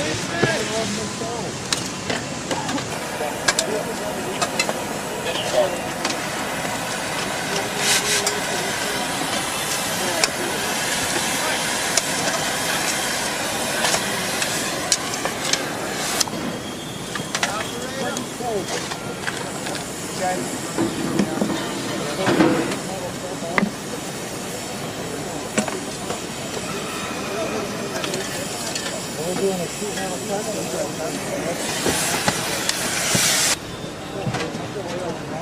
I'll call the building right here.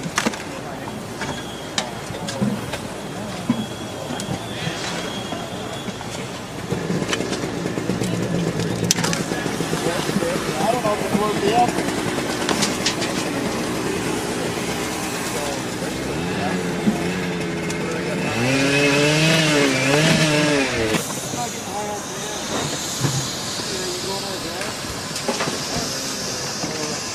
There's more sod up there if you want to pick somebody up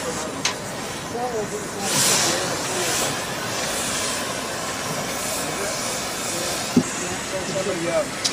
You right there? Goes over the back, breathe, continues down. You know what? We can I'll wait for you.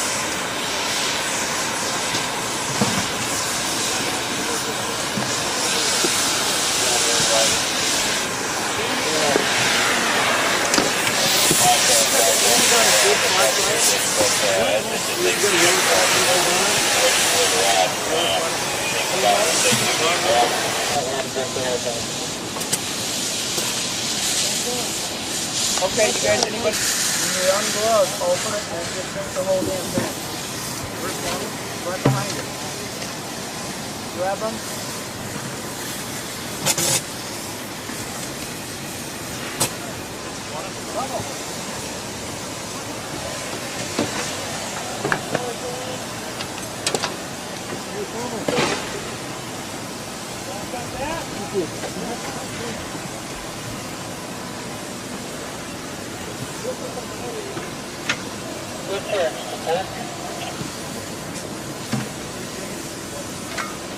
Here, are you with the rest of everybody?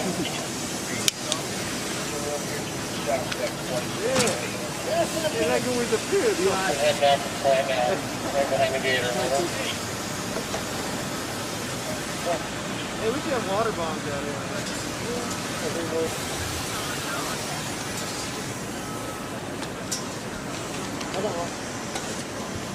Hey guys, when we're done with our bottles, put them in a bucket and take them out. I don't want to add to this. They're going to sift through that. So there's no sense adding to the problem. You know? Just get one bottle.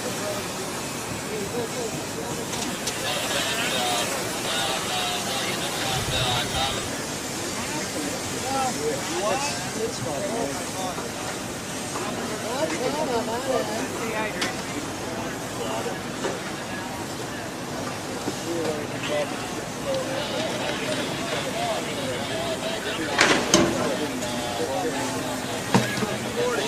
Cool.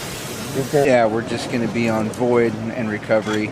And if we find a new void, we'll search it, monitor it, all that stuff. And if if it's big enough, we'll check everything out and do a confined space entry. If it's not, we'll search cam it and check it out that way. And then just clearing out the debris. Oh, it is all over. This goes down quite deep underneath.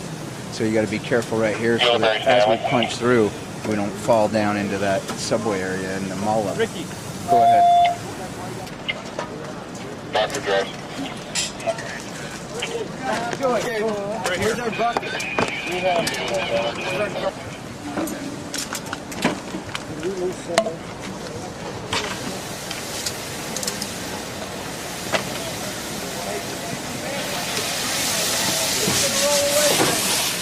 How is it? Good? They've only been married. They'll probably first the same year. Oh, yeah. Yeah. What's that? All very down. And he anything I've walked around and looked at has all been marked. And if they went to this thing,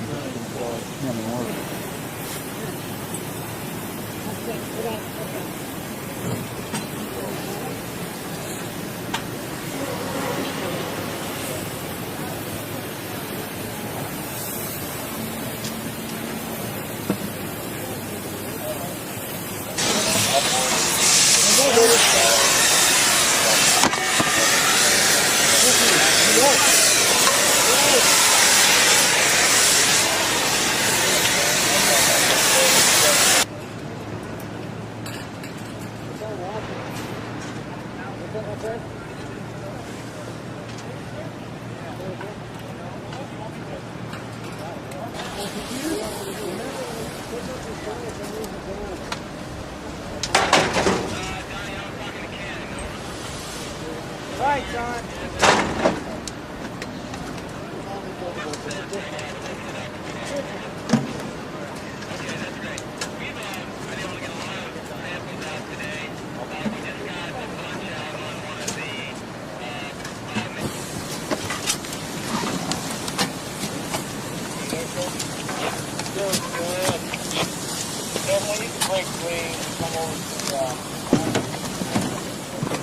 All right, just keep working it as we have, man.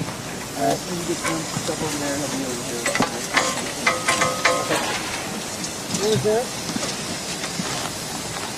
Keep working this stuff like you did, man.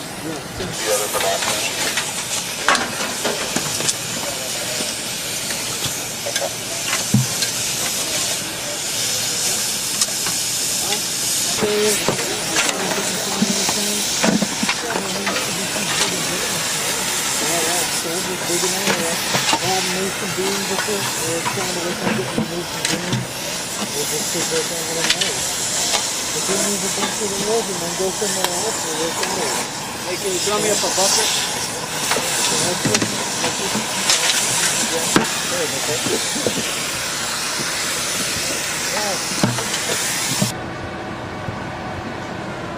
It looked like a fire pole.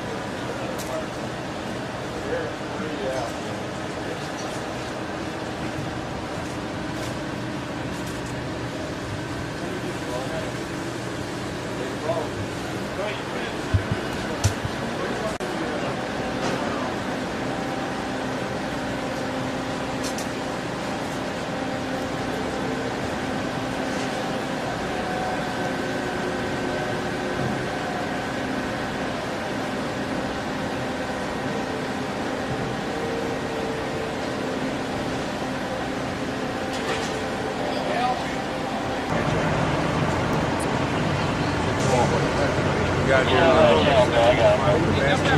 our best team got here last Sunday. Last Sunday, 10 guys started working here on Monday.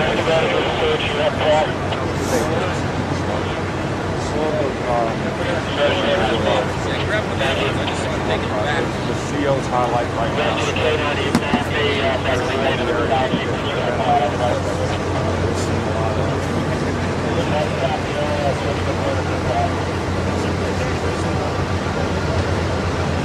Around here. We'll have you filmed out. I know. Take my one that I was telling you about. Like 3 or 4 pages. Diagonal. Tomorrow. And that point will adjust the place. If you hung yourself upside down, look down before you shoot.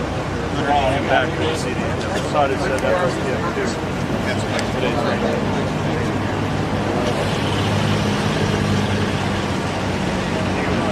Opposite below where you were like up Frank, what you do the whole thing that radio? Still on the radio? Okay. Working fine till you got it. Well, it was full out. We were 20 minutes. Full out. 20 minutes in full and then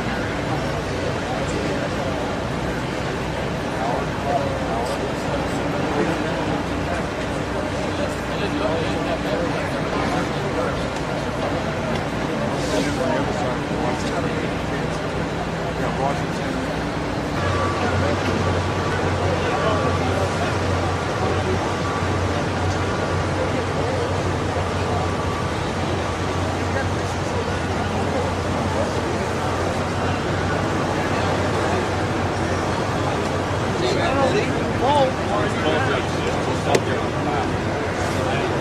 I was going to ask you if you could.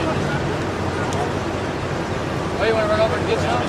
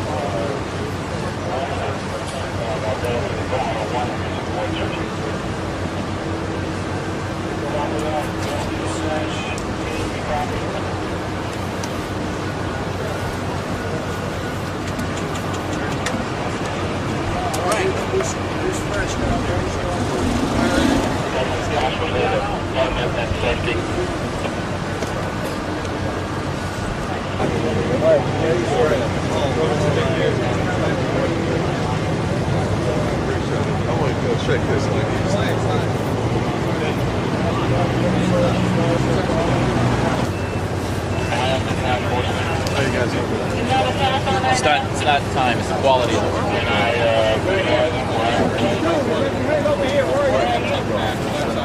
That's the plan that we're following. So, my family's miss us, but they understand what we're doing.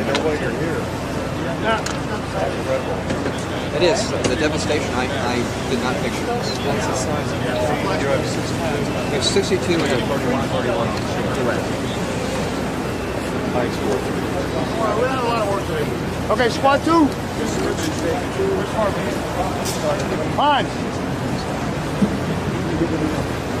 Put that down, Rick. Walter.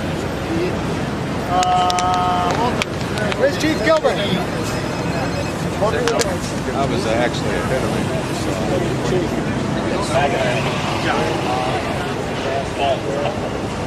It's frustrating because we were expecting to find more quicker, but we located a couple of guys yesterday for them. And we just kind of, the G-Star guys, we backed up and let the New York City guys come in. That's fair.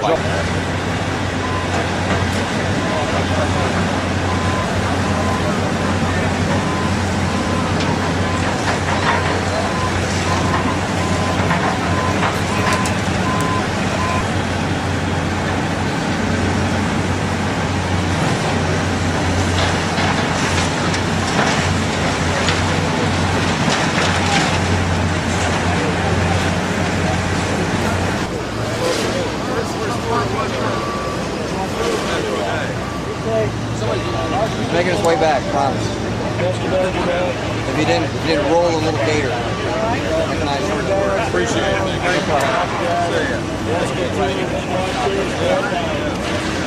Get a photo there? Yeah. Hurry up. Hurry. Everybody get in here at once.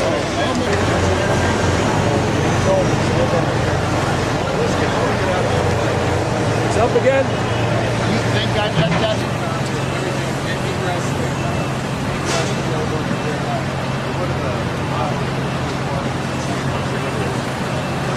BC, West,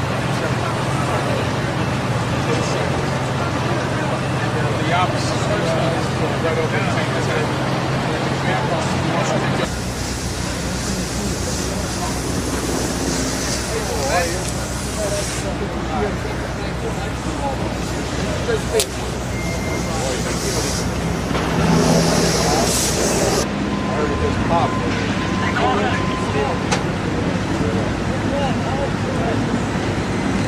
Haven't got anybody seriously. Yeah, not seriously, but I'm working on this one over here. A piece of glass fell off that building and just got gas. On the back about that long.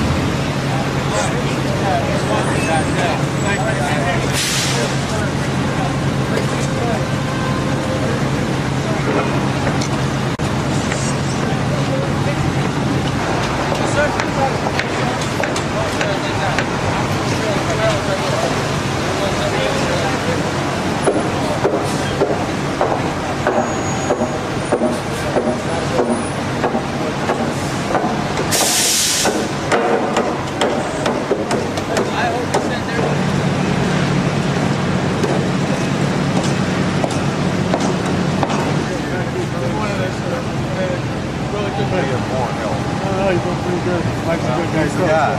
We worked together for years over here. He's a good man to be with. Thank you. Anything we can do for you? No, I know. Just like some security issues over here. Trying to tighten up a little bit. I don't like the looks of this building. I know. It's a hell of a fire. How long did this fire burn? I don't know. Probably this was out the next day. Was out the next day? We definitely.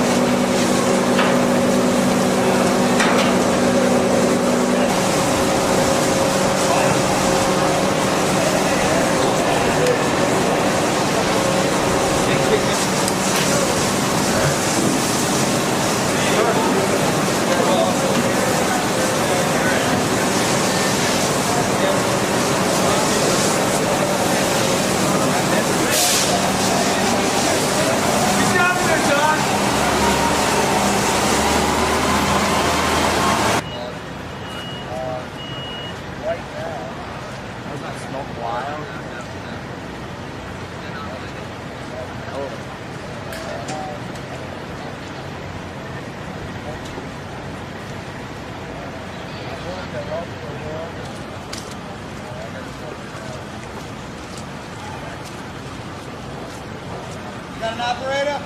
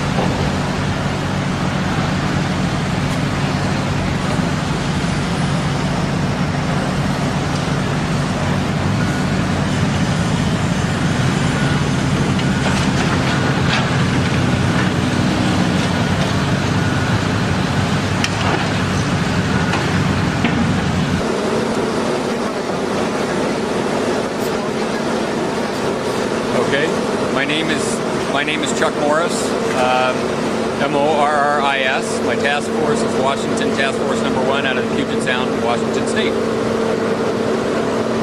Well, you're with the Puget Sound Task Force. Give me an idea of what your mission is in this area today. We'll be searching for victims. Hopefully a live one, but probably not. We'll be going down under. We'll be doing both, but primarily we'll be going down under because the upper section has already been searched and has been, we understand, evacuated fairly well before the incident. So we're hoping to look down below where victims who were leaving the building or buildings could be.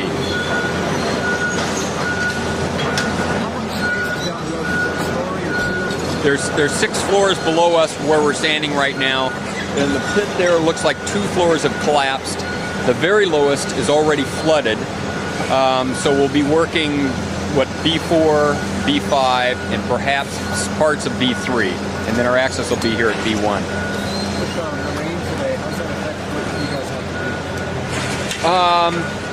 When you're underneath, very little.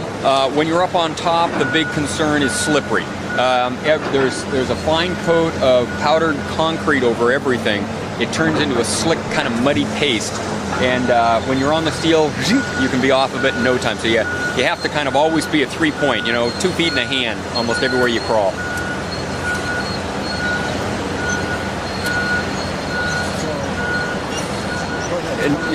And when we go below, we always take hazmat person with us, hazardous materials. So we test the air quality because we can go into voids that have bad gases or something. We want to know that, so we take down multiple monitors for that.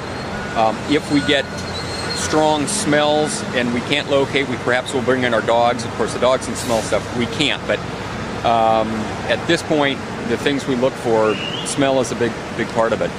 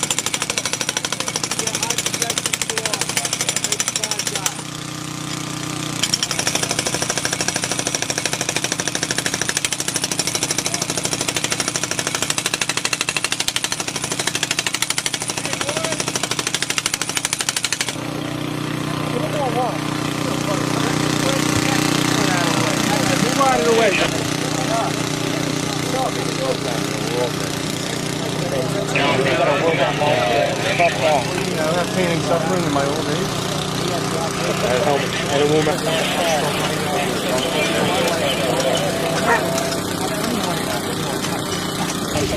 We don't